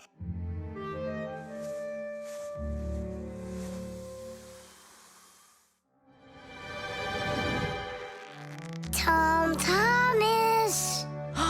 Who is that? It's your heart talking. Boom, boom. Can you hear me? Uh-huh. I believe that robotics is right for you. And what about chess? Who cares about chess? Robots are way cooler. This voice reminds me of someone. Heh, so that's what you look like, my itty-bitty heart. Well, I did it from the bottom of my heart. When a human is at rest, his heart beats between 60 and 100 times per minute. This rhythm is called the pulse rate. Place 2 fingers on your wrist or your neck. Can you hear it? Boom, boom, boom, boom. You can count the beats. When you're sleeping, your pulse slows down. But when you get excited, run, or get worried or afraid, your heart begins to beat faster and pumps the blood harder. Sometimes it feels like it's beating so fast that people say, "Oh, my heart is going to jump out of my chest." But don't be afraid, it's not going anywhere. And when people say, "Listen to your heart," they don't mean that your heart can talk. It means that you should trust yourself and listen to your feelings. And then you'll definitely find the answer you're looking for. Looks like at the end of the day, I'm heartless. I couldn't help my friend at all. Nolik, but you helped. You really did. I finally figured out which club I want to join. Robotics, like I told you? Not that. I want to learn medicine. Glue.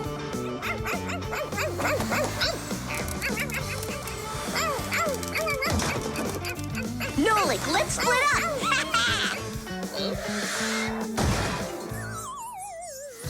We're one cool team, am I right? Nah. Why not? We're the mega super duper coolest team on the planet. What do you say we do everything together and never ever fight with each other? All right.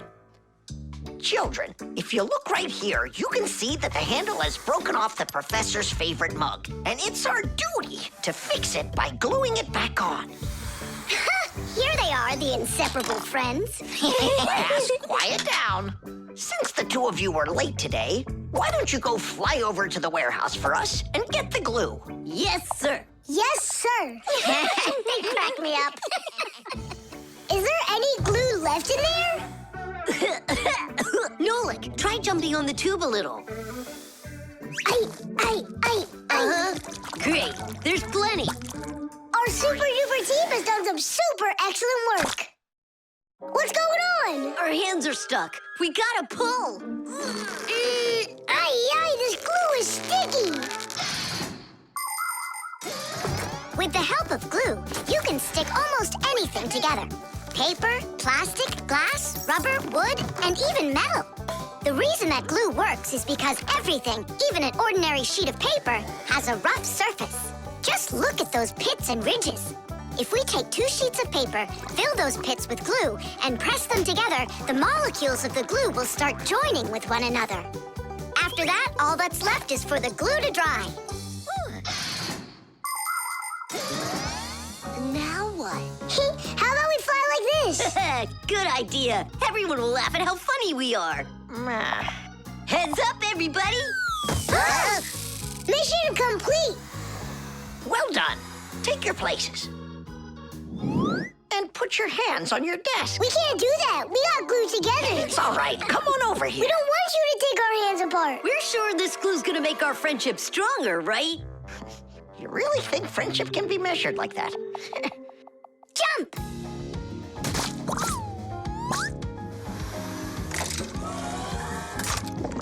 One, 2, 3, yeah!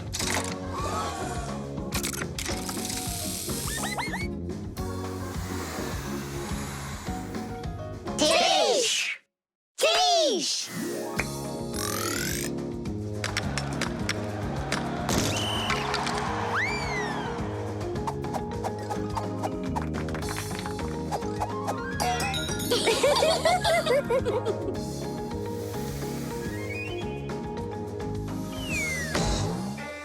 Come on, I need to go over there. Well, I need to go over there.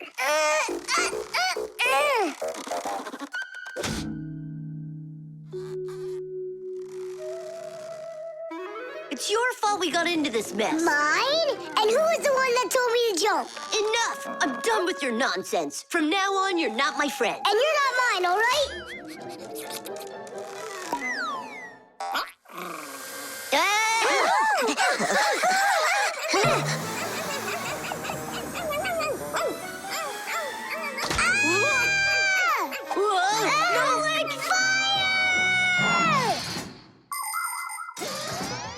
Like many of the common substances people use, glue was invented by nature itself. For example, fish glue their eggs together, and mollusks produce a sticky liquid that lets them stick to any surface.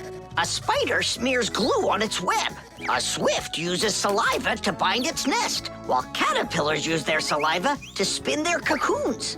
The sap from a pine or a birch tree is glue, and an egg's sticky whites can be used as a base for glue. But today, most of the glues that people use are made in factories. When working with glue, it's important to air out the room from harmful fumes and to follow all other safety instructions. And try not to get glued to anything. It might be very hard to tear yourself away from it.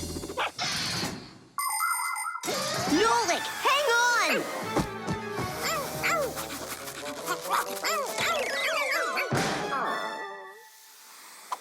Fire! You just saved me! But how come we got unstuck? Maybe it was bad glue?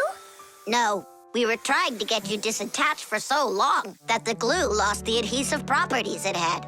And our friendship? Did it also lose its properties? You know what, Nolik? I'm sorry. We don't need glue to make our friendship stronger. Peace. Peace. Oh. Uh-oh. Gotcha. The pencil. Well done, Tom Thomas. Your mom's birthday's today and you're still sleeping. Hey, what's that? It's a drawing, a portrait of his mom. In my opinion, this mom doesn't look very much like Tom Thomas's mom. Maybe he didn't get to finish the picture yet. He was tired and passed out. This is not good. We gotta do something. Ah, we we can help him. The pencil's right here. A pencil has lead inside. It's the lead that makes the drawing. Only lead doesn't grow on trees. It's made out of a mineral called graphite that's mined out of the Earth's crust. But how does the lead get inside a pencil? It's simple. Pencils are made with rods of lead and 2 wooden boards. Grooves are cut into the boards, and the lead's placed in them. The halves are glued together and cut into pencils. The artist's tool is ready.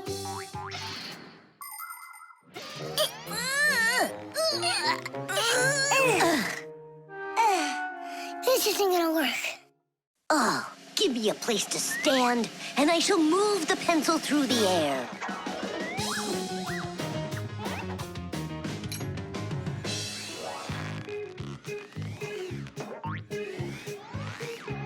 Try and get it closer to the drawing. You gotta lift it up a little. You gotta push it harder. Nolik, we're blockheads. Look, there's a pencil sharpener. A piece of lead. That's all we need. All right, let's check out how it was done by the old schoolers. By the great masters, like us. Yeah, she could use a little more hair. And a hat, too. And a bow around her neck. Beautiful. And Chusaka's gotta be in there. Yeah, let's keep drawing.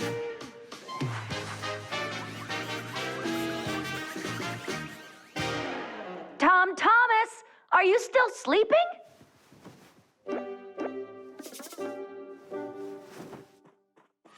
Fixies? No need to thank us. Where's my drawing? What have you done to it? If Mom sees this piece of art you created, she'll go and faint. I know it. From happiness, right? Fright's more like it. Does that look like my mom? Well then, give it to your dad. Your dad won't faint. I know it. But it's my mom's birthday, not my dad's. You gotta be kidding me.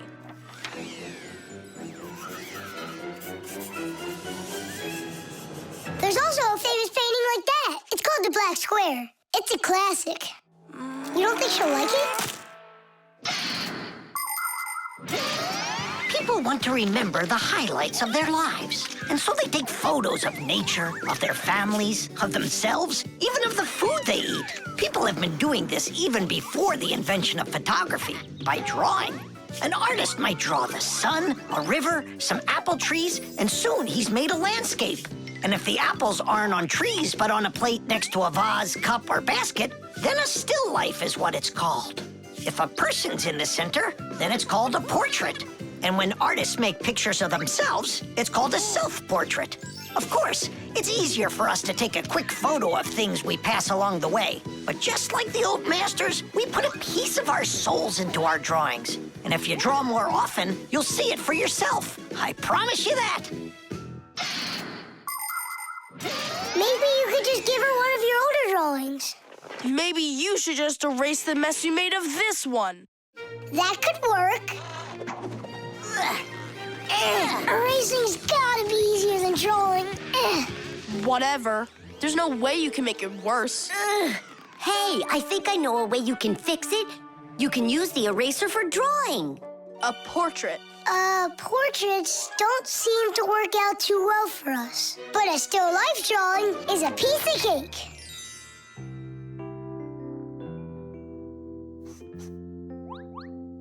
Super! Uh-huh. Pretty good, right?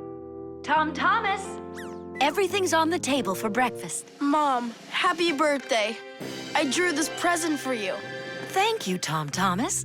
What a lovely still life, so unusual. I tried really hard. We'll hang it up on the wall. Now, let's go eat.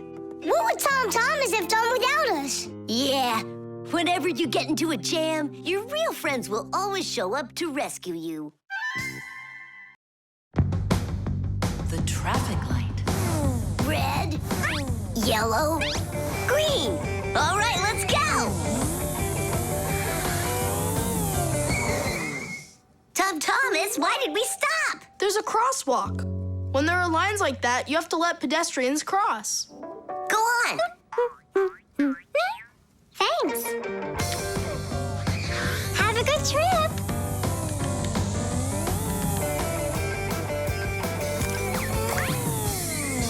Why do we stop now? There's no crosswalk. But that's a crossing gate, Fire. You have to let the train pass. Wow, that is cool. Hi there, Nolik. Come on down. Check out this traffic light. It's new. Is that a real traffic light? Wonderful, isn't it? Yeah, it looks awesome. Nolik, where are you going? Stop! Stop the car! Oh! Oof. Did you lose your mind? What were you doing, huh? I wanted to see what a cool traffic light it is. What? And my dad just got this for me today. Now look at it. You were supposed to let me cross. You ran into the street when the light was red. A traffic light is a street lamp that sends multicolored signals to vehicles and pedestrians so they don't get in each other's way when they're on the road. When the light is red, it means stop. You must stay where you are. A yellow light tells drivers, caution, prepare to stop. You are only allowed to start crossing the street after the traffic light changes to the color green. And even then, it's important to remember, look both ways before crossing. Got it? You can only cross on green, Nolik. Even really little kids know that. But the light was green. No, it was red. No, green. It was red. It was green, I swear. Maybe you're colorblind or something. Yeah, possibly. What does it mean if you're colorblind? It means you can't tell colors apart.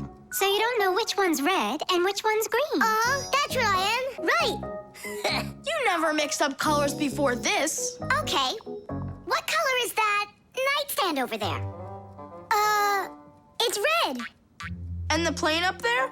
Oh, that's green. How about me, huh? What color am I? Greenish, bluish, brownish, gray. With polka dots. I'm what? It's true. He's colorblind. Poor kid. Told ya. Wasn't my fault. All right, we'll sort it out at home. And what are we gonna do with the traffic light? We can fix it, and we'll fix your car, too. All right, what color's the car? Purple? If you say so. We got work to do, so take a seat before you mix something else up. The road can be a dangerous place. There are so many cars and pedestrians on it, and all of them are in a rush to get where they're going. But be careful. Even if a driver notices a pedestrian on the road and brakes, it can still take quite some distance before the car comes to a complete stop. To avoid disaster, have respect for one another. If you need to cross the street, go to the nearest traffic light, crosswalk, or sign with a pedestrian on it. While you're still on the sidewalk, look to your left and then to your right, and see how far away any cars, motorcycles, or bicycles are. If they're close, then just stay where you are. If the driver is responsible and polite, he will stop for you if he sees you from a distance. If you want to make yourself more visible when it's dark, attach safety reflectors to your clothes, and then it will be safe for everyone on the road.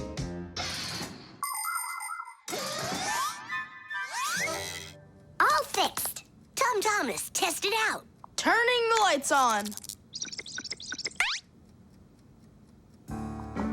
So, is it right? Yeah.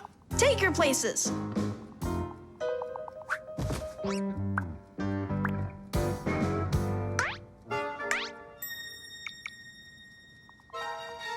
All right, let's cross. Ready, set, go!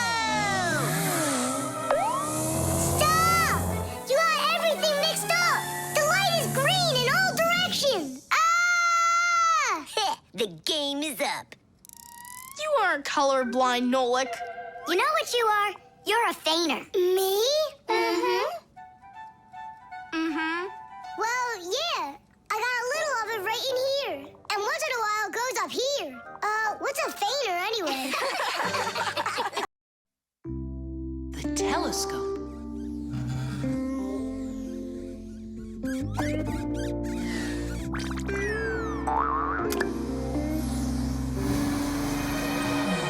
Ooh, Buggy.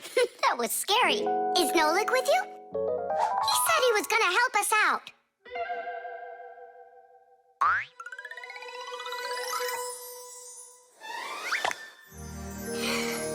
Beautiful. Whoa, just look at all those stars. It's just like magic, this telescope. Splendid. The simplest telescope is a tube with 2 lenses. They gather and refract light. We look through a telescope at a faraway moon and see craters, mountains, and crevices on its surface as if they are very close. A telescope helps us examine stars and comets, distinguish the colors and shapes of planets, and find their moons. But it's only possible to look at the sun through a telescope if it has a special filter to protect your eyes from getting damaged. But what's really cool is that it spins. No, really. Well, should we get going? Aren't we waiting for Nolik? He'll catch up. I'm gonna leave him a note. Nolik, we're in the computer.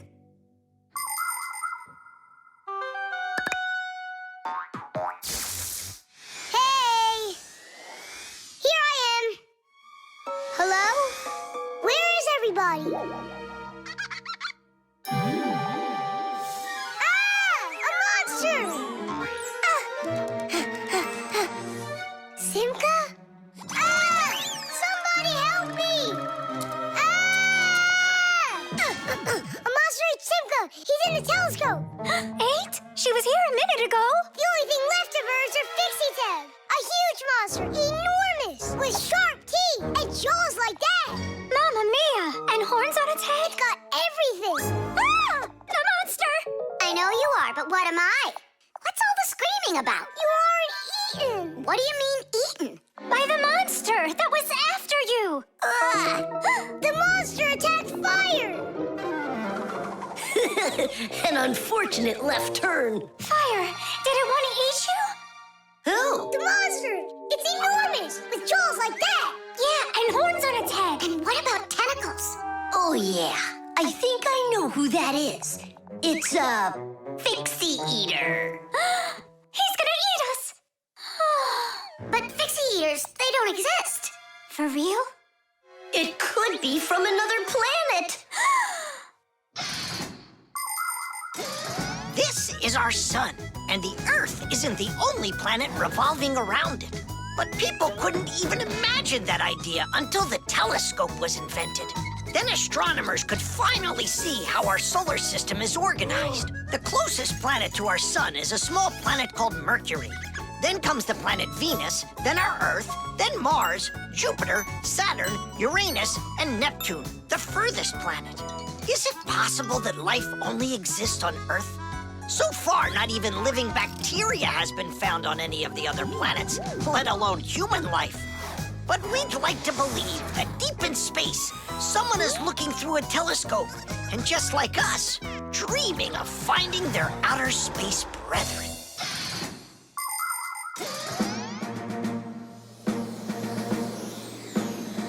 That's where it was! Come on out, Fixie Eater. We're gonna need to use live bait. Where are you gonna get it from? It's me? Nolik, he knows you already. Don't be afraid. We won't let him hurt you. There's no way. Fixie Eater, come out right now. Ah! I'm not afraid. I'm not afraid of you. Barely. Ah! Help me! Ah! Catching fire! I gotcha. It's Buggy. That's who you just caught. Then where's the Fixie Eater? Did you see the monster? Look at those jaws. Just like the monster. Nolik, show us where you saw the Fixie Eater. Up there. I saw him through the telescope. Buggy, could you please go up to that corner over there?